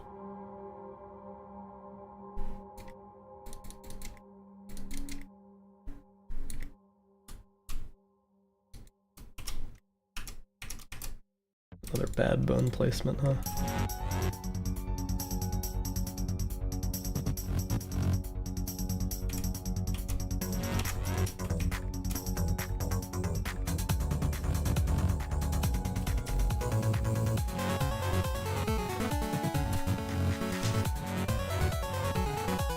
Yeah, remember when like the whole theme of the Vertigo soundtrack was like chiptunes? It's crazy how much it's changed. Frank theme for his return is just gonna be Frank is back again. Yeah, so true.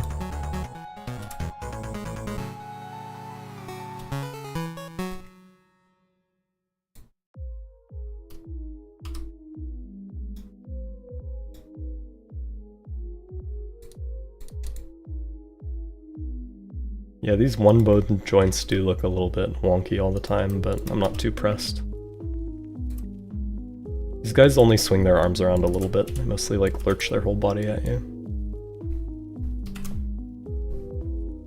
All that's missing is a little claw at the crotch area. Yeah, it could have a little claw or like mouth at the crotch area. There's actually a lore reason that these guys don't have mouths. Stay tuned. You will find out.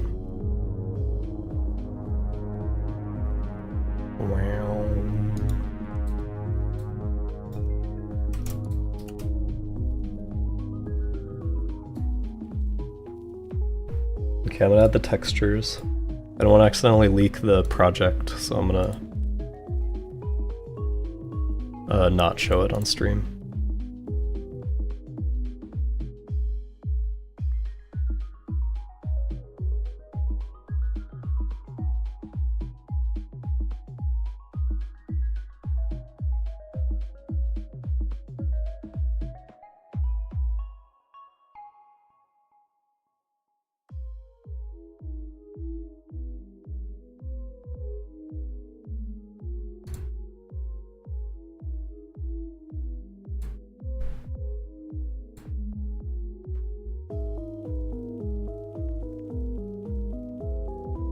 Okay, actually I'm not worried about leaking anything.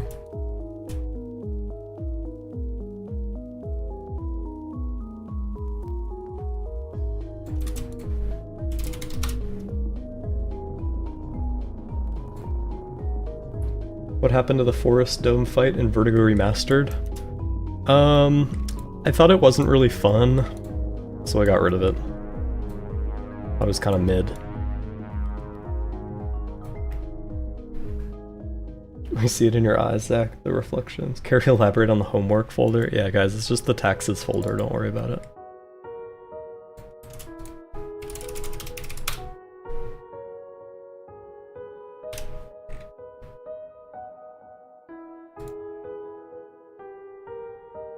Look at that. Looking good. Wow, it does not look good when he rotates his arm up, does it? Oh wait, what just happened there? Look at that! Look, do you see that? Why is it moving his damn head? What happened there?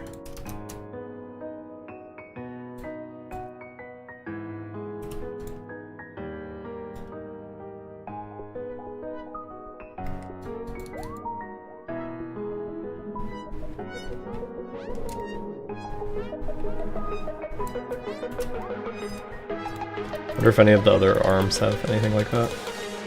Yeah, kinda.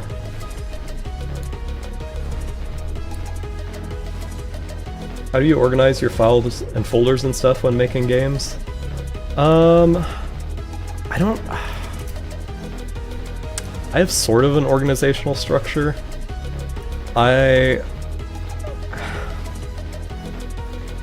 So important game systems are put... I have like a game systems folder, and then under there is the important game systems like AI. There's an AI folder with all the AI scripts, and like a character folder with all the scripts for character movement and stuff.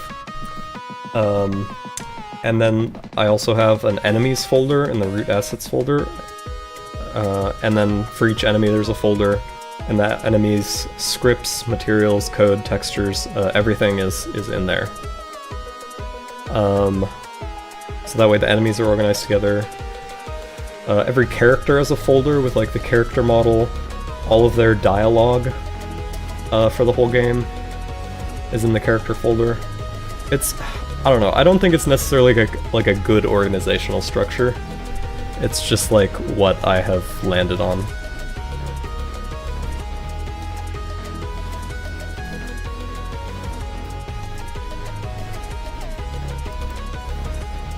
This leg did not get painted down properly.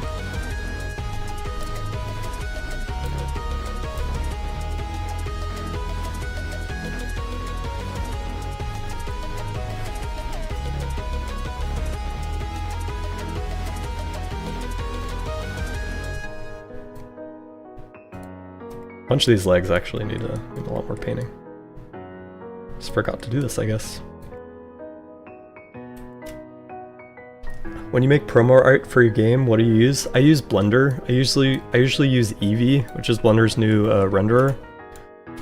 It's really good. It lets you do like area lights and volumetric lighting and all that good stuff, but it's like a mostly real-time renderer, so you get really good feedback. Occasionally I'll use cycles, but I prefer Eevee just because it's so fast.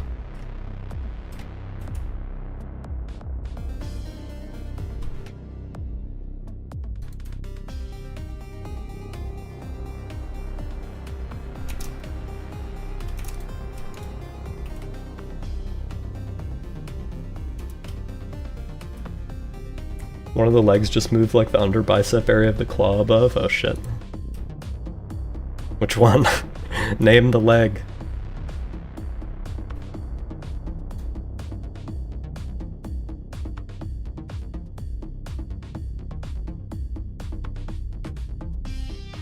Oh, there it is. Nice. What hotkey do you use to switch between vertex groups that quickly? Oh yeah, so this is a feature that I didn't figure out until relatively recently. First you select the mesh, then you shift select the rig. Or wait, no, you select the rig, then you shift select the mesh, then you go into weight paint mode, and then if you hold down Alt, you can click on the bones to select their vertex groups. It's like completely invaluable feature for weight painting.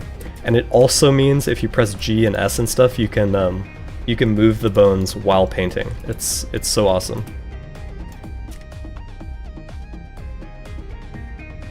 It's one of those things that you wish Blender would like teach you more clearly. Yeah, it's really sick. That back is so muscly, yeah. Also the one where you said, "Where's the leg?" Huh? Thank you for the Blender tips, Funny Baking Man. You're so welcome. Oh, this one has a bunch of what is happening? Why do these all have fucked up spots? Do I just need to paint more in the... Oh no, this is just... Do I have like auto normalization turned on? I have auto normalize turned on, that's why it's fucking up everything. That's no good. Can't be auto normalizing. Well, you can be in certain circumstances, it's very good too. But not always.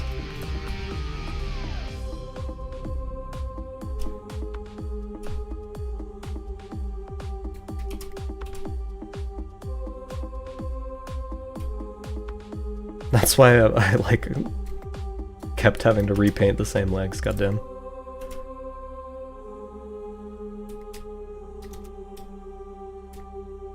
Run to left, Whack-a-mole ass weight painting, yeah, totally.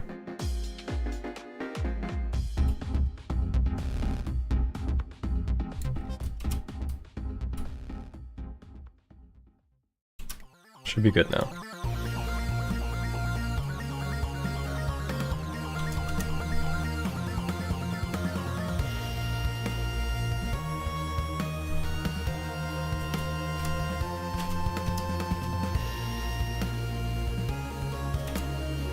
Yeah, Magma in the credits for, I don't know, weight painting consultant. How, okay, do you see this? How is this moving that completely other arm from the other part of the body? This is literally whack-a-mole weight painting. God damn it, auto normalize. It was only on because I started this Blender file as a copy from the other Flesh Golem, which had auto normalize on, I guess.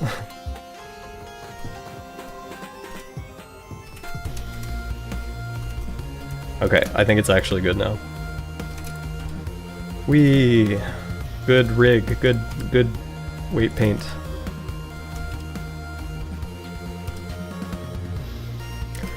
So unfortunately, you can go into edit mode, select the vertex, and assign 0 as a weight to the part you don't want to be affected. Yeah, you can, but that's like the same as weight painting, just with extra steps. Oh, what was I saying? Oh yeah, so I would show you guys like drag and dropping this into Unity. However, I don't want to like spoil the level design of the level that he's going to be in, so I will not be showing that today. So all you get is this, the final product. Pretty cool. I'm happy I was able to finish it. For a while I was looking, that retopology was taking a while, but I got it done. And I don't know, would it be interesting for me to do streams of the other variants of this enemy? I feel like it might not. Because it would just be like the same guy with slight variations. I don't know if anyone wants to watch that. I see, I have a part where I can't access the area I want to weight paint and I use that trick, thought I'd share. Yeah, I mean, it is good sometimes if you want to like deselect like the whole model except for one area. Awesome, hopefully we made it more fun, definitely. Definitely made Retopology more bearable. Having an audience to suffer with me. Yeah, I really like how the back turned out. I kind of just like freeballed it, but it looks really good. Shout out Making Up Anatomy. I would watch, you should? Okay. Well, I'm saying that versus like do something else for the next stream. I'm not sure what else I would do, but like what else would be a good spoiler-free development activity? Yeah, splitting the pain with chat for real. Well, yeah, thank you everybody for showing up. Oh, you know, I will be doing probably another stream this weekend. I'll be doing another book signing stream. So that'll be cool. Signing the second batch of collector's editions. So expect that. Probably Saturday. Saturday afternoon or Saturday night, I think. But yeah, thanks for watching. Thanks for tuning in. And yeah, I don't know, buy Into the Ether when it comes out. Bye. 5 p.m.ish, so you're on time. Are the books coming back soon? Yeah, the books, I'll make the books back in stock as soon as I get all the parts for them, which should be early next week, I hope. I'm just waiting on the Steam keycards. You just do no other Vertigo work till Monday now? Yeah, probably not. Unless I, like, get really bored this weekend. Bye.